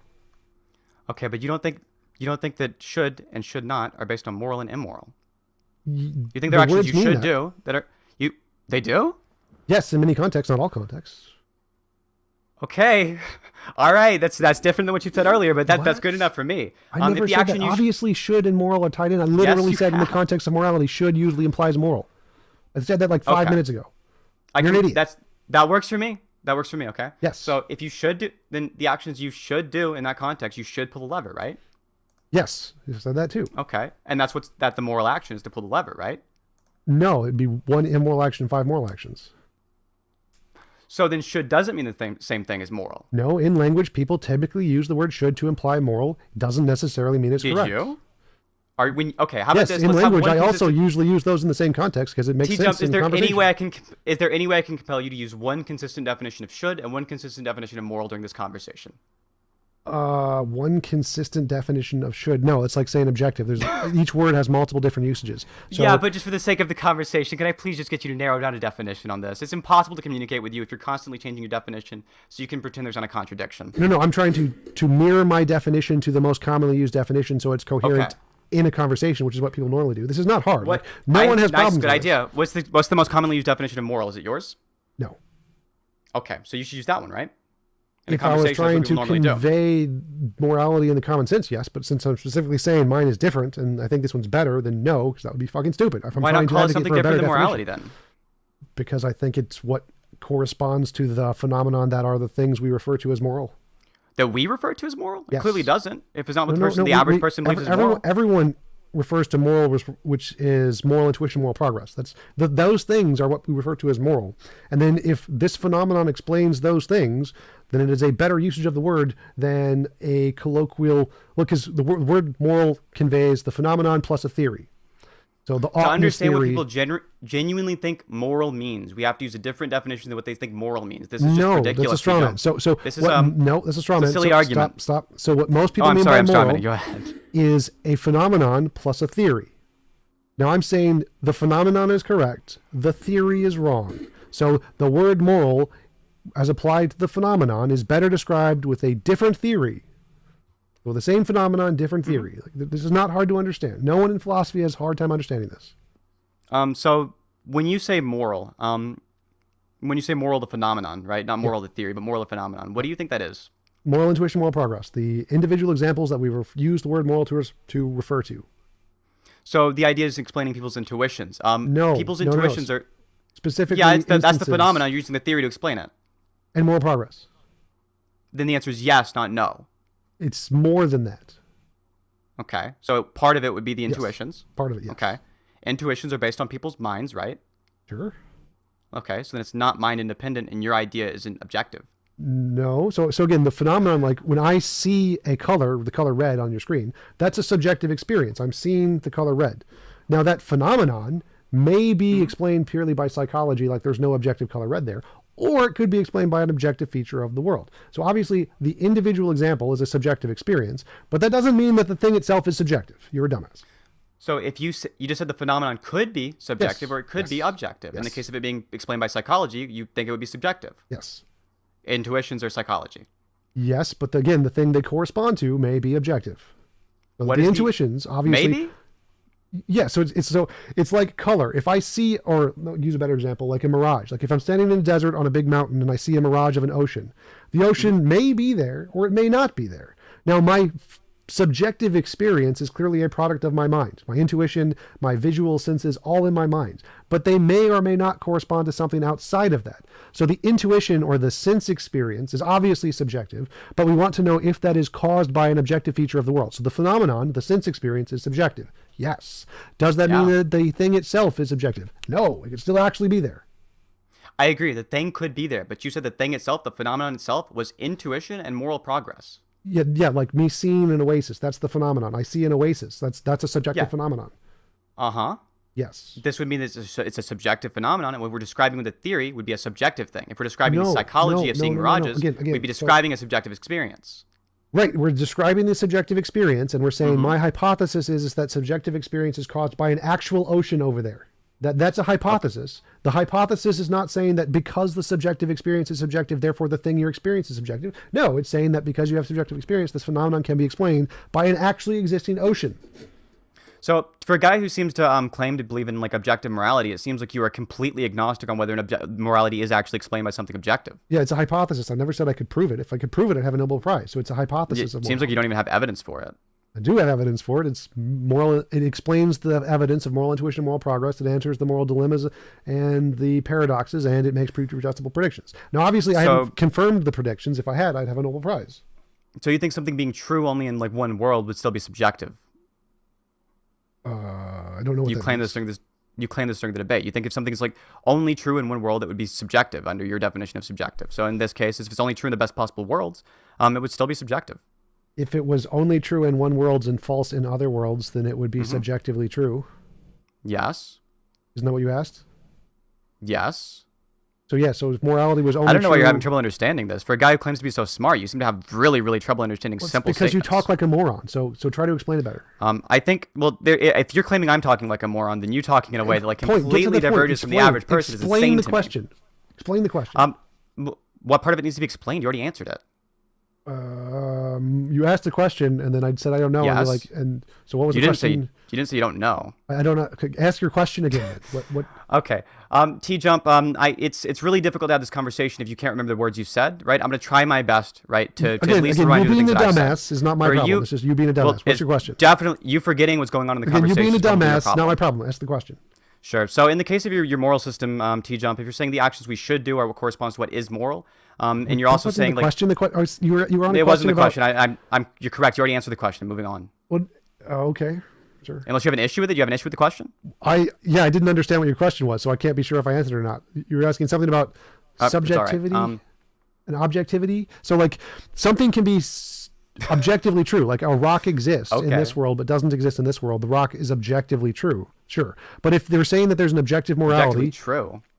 like it exists, like Objectively real. Yes, real. Okay, Truth sorry, is that which corresponds to reality. So real means truth yes. corresponds to reality. Doesn't mean the truth is what is real, right? That's So literally truth what that would be- means. No, correspondence to reality would mean it corresponds to reality, not like whatever is reality would be like. If I say chair, this isn't like a true or a false statement. If I say You're pencil, such that's an not true or idiot. false. Oh my God, principle of charity. To say something so- true is real is literally a shorthand. You can't claim principle of charity when this you're isn't me. constantly This calling the isn't- other I person an didn't idiot. invent I'm this. sorry, You're just- buddy. This doesn't work. This isn't me. I didn't invent this. You're just a dumbass who doesn't TJump, know how are basic you? philosophy. Wait. I'm a dumbass, but I'm not being let me answer charitable your- enough. let me You're answer. so right, TJump. You're Yes, the you're a victim. dumbass. So in philosophy, the if you say victim, guys. it is real and it is true, those two can be used as synonyms. It is all the time in papers. You don't need to specify that true refers to a proposition which refers to what is real. That's just a shorthand. You're a fucking Truth- dumbass. No, I Dumbass. understand truth corresponds to reality. It's just rock isn't true or false. No. It's Again, not this is why you're a dumbass. So in philosophy, you can say, yes, that thing existing is a true thing.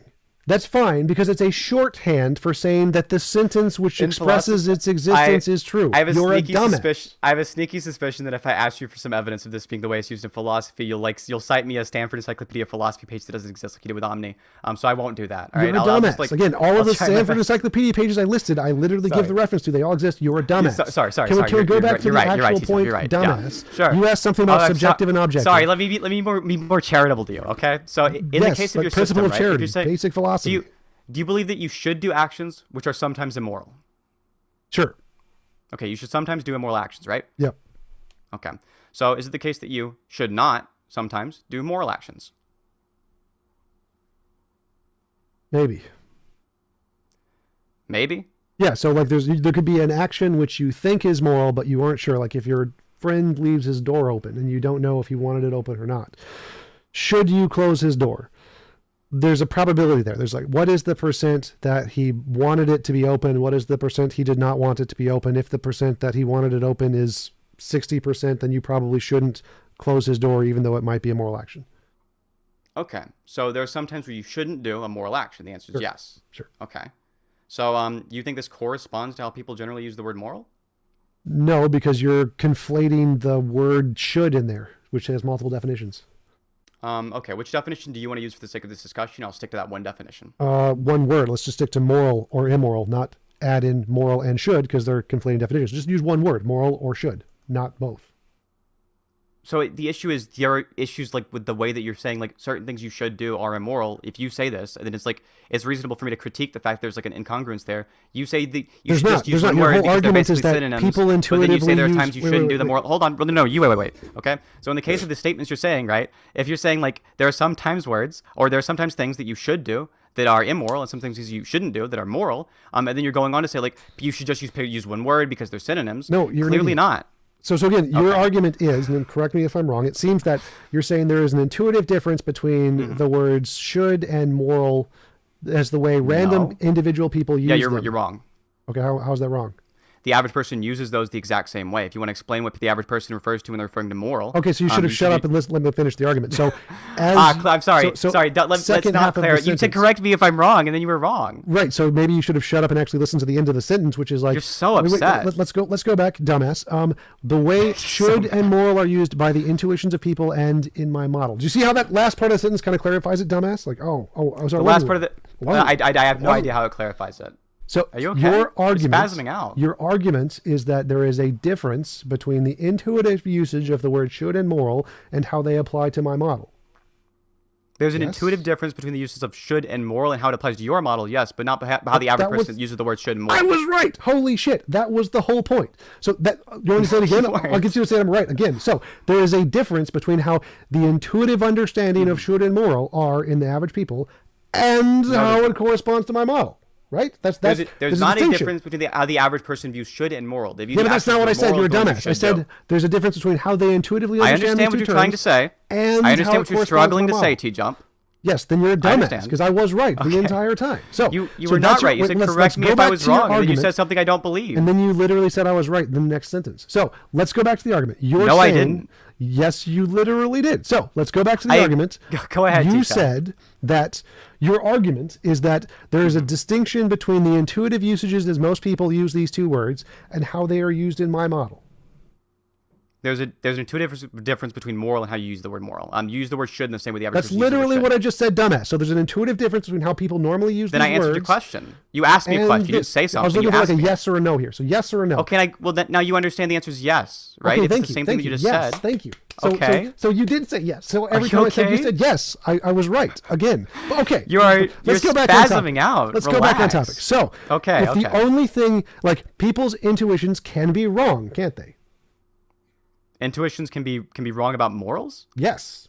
If what you're describing when you say moral is an intuitive phenomenon, then no. Then you're a dumbass. Composition division fallacy. So can some people be right, some people's intuitions be right, and some people's intuitions be wrong? The answer to is some people's intuition sometimes wrong? Yes, but not when it's about intuitions. Dumbass. So you think people can't be wrong when they think about what their intuition is about other people's intuitions? Like, you're a dumbass. No, I don't think the average person's intuitions about morals are about other people's intuitions.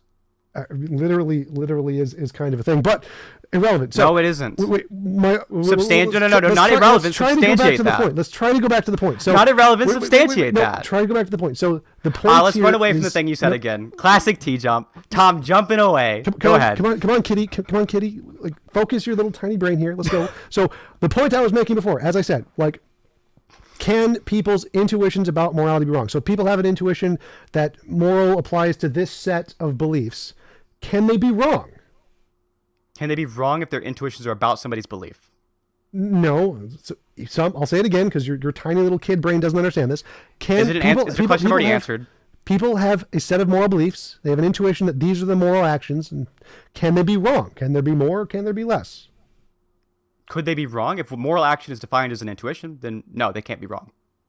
This is why They we can't be wrong shouldn't about- use his model because he's a dumbass. Like, obviously, any rational human Nobody is being- following along with you right now, Any T-Jump. rational human being. So person A has a belief about morality. They think a Christian thinks it's moral to stone the gays. Could they be wrong? Could they be wrong about morality? If they're describing their intuitions, then they wouldn't be wrong, right? If that's what morals are. If morals are something other than intuitions, they could be wrong. So this is why we shouldn't adopt his dumbass morality because he just said no. A Christian is not wrong if they morally think it's right to stone gays. Like, No, clearly I you don't have think a that dumbass morality describes intuitions. You do.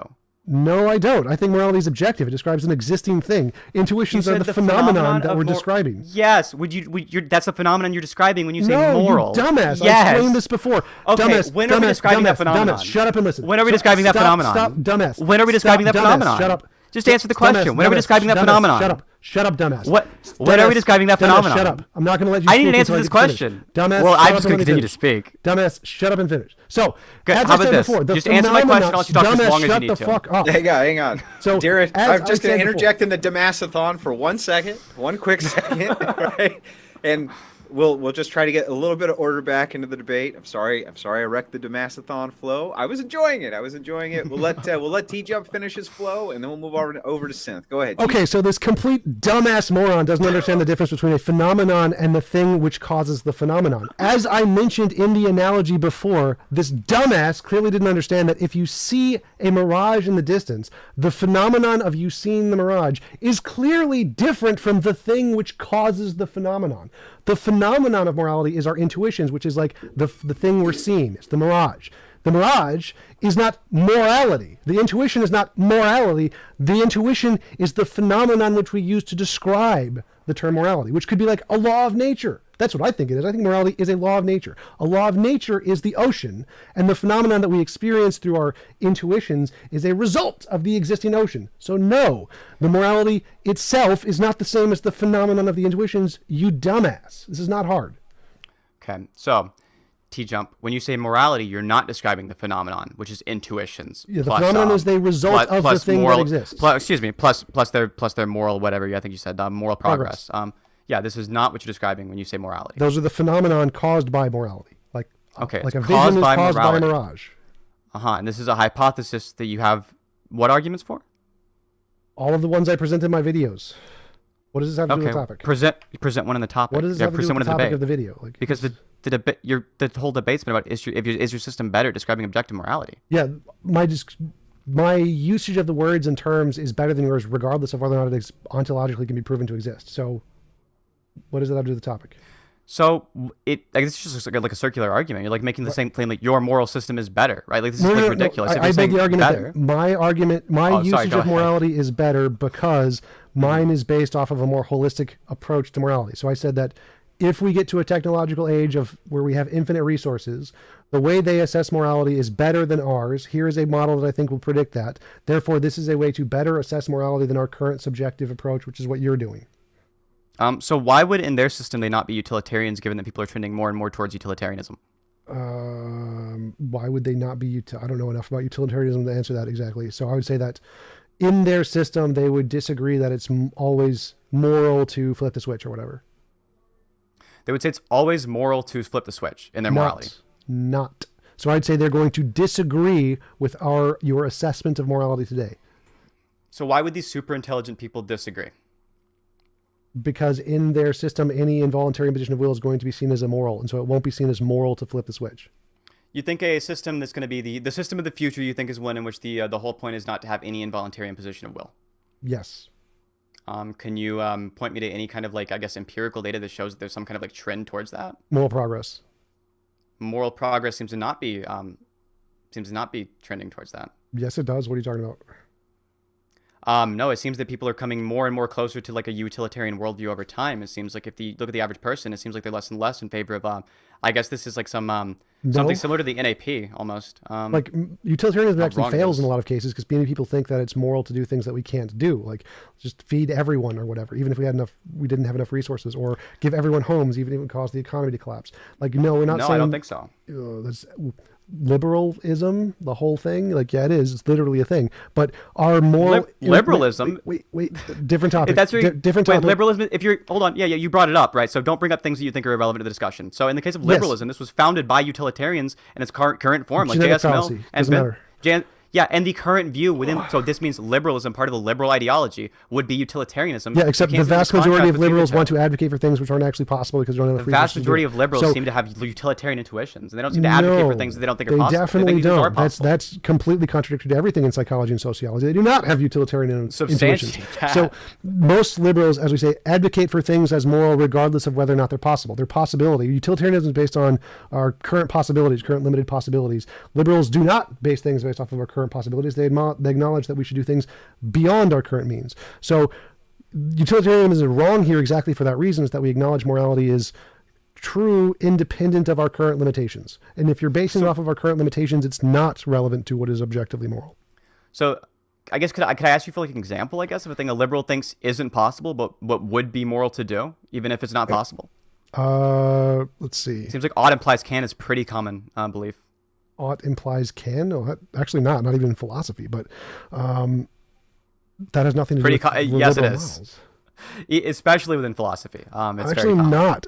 It's actually pretty rejected in a lot of moral philosophy. No, we could look at polling data. We could look at polling data. Like, I'm sorry, from we the could look Phil at polling data surveys, from the Phil philosophers. surveys paper, or from the Stanford I Encyclopedia? think this is polling. I think this is absolutely polling data. Yeah. Go ahead. Find me a polling data on ought implies can. Go ahead. Oh wait. So the polling data on specifically ought implies can. Yes, things go are for like it. pretty analogous to it. Like some Oh, so you can't find any because you're making shit up. Oh, No, I didn't. I'm You should sorry, listen you're closer. making shit up. Oh, I think you misheard me, buddy. You should listen closer. The average a Kantian would think that ought implies can. Well, if they're a Kantian, probably, sure, maybe. No, Okay. actually not necessarily because they do Are disagree. you're not sure? So maybe you should hold back a bit before you claim I'm Yeah, making except shit up. you made the claim this was poll data, and you have no polls. Where are the polls? So you're full of shit. I just gave you poll. Where's the poll? The Phil surveys paper. Where does it say about ought implies can? So you said like, oh well, I guess now you're saying you don't really know, because Oh, you I do understand because if you I've read agree the with Phil it, we surveys paper. Where does it say ought implies can? So in the case of ought implies can, it doesn't say this directly, but it says Oh, like it the doesn't say it analogous thing that directly, we you're can making do. shit I'll up. say it again. If somebody's a Kantian, we would know. So they you're believe ought making implies shit can. up. You're making an assumption about the Kantians, which isn't on the paper. I'm making an assumption. I'm making an assumption the polling data is right. Yeah, no shit. Yes, and Dumbass. No, that's not in the polling data. As you just said, dumbass. It's not there.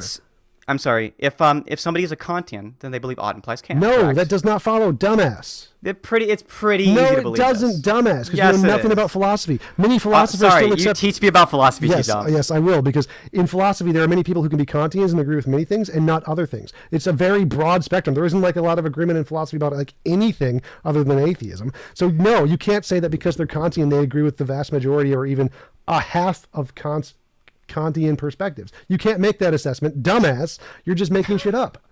You get so upset about these like minor things. So Yes, in the because case of, you're like, wasting time on things that don't matter to I the don't topic. think so. I don't Go think so. back I to think the they do. topic. Well, okay. So everything that I brought up has been addressing something you've said. If it's the case that you think it doesn't matter to the topic, stop bringing up things that don't matter to the topic. You brought it up, That's your fault. dumbass. No, you brought up the fact that like you don't think that odd implies can is something that people generally believe. Because you brought it up. You were literally the one who said I that brought up first. odd implies can. Yes, you brought up the fact shit that you don't up think that's people believe irrelevant. this, and now you think it's the case. Yes, that I this said, isn't I said relevant to the most topic. liberals don't believe odd Now that you're implies nervous can. about whether or not it's correct, now you don't think it matters to the topic anymore. This is the No, classic I'm TJump not strategy. in any way nervous Guys, I'm about sorry. that. This thing I Crushed brought your up dumbass. seconds ago doesn't really matter to the topic Crushed anymore. your dumbass multiple You think times. you're winning right now? Yes, definitively. Review this afterwards, I guess. Oh, I don't have to. Like my chat says I'm winning. But are I you win. winning in all subjective worlds or in all possible? Not in the Christian one. In the Christian world, probably not. Go ahead. You guys have 7 minutes, and then we're going to wrap up with closing statements. I'm and then ready. We're going. I'm ready to be done. I'm so tired of this kid. So. Okay. Well, if you guys want to wrap up with closing statements, we can get to the super chats. Now, we do things slightly different on the Crucible. Once the closing statements are done, we can consider the debate over. The moderators take notes the entire time. We generally have questions of our own. But go ahead with closing statements. Synth, allow you to go first. Sure. So I think during the course of this debate, you saw numerous contradictions. I think TJump's community that he's playing to might think that he did okay in this. I know that's not going to be the average person watching this, and I think that TJump, after he reviews it, that won't be him either. In the case of this debate, we've kind of demonstrated that there are a tremendous amount of like contradictions in TJump's worldview, and that's about like all I have to say on that topic. If you have to like go to the point of like you don't have to believe in Kantian ideas to be a Kantian, there's very little I can do to engage with you. TJump, you're up. So clearly the dumbass who doesn't know anything about philosophy doesn't understand that you can be a Kantian without accepting literally every Kantian idea, which odd imply cans is not intrinsic to Kantian ideas at all. He's just a dumbass. Secondly, there are no contradictions in my worldview, as I explained. He's just complaining about contradictions in the common use of the word should and the common use of the word morality, and how mine is distinct from that. It's not an internal contradiction. It's a contradiction between common usage and my morality. Not an internal contradiction. He probably just doesn't know what those words means because he's a dumbass. I will conclude there. Now, TJump, if the Crucible coins the new drinking game, TJump says dumbass, is anybody going to survive? Depends on how good you are at processing alcohol. Dumbass. For $2, Dan Zammit says, could a human objectively determine this morality? I assume he means like scientifically, and the hope is that yes, it's currently a hypothesis, but the goal is that yes, we should be able to discover it like a law of physics, like any other law. Gotcha. And then again for $5 from Dan Zammit, he says, TJump, instead of trying to figure out the best of all possible worlds, which nobody will ever agree on, why not just believe in God? He drowned babies. I mean, so it seems like a hard contradiction against our understanding of morality, that if a being drowns, he didn't do that in all possible worlds, TJump. Well, he did in the ones that he references. So yeah, I'm just funning, you know. There's a couple more back there that Pedro's pulling up. I did have a couple of questions of my own. I just want to make sure that I got this moral system down. I'm just going to summarize as best I can. You can fill in the holes. The moral system that you use is you're looking to a perfect society conceptually. And you think that whatever that morality would look like in that conceptual perfect society is what is likely to be moral right now. Or we could use it as a guide stone maybe to determine what's moral right now. I would say that if we get to the point where we're super technologically advanced, they're more likely to have a system of morality that would be objective and be applied to all possible worlds, including ours right now. So they're more likely to have an answer, just like scientists are more likely to have an answer to physics that would apply to all possible worlds. So I think that in the case of morality, it's the exact same way, that once we get to a point where we're further technologically and sociologically advanced, their models will be more likely to be objectively applied. And I think ours is just going to be crap compared to theirs. Do you think that we should try to conceptualize those types of realities in order to come up with moral systems for right now? Yes. I mean, obviously, I think we should base what's moral based on what would be moral in a world that's perfectly technologically advanced, not contingently based on our subjective limitations here and now. So Gotcha. Dan Zammit never said Christian God, just for the record, TJump. So this is kind of like a straw man. You're kind of being a bit of a dumbass. No, it was just a assumption based off of probabilities, given that he's probably an American. Dan Zammit says, I didn't say the Christian God, so I guess your assumption was wrong. Could be. Neon No, Noir. no, for, he didn't say he wasn't a Christian. He just said he didn't say the Christian God. So you're still probably right. Not really. Neon Ask Noir him if for he's five. Christian. He is Christian. Oh, TJump's that would be- right. Dumbass wrong. No. Victory. TJump, TJump. no. TJump wins. You didn't say the TJump Christian always God. wins. TJump always wins. You win. TJump You- always wins. The chat seems to disagree with you right now, so it's up in the air. Neon Noir. I think the real winner is chat. For £5, I think that's £5. Says if more analysis and technological advancement means more morality, how do you explain the beast of a system we live under now? More analysis. More morality. How do you explain? I don't understand what that means. Like we're on one of the steps towards progress. So I think as we gain more technology, we'll become more moral. And obviously moral progress means that our society is more moral than pretty much any society before it. So it's one of the steps on the path. Gotcha. Damn. Well, what did he Which say? didn't say he wasn't Christian, so I said he was Christian. Yeah, which he means didn't say probably, his God. I never He said he did. I said he probably was Damn. Christian. TJump, we could agree on this. You're a dumbass. The dumbass is wrong. You're a dumbass. For $5, I'm sorry. From Third Rail with Omar said not here now. I got an interview. I'm coming later. Well, thank you for the $5. I hope you did get in here later. I had two more quick questions for TJump. Where did you come up with this moral system? Where? Minnesota, Minneapolis, Minnesota was where I was. I don't know what you mean. Where?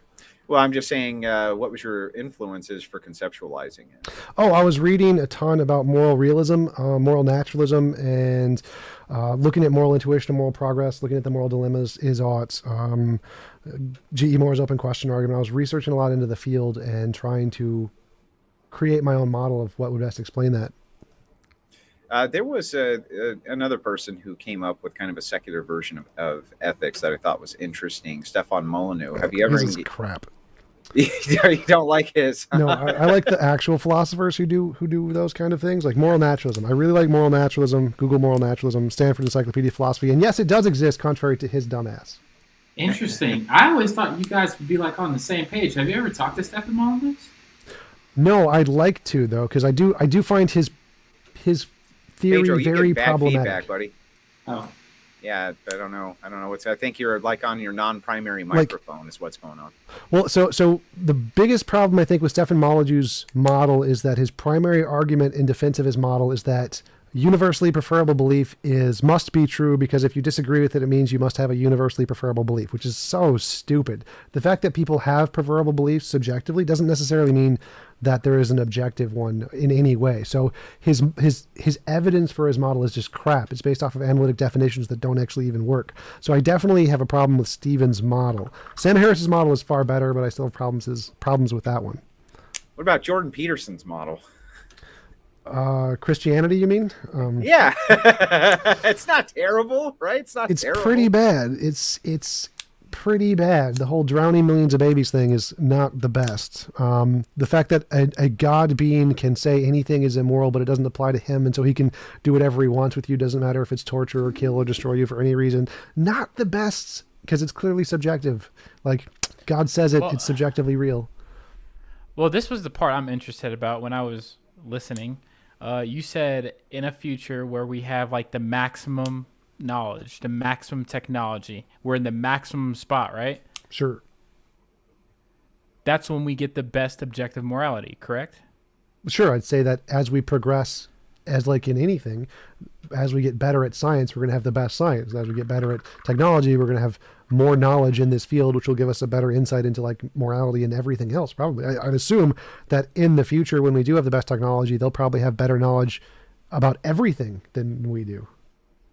So what if there is an ultimate being that already is that's standing at that point at the end? Sure. That's making the morality. Well, if it was making the morality, that would make it subjective. So if there was an objective morality and the God had access to it, obviously it would know what morality was. Okay. I'm not going to fake like I can understand that, but I tried. Gotcha. We don't have any other super chat questions that came in. we do have another debate that we're doing in about 45 minutes. TJump, we sure appreciate you coming on the Crucible. It was a ton of fun. Can you shout out your channel again?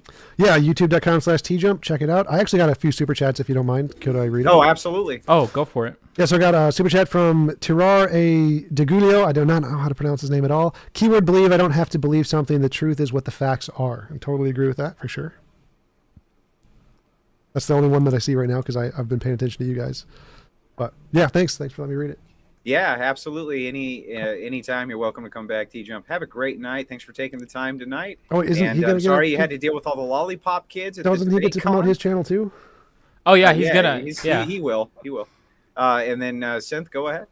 Sure, I'm on youtube.com/synth, SINTHE. You can find my content there. But I'm the left-wing and house debater for the Crucible, and I think most of my content's going to end up being on here. All right. Thank you guys so much. I wish you guys well. Have a great night.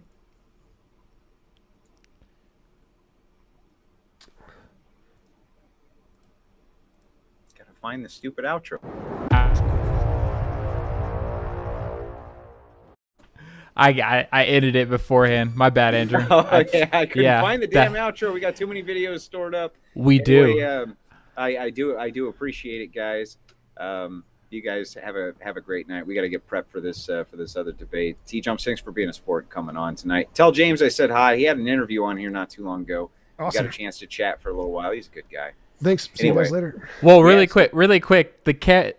So we're off broadcast. We're off everything. I'm still broadcasting, by the way, just so you guys. Oh, okay. Well, I'll try anyway. Do you guys really hate each other that much? Like when I was listening, you guys were calling you dumbass and all this. Like you guys just met each other. Are you serious? So I've got no hatred for TJump. Okay. It's more entertaining that way, especially. Okay, so it's entertainment value. For Okay, sure. cool. Like, There I we was go. diagnosed with high function autism. I literally don't care what anyone thinks about anything. So you don't hate. Okay. So So I've had to learn how to like be more emotive to like make funny faces and shit. Gets a lot more entertaining that way. Okay, right. what's the story with the fucking chair? Because I got you here right now. What's the story with the chair? You're always in the chair. How did the chair come about? What's the deal, dude? Yeah, so this you got is it off a- Facebook Marketplace. Oh no, this That's is easy. $1,000 chair. So this is my lazy boy chair. I've had it since for a very long time. I used to be super overweight. I used to weigh 340 pounds. So I needed a big ass chair because I was fat. And so I got my first one of these guys, and it works super, super well. It's super comfy. Like these chairs are amazing. And I've just started doing my YouTube stuff in it, and it got popularity, gained like traction as my mascot. Now I get lots of donations, and people have like fake account, the TJump's chair account. Like, oh, TJump just farted. I love that comment. Absolutely great. And so it's a great, cool thing a way to promote my channel because it's like an icon, and so I just always keep it. I almost didn't recognize you at the debate con.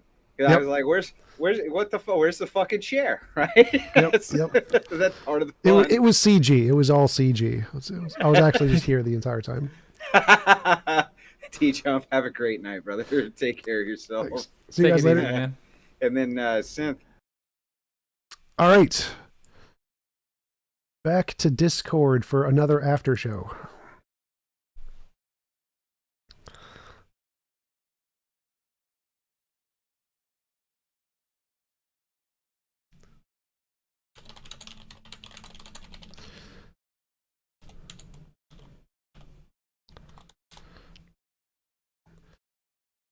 General chat.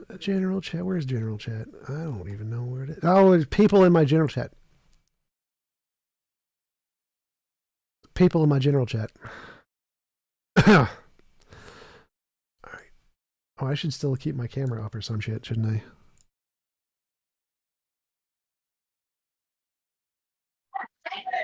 What up, Jump? Hey, how's it going? Going all right. Just getting the shopping done. All right. After show for my second debate of today. Oh, damn, I didn't even know what was going on. What was it about? What I missed? Utilitarianism versus my morality. Utilitarianism versus your morality. Who was arguing utilitarianism? Synth. Okay. Hey, Frank.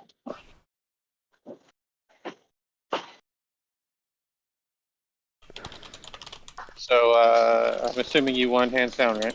Oh, yeah. For sure, without even a tiny bit of ambiguity. So who hosted it?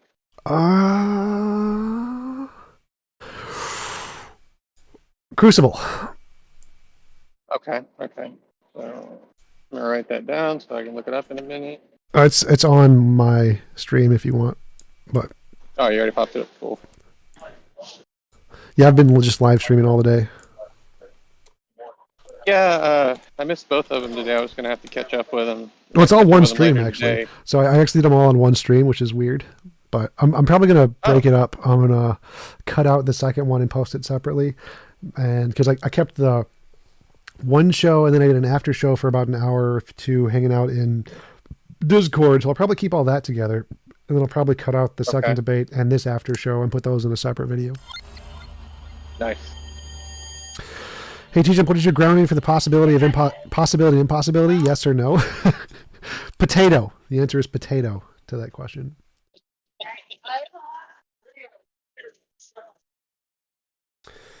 Frank, MBJB, how's it going? I forget.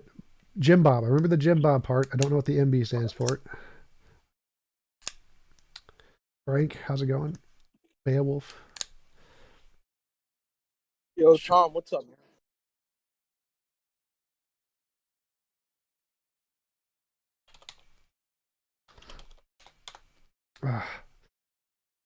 Frank, I'm doing good. Had a good event last weekend, which went really well. Yeah. TP Seeker, have you or will you discuss what you went through and did to lose weight? Yes, I've discussed it several times before. What I did was I would bike around the 3 lakes near my house, Nokomis, Harriet, Calhoun, twice. So it's 20 miles each time. That's 40 miles. So I'd bike 40 miles a day and jog 8-ish. 4 and just jog around the lake twice. So 8 miles. So I'd bike 40 miles, jog 8 every day for 2 summers, and I lost about 100 pounds each summer. Thanks, Tante. See you later.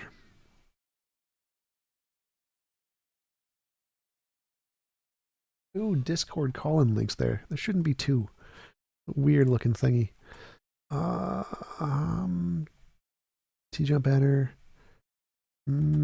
Whereby link. No, that's not it. Chat box. Merch. Yeah, there we go. Now there's only 1.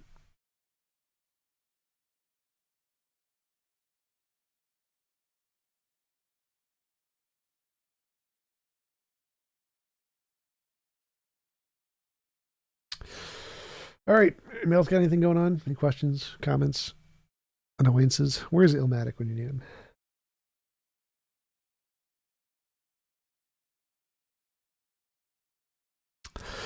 Anybody in the chat want to come and join the Discord and chat or have any questions that I can find? Where I don't even know where. There it is. Was Ryan Lyon, freaking rhymes. Was that the lake where you debated the guy outside of the seawall? Yes, I debated seawall. What's a seawall? I debated a flat earther on COVID around Lake Calhoun. I think it's called Bidet Madagascar or something. They changed it to be progressive. Clinton, 7 degrees warmer in your corner of Minnesota. That's funny. Clinton, if you're in Minnesota, let's get coffee. I have an open offer for anybody in Minnesota or nearby or who wants to fly here to get coffee whenever. So let me know. Send me an email on my work email. Set something up. Yo, TJump. Hey, how's it going? Good. Hey, minor thing. On your banner, like you're the one that's at the bottom when you stream. Yeah. There's kind of like one little part where there's like it's like the text overlaps itself. Yeah, the how to join blurry. call TJump. Yeah. Yeah, I just fixed that like 5 minutes ago. I just noticed Okay. that. Yeah, I just had I was 2 like of those. watching. I'm like, I've never noticed that before, but Yeah, okay. I had 2 of them uploaded. I don't know where the second one is. I hid one of them. I don't know what the second one is though. Yeah. Browser image cap. I'm in Minnesota too. So Oh, nice. maybe Let's we'll get coffee together sometime. at some point. Open offer to Yeah. get coffee with anybody who wants to hang out. Okay, cool. Number. Oh, there it is. Call a number. Call a number. Delete that one. Remove. And now there should just be the one. Call a number. There we go. Now there should only be one. Only one. TJump. Yeah. Can you hear me? Yes. Oh, hey. What does the MB stand for? It means made by. Ah, made by Jim Bob. That's it. I knew. Made by Jim Bob. Yep. Hi. How are we are going? you? I wanted to ask you, based on, let's say, all behavior, beliefs, everything we do is an expression of evolution. From that perspective, we couldn't actually invalidate religious belief or affirm or invalidate atheism, because it would all have to be inclusive expression, and to argue against one would be basically just like, I don't know, like a temporary battle or something. But because if evolution is the end all telos, if it's the end all direction, then the philosophy and belief part wouldn't that be just a symptom?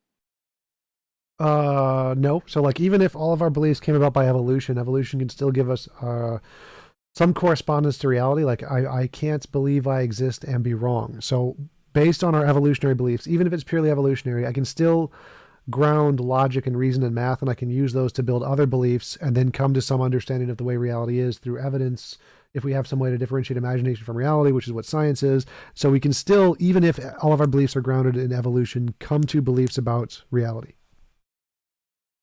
Yeah, but the question is, even an incorrect belief or something that was illogical, wouldn't it necessarily just be another expression of evolution? No. So Like, again, evolution wrong. Evolution can give us a lot of beliefs, and they're all responses of evolution. But evolution can give us some beliefs that can't be wrong. I can't believe I exist and be wrong.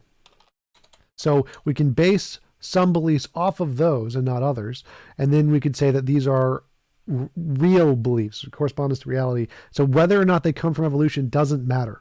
Like, it's a genetic fallacy. If I program a computer or a laptop to say, or a calculator to say 1 + 1 = 2, it doesn't matter who programmed that. It's irrelevant who programmed that. All that matters is whether or not the 1 + 1 = 2 corresponds to reality. The origin is irrelevant. It's a genetic fallacy. Right, but I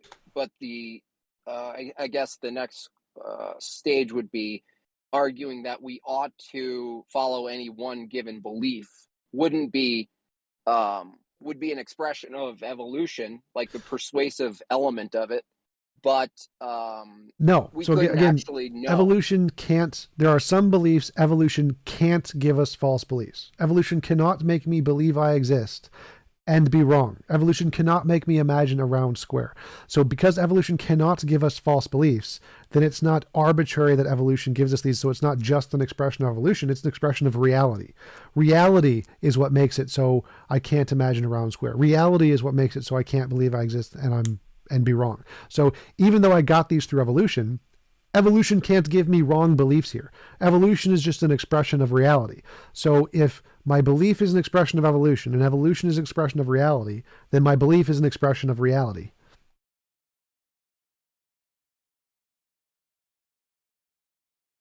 Okay. Okay, cool. Thanks.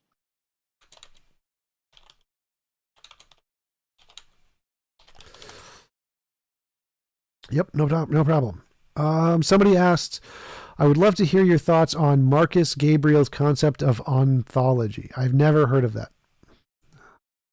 Send me an email or something. I can find his stuff and check it out. Google it right now just in case. It's easy to find.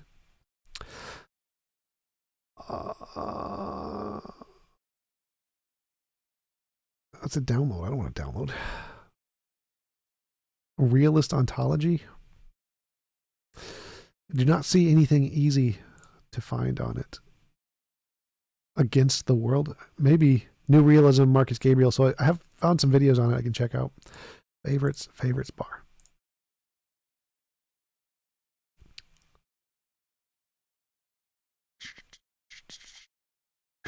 Anyone else got any questions, comments, whatever?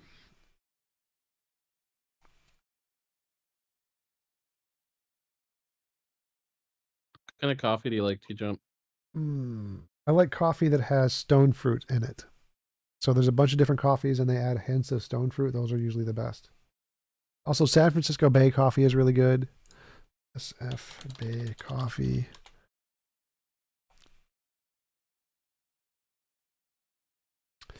But yeah, anything that has stone fruit. Do you know any places in Minneapolis that serve it? No. Okay. I get it from like Target and stuff. And I just look for the ones that have stone fruit. Like the Intelligentsia one is. Oh yeah, there is a place that sells Intelligentsia. I know there's a coffee shop that sells Intelligentsia. Don't remember which one it is though. TJ, the other day you mentioned having several staples. Did you have the surgery you talked about? How did that go? Yes, I had a tummy tuck. So after I lost the 200 pounds, I had a bunch of loose skin under my gut, and I had that removed by having a mini tummy tuck. And I got, I don't remember, 20 staples, something like that.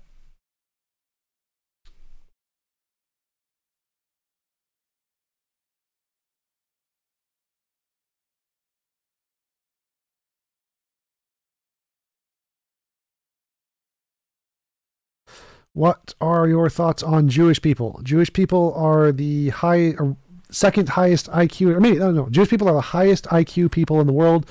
They do extremely well on discoveries. They have more Nobel Prizes per capita than anybody else. Jewish people are incredibly intelligent and hardworking and do a lot of stuff. Jews should rule the world, more or less. Ashkenazi Jews. Can I ask a question here? Sure.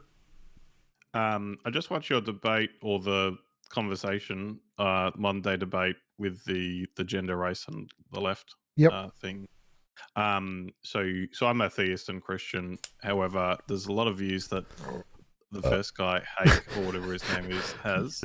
Yeah, most Christians are not going to agree with Hake. Not Hake. Oh. So I know that you used to be a Christian. Obviously, you're not anymore.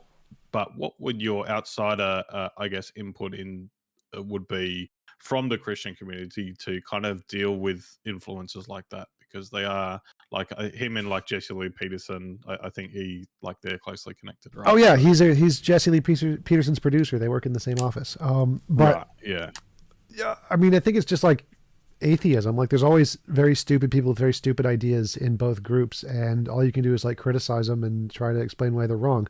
Like I disagree. Like I have a big problem with all of the bigotry on the left and demonizing people who support positions just because they support positions. Like Matt Dillahunty said I'm a bigot and a terrible person because I supported All Lives Matter and Super Straight in a debate, which I mean the whole point of me doing those debates is to show how people on the left are just as bigoted as like the Bethlehem Baptist Church when it comes to those who disagree with their positions. So I think that, yeah, we should definitely criticize the people in our own communities who are illogical. And that's about as all you can do, really. Sure. Yeah. Well, what was the context for that debate? Because it seemed like, which one? To me, it seemed ridiculously civil compared to what it should have been. He should have been torn apart, man. The Hake one? It was the four-man panel. It was just it was just one of the modern day debate panels. I mean, since it's a live event, people are a lot nicer usually in live events, with very few exceptions. And Hake is a really nice guy. I went out to dinner with Hake on one of the nights, and he's super nice to talk to. Like really nice guy, really personable. So it's hard to be angry at Hake, even though what he says is completely ridiculous, because he's such a nice guy. Yeah, sure. No, that's fair enough.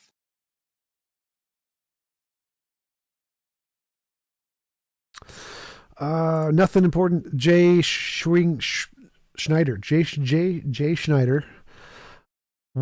Curious about your setup. It seems like you have two screens, cam in the middle, and no teleprompter. Yeah, I have a 55-inch TV, LG TV, as my primary screen. Then I have my laptop, my work laptop, which is like a gaming laptop, which I do all my stuff on. And then my camera is like right in the middle of the two screens.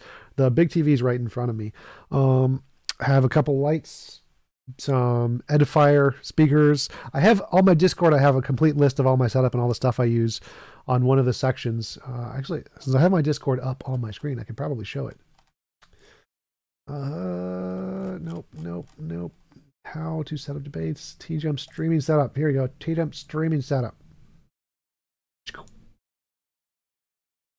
So this mouse is amazing, phenomenal. These speakers are phenomenal. This guy lets you use a mouse and keyboard on a computer. This captures your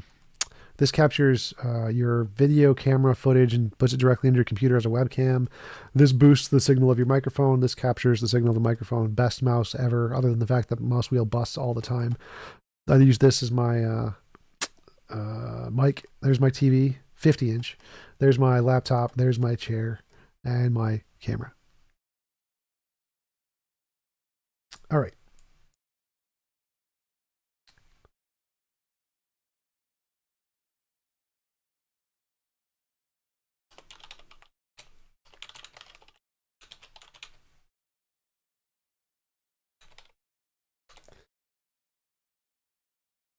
All right. Hey, Tom. Hey.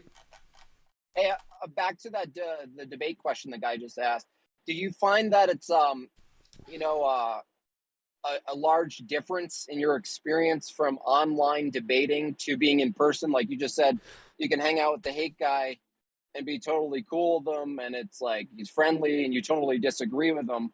And we've just been so used to the, like, online chat debate, Skype debate, where we could kind of be pretty much ruthless to some extent.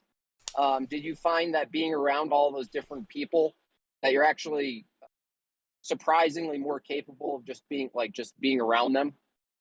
Not really. Like, I don't see a difference because of my high function autism. I don't really see a difference. It depends on the person. Like, there were definitely at least 2 dumpster fire debates at the event. One was Dylan versus Infrared. That was hilarious. And the other, which, I mean, it's exactly the same as online dumpster fires. And the other one was me versus Alex Stein. That was exactly the same as me versus Alex Stein online. No difference at all. The exact same. So, I mean, it depends on the people you're with, but overall, I don't really notice that much of a difference. Got it.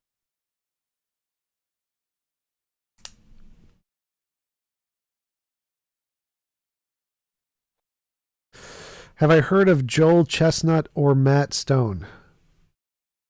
Maybe do a mukbang stream sometime. Well, I have not heard of Joel Chestnut or Matt Stone. I'm probably not going to do a mukbang because whenever I eat on stream, people just yell at me like, what are you doing to eat on stream? So most of my viewers hate that. I think I've had like 6 people say they were going to unsubscribe if I didn't stop eating on camera. I didn't stop eating though. Do I have a picture of my bicycle? My request is of a sexual nature. I don't. I mean, I could take one. If you pay me enough money, I'll take a picture of my microphone. I'll put it on put on like a sexy underwear thing on it too if you want.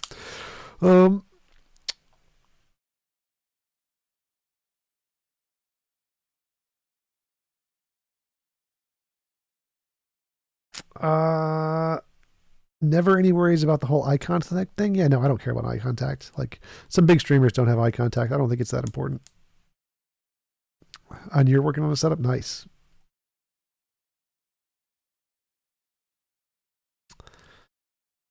Grumler, which Matt? Matt Dillahunty. Yeah, Jay Schneider. It was Matt Dillahunty.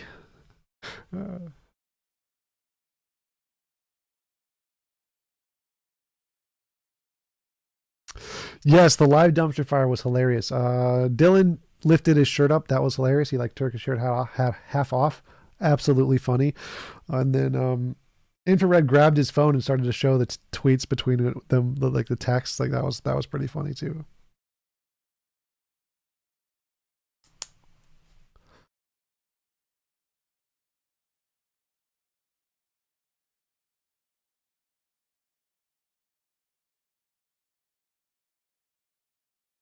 Duck eye contact. I look straight into the boobs.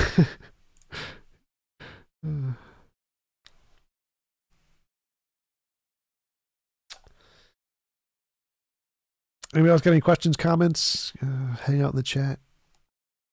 Join the Discord, discord.io/TJump. Yeah, Dylan and Infrared were supposed to do a boxing match. That was pretty funny. I'd like to see that.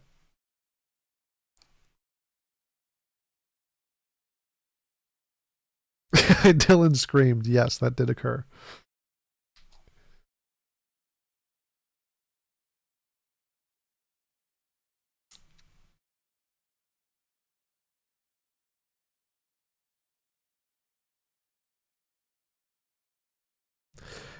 Hake defeat you debate. I don't know if Hake could be counted as defeating anyone. I think his view is so outlandish that it's not. I don't know if it counts as defeating anybody. But that reminds me, I need to email Hake because I was going to invite him on my show to do a God debate. Thoughts on pineapple on pizza? Pineapple on pizza is disgusting. I actually had a piece of pineapple on pizza at the event. It was Alex Stein. Alex Stein kindly gave me a piece of his white sauce, pineapple, and mushroom pizza, which was disgusting. Tante Iguana on neorealism. I don't know what neorealism is. Can you recommend some of your videos? I'm not sure what neorealism is. I don't know what that means.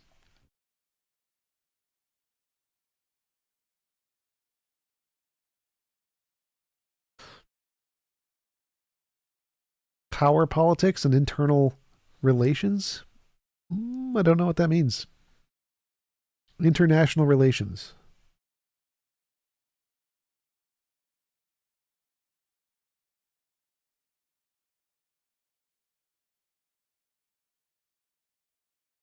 Limited potential for cooperation. I probably disagree with that.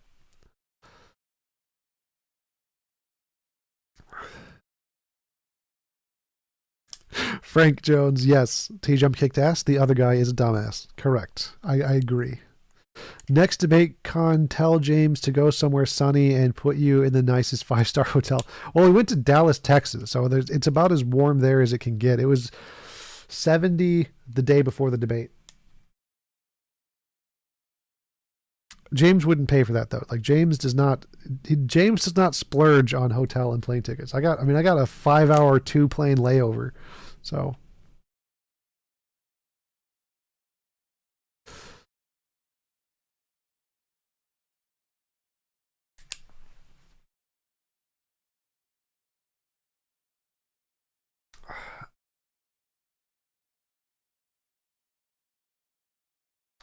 oh, Stripper Liquor wanted an invite. Can somebody, Frank, do you know Stripper Liquor's Discord name? I think it was like a J.H. something.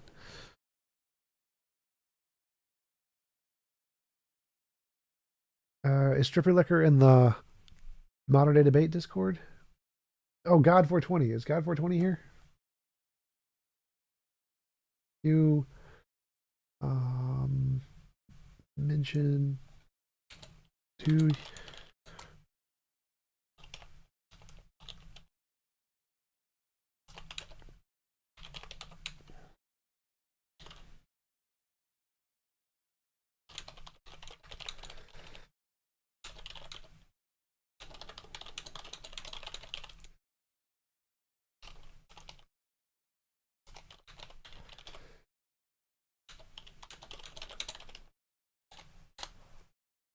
damn it, that's in the wrong place too. I put it on my friggin' god damn it.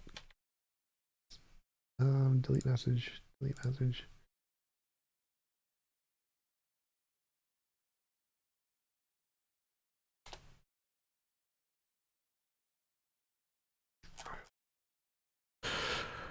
All right. Yes, James is very frugal. I would say frugal is the wrong word. I would say stingy. Stingy is a more accurate word. Alex Stein won the moon landing debate. That's funny. That's funny. I think not.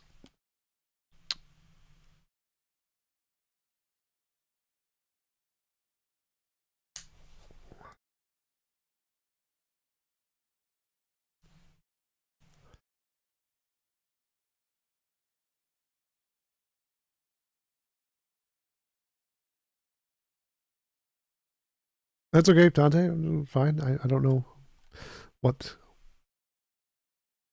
The moon landing was my favorite Hollywood production, big boy. Wow.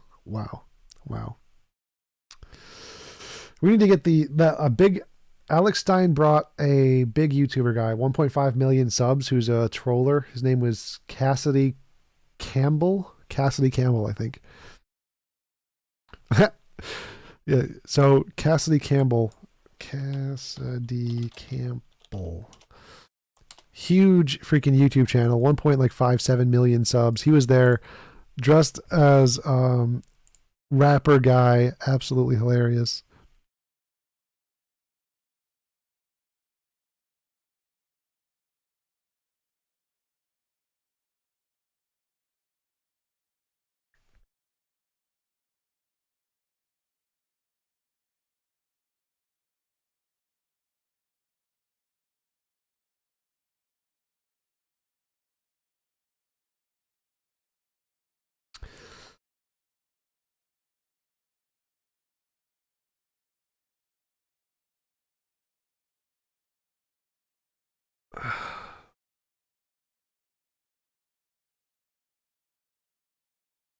Yeah, Alex was invited. Alex was invited to do debates, but he brought somebody else who was not invited.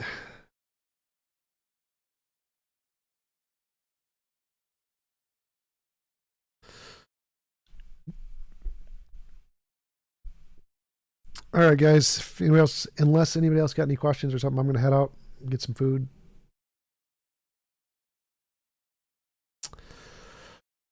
All right, that's good. It's good for a day stream. Thanks, guys. I will see you later. Peace out.